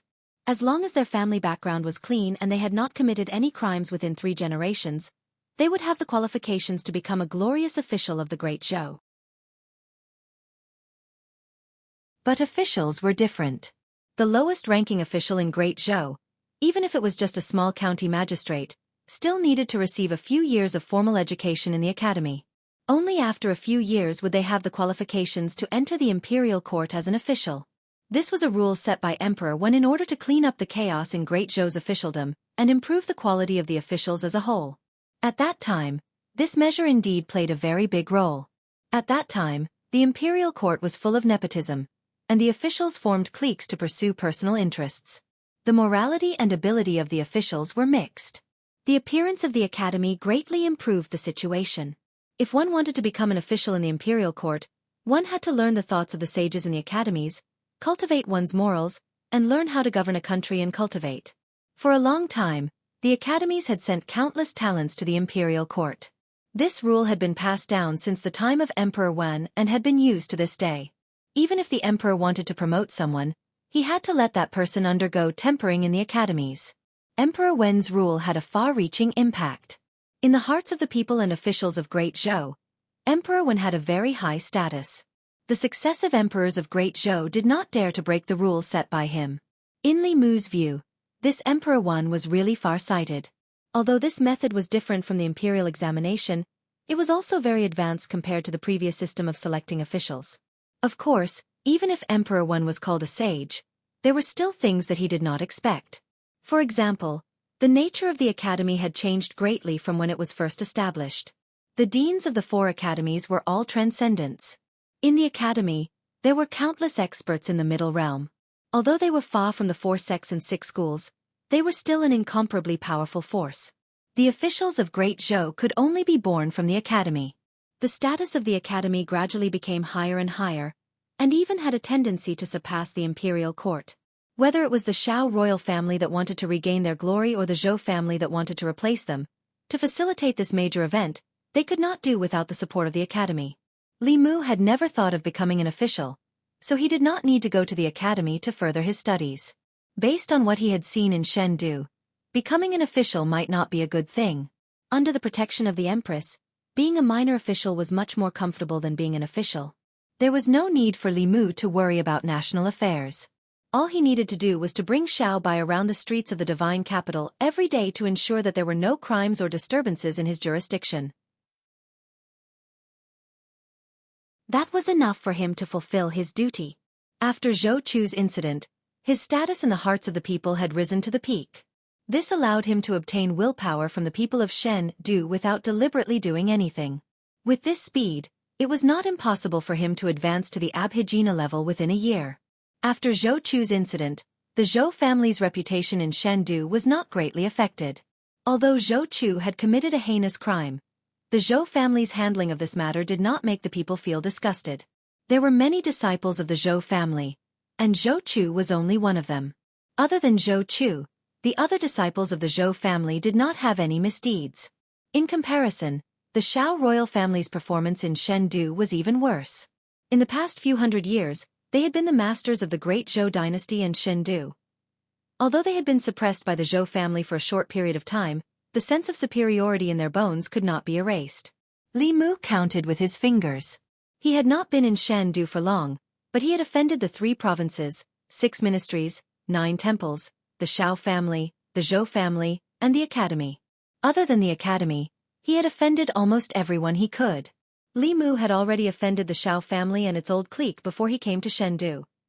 When he pushed for the abolition of the substitute crime silver, he had also beaten up the children of many officials in the Ministry of Rights, Ministry of Justice, Taichung Temple, and the 3 provinces and 6 ministries. With Zhou Chu's incident, he had also offended the Zhou family. He was only missing the academy to become the public enemy of Chengdu. Among the common people, the situation was the exact opposite. Li Mu was now very popular among the common people. He could go to the small restaurants on the street, to the brothels and taverns. As long as he wanted to, he could buy food, use, and entertainment for free. When he passed by the brothels, the brothel keeper ran out countless times, bringing along many girls. They all winked at Li Mu and said coquettishly, "Constable Li, come in." Xiao Bai was so scared that she did not care about the candied haws in her mouth. She ran over and hugged Li Mu's arm, holding her head high and chest out in front of them. Ever since Lu Hanyan went to Mount Baiyun to cultivate, she had been strictly carrying out the task given to her by Lu Hanyan. She did not allow any other seductress to appear beside Li Mu. These girls from the brothels were naturally her main targets of protection. The brothel keeper glanced at Xiao Bai and said to Li Mu, "Constable Li, why are you so shy? The girls are not charging you." Li Mu waved his hand. Next time. The Yamen had its own rules. In order to prevent officials from being corrupt, they could not eat or take the common people's food for free. They could not go to the brothels during the day. Of course, going to the brothels during the day was also forbidden. There were countless eyes in Luoyang staring at Li Mu. He had to be careful with his words and actions. He could not give anyone a chance to take advantage of him.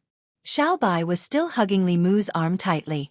She said, "Sister Lu said that when you come to Luoyang, you can't fool around. You can't go to that kind of place." He was the one who saved the little fox, but she had become Lu Hanyan's spy. Li Mu looked at her and asked, "If I go to that kind of place, will you tell Sister Lu?" Xiao Bai nodded without hesitation. She said, "I promise Sister Lu." Li Mu asked again, If I don't let you tell her, will you listen to Sister Lu or me? This question made Xiaobai stop chewing on the candied hawthorn. She muttered, I. After a while she lowered her head and said softly, I will listen to you, benefactor. Li Mu was comforted. Xiaobai's answer proved that she was still his caring little girl. Even if she made a mistake, she would help him hide it. Who would not like a little girl like her? Of course, Li Mu would not make such a mistake. He just wanted to tease Xiaobai. Xiaobai lowered her head and hesitated for a while. Then she looked up and said, Benefactor, if you want, Xiaobai can do it too. I have already turned into a human. Li Mu patted her head and said, I'm joking. I won't go to that kind of place. He knew very well that before Xiaobai transformed, she was prepared to give herself to him at any time. However, she was placed by Lu Hanyan to keep an eye on Li Mu. If she betrayed Lu Hanyan and stole from him, how could the two of them be good sisters in the future? Although Xiaobai was indeed very attractive, Li Mu would not lose the big picture for a small gain. He would not be greedy for a moment of pleasure and bury the fuse for a future Azura battlefield. After receiving Li Mu's promise, the girl became happy again. She happily held onto Li Mu's arm and turned back to stick out her tongue in the direction of the brothel. Along the way, Li Mu bought some snacks for Xiaobai. He was about to return to the yamen when his gaze inadvertently swept across the front. His gaze suddenly froze. Two figures walked past on the street in front of him. The two of them, one old and one young, did not see Li Mu. Li Mu did not recognize the young man. His gaze swept past him and stopped on the old man. This was the first time Li Mu saw this old man, but his figure overlapped with a figure in Li Mu's memory. To be precise, it was the memory of the assassin that Li Mu had obtained from Madame Chu in the North County. This old man was the one who had hired the assassin to assassinate Li Mu in the North County. He followed behind the young man step by step. It was obvious that the young man was the leader. In this way, the mastermind behind the assassination in the North County was about to be revealed. In the Shindu Yamen, Li Mu reached out and swiped the void. The image of a young man appeared in the air. Wang Wu looked at the image and said in shock, No way, boss. You just killed Zhou Chu and now you've provoked Zhou Chen?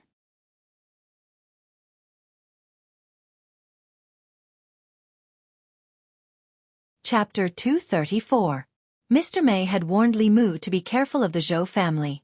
Li Mu thought that the assassination in the North County should have been done by the Zhou family. It was not until today that he met the old man in the memory of the assassin that he finally locked onto the mastermind behind the scenes. Through Wang Wu, Li Mu confirmed the man's identity once again.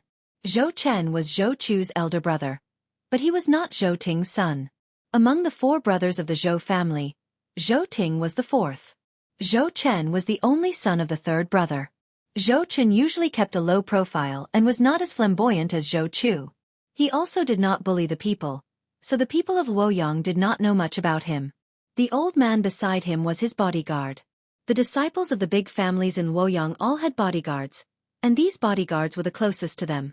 The fact that the old man appeared in the killer's memory meant that the assassination in Beijing was most likely Zhou Chen's plan. At that time, Li Mu had just offended the old party. If something happened to him, the old party would be the first to be suspected. However, Li Mu did not know whether Zhou Chen had acted on his own, or whether the real mastermind of the Zhou family was involved. The killer was dead, and Li Mu could not accuse Zhou Chen with just his words alone. Moreover, because of him, the Zhou family had just lost a young disciple. If Li Mu pointed the finger at Zhou Chen now, it might completely enrage the Zhou family and bring about their intense revenge. However, the revenge for the assassination had to be taken. As long as he knew the mastermind behind it, he could take his time to plan what to do next. Li Mu walked to the front of the yamen and saw Zhang Chun walking in listlessly. Li Mu greeted him. Sir, you're out of court? Ever since he was promoted to Luoyang magistrate, Zhang Chun's rank had risen from 6th grade to 5th grade, and he was qualified to attend court. Although there were many 5th-rank officials in Luoyang and not everyone had the opportunity to attend court, the Luoyang Yamen was different from the 6 Yamens. Above them, there were assistant ministers, doctors, and minister counselors. If they had nothing to do, they could stay in the Yamen. Zhang Chun was the only official in charge of the Yamen. Unlike Li Mu, who could sleep as long as he wanted with Xiaobai in his arms, Zhang Chun had to wake up early every 3 days to prepare for the morning court. Li Mu replied, Your Excellency left court today, so you're a bit late. Zhang Chun waved his hand and said, Don't mention it. The quarrel in the court today was too intense. The guy behind this official almost sprayed his saliva all over this official's face. Li Mu asked curiously, What's the matter? Zhang Chun said, It's all because of the academy. His Majesty thinks that almost all the officials in the 36 counties of the Great Zhou, including Luoyang, are from the academy. In the long run, it will be detrimental to the country. He wants to give up some of the positions of the officials and directly select them from the people. However, the officials are against it. Li Mu said, That's good. Zhang Chun glanced at him and said, What's good about it? Before the academy, the morals and abilities of the officials in the imperial court were uneven. Many untalented and incompetent people could also hold important positions in the imperial court. The people suffered unspeakably. After the academy, the quality of the officials has greatly improved. If the selection of officials goes back to the old days, won't the people suffer that kind of pain again? It seemed that Zhang Chun also supported the academy. Li Mu asked, Your Excellency, are you also from the academy? Hearing this, Zhang Chun's face showed a proud expression. He said, Yes. When I was young, I studied in the Myriad Scroll Academy. After I finished my studies in the academy, I became the county magistrate of Yangqiu, Li Mu asked. Before the academy, the people suffered unspeakably. After the academy, the people's lives became better? Zhang Chun's lips moved, but he found that he could not answer Li Mu. Before Emperor Wen, after the golden age of Emperor Wu, the counties were no longer troubled by the demons and ghosts. However, the people's lives did not seem to be better. After the death of Emperor Wen, the quality of the officials was greatly improved. Today, the people should be living a better life. However, as far as he knew, the people of the 36 counties of Great Zhou were far from living in peace and contentment. He looked at Li Mu and asked, Do you mean that Emperor Wen was wrong? Li Mu shook his head and said, Emperor Wen was not wrong. However, the decrees of Emperor Wen's time are not necessarily suitable for the present. During Emperor Wen's time, the officials in the imperial court were both good and bad. There was a big flaw in the way the imperial court chose officials. Emperor Wen's decisive reform led to the famous rule of Emperor Wen. At that time, the academy was beneficial to improving the ecology of the imperial court. But it's different now. The chaos of the imperial court during Emperor Wen's time has long disappeared. The students of the academy have almost monopolized the imperial court. The officials are divided into camps based on the academy. They form cliques and protect each other. The decrees of Emperor Wen's time are no longer suitable for the current imperial court. Zhang Chun looked at him with a strange expression and said, I really should let you attend the imperial court. If you were there in the morning, there would not be no one to speak for Her Majesty. Li Mu was very sure that many people in the imperial court must have seen what he saw. However, they were all from the academy. If they agreed with the Empress, wouldn't they be standing on the opposite side of the academy? They already belonged to their own camp. Naturally, they would not betray their own camp. Moreover, with the power and influence of the academy, even the new party and the old party had to rely on it. Who in the imperial court dared to oppose the academy? Li Mu could imagine the scene of Her Majesty being opposed by the officials in the morning court. Unfortunately, he was only a minor official and was not even qualified to defend her. Li Mu did not know much about the academy. After calling Wang Wu, he had a better understanding of the academy. There were 4 great academies in the divine capital. They were called Baichuan, Qingyun, Wanwan, and Bailu. They started during the reign of Emperor Wen and had been passed down for more than 100 years. Among the 4 great academies, Bailu Academy was different from the other 3. It was the only academy that was directly under the Ministry of War. The dean of Bailu Academy was the Minister of War. The purpose of Bailu Academy's existence was to defend against foreign enemies. It had never been involved in political struggles. Almost all the students from Bailu Academy would not stay in the divine capital. They needed to go to the borders of the Great Zhou to protect the border counties and prevent the neighboring countries, the Demon Country, the Ghost Region, and the Dragon Clan from invading. Fortunately, after the martial emperor, the Great Zhou had become the most powerful country in the ancestral land. Most of the surrounding countries respected the Great Zhou. Those who did not respect the Great Zhou as their sovereign country did not dare to offend the Great Zhou. The demon country and the ghost region had always been in a state of internal strife. They did not pose much of a threat to the Great Zhou for the time being. Although the dragon clan was powerful, they lived in the sea for a long time and rarely appeared on the mainland. The current situation of the Great Zhou was more of an internal problem than an external one. Wanwan Academy focused on teaching the concept of governance and governance. Many of the students from Wanwan Academy did not know how to cultivate, but they all had unique views on how to govern a country. After graduating from the academy, those who were more capable would stay in the divine capital to take up positions. Those who were less capable would be sent to other places to train. Qingyun Academy and Baichuan Academy focused more on cultivation. Those who studied in these two academies were all students with a certain level of cultivation talent. After leaving the academy, they would either take up important positions in the divine capital or guard a county. They had the brightest future. There were 36 counties in the Great Zhou, and at least 90 of them came from these two academies. There were 106 county governors, county ministers, and county lieutenants. Of course, the academies did not belong to any political party. In terms of cohesion, they were naturally not as united as the new party or the old party. However, the status of the academies was extraordinary. The students who graduated from the academies all had a deep sense of belonging to the academies. Perhaps they were dissatisfied with the academies when they were studying, but they would never allow outsiders to trample on the dignity of the academies. Whether it was in the divine capital or in the various counties, officials who came from the same academy would naturally have a close relationship. Everything was shown in the imperial court, and they would form a cohesive group. The imperial palace. It was already late at night. The empress stood in the empty palace. She no longer looked dignified in front of others. There was still anger on her face. She was angry about what happened in the imperial court.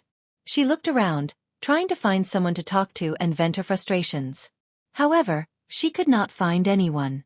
In fact, since she was forced to take this position 3 years ago, there was no one she could talk to. That person was right. Sitting in this position, she would slowly lose her family and friends. No one would reveal their true feelings to her. Her parents called her Her Majesty and wanted her to pass the throne to a descendant of the Zhou family. Her former friends only had respect and fear for her now. She had gotten everything that others wanted, but she had lost everything that she wanted. She walked out of the palace and looked up at the sky. Suddenly, she thought of someone. The Li residence. Li Mu was sleeping soundly with Xiao Bai in his arms. Suddenly, white mist filled his vision. A familiar figure appeared in front of him. Li Mu had not seen his other personality for a long time. When he saw her again, he felt a sense of familiarity. He waved at her and said, "Long time no see." Although the interaction between the two personalities was not very pleasant in the beginning, she did not appear every day. She also did not torture Li Mu every time she appeared. Li Mu was not as afraid of her as he was in the beginning. The beautiful woman's expression was a little ugly. She did not pay attention to Li Mu. Li Mu's heart skipped a beat. He wondered if she was on her period. Would her inner demons be on their period? In order to prevent her from venting her anger on him, Li Mu prepared to slip away. The next moment, the scenery in front of him changed. The two of them appeared at the peak of a mountain.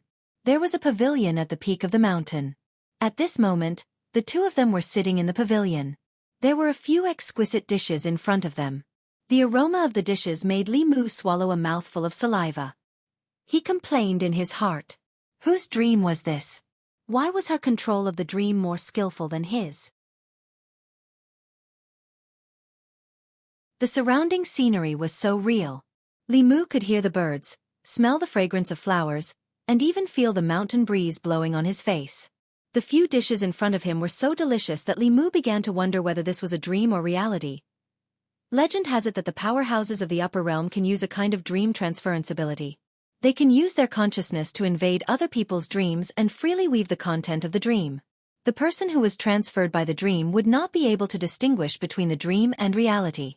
They would even be trapped in it forever. Li Mu looked around and could not help but sigh. The legendary dream transference technique was just like this, right? Li Mu looked at the woman opposite him and asked, "Are you in a bad mood?" The woman did not answer, but the answer was written on her face. Li Mu did not know why a heart demon would be in a bad mood. He poured a cup of wine for the two of them and said, "Since you are in a bad mood, I will accompany you to drink a few cups." He gulped down the wine in his cup and sighed softly. The woman looked at him and asked, "What are you sighing for?" There was nothing to hide from his other self. Li Mu said leisurely, "Unfortunately, I am not Lord Zhang. Otherwise, in today's morning court, I would not have let His Majesty face the officials alone." The woman raised her eyebrows, looked at Li Mu and said, "What's so good about that woman? She is just a rebel who seized power and stole the country. Is it worth it for you to protect her like this?" Bang! Li Mu slammed the wine cup on the stone table, stood up abruptly and said impolitely, "If you disrespect His Majesty again, I will go back. You can drink this wine alone." The mouth of the person who received it was soft. After receiving so many benefits from the Empress, Li Mu could not protect her in the court. If he could not even protect her in the dream, then the next time he received benefits from the Empress, his conscience would not be at ease. The woman did not expect that this sentence would anger Li Mu. Her gaze swept over him and she lowered her head and said, "Well, I will not speak ill of her." Sit down. You're tuning in to the Dreamy Chapters YouTube channel. We're so grateful for your support and don't forget to subscribe to join us on this incredible journey through captivating stories. Your generosity through donations truly makes a world of difference, as it's the primary source of revenue that allows me to expand and enhance this channel for you. Thank you from the bottom of my heart for being a part of this adventure.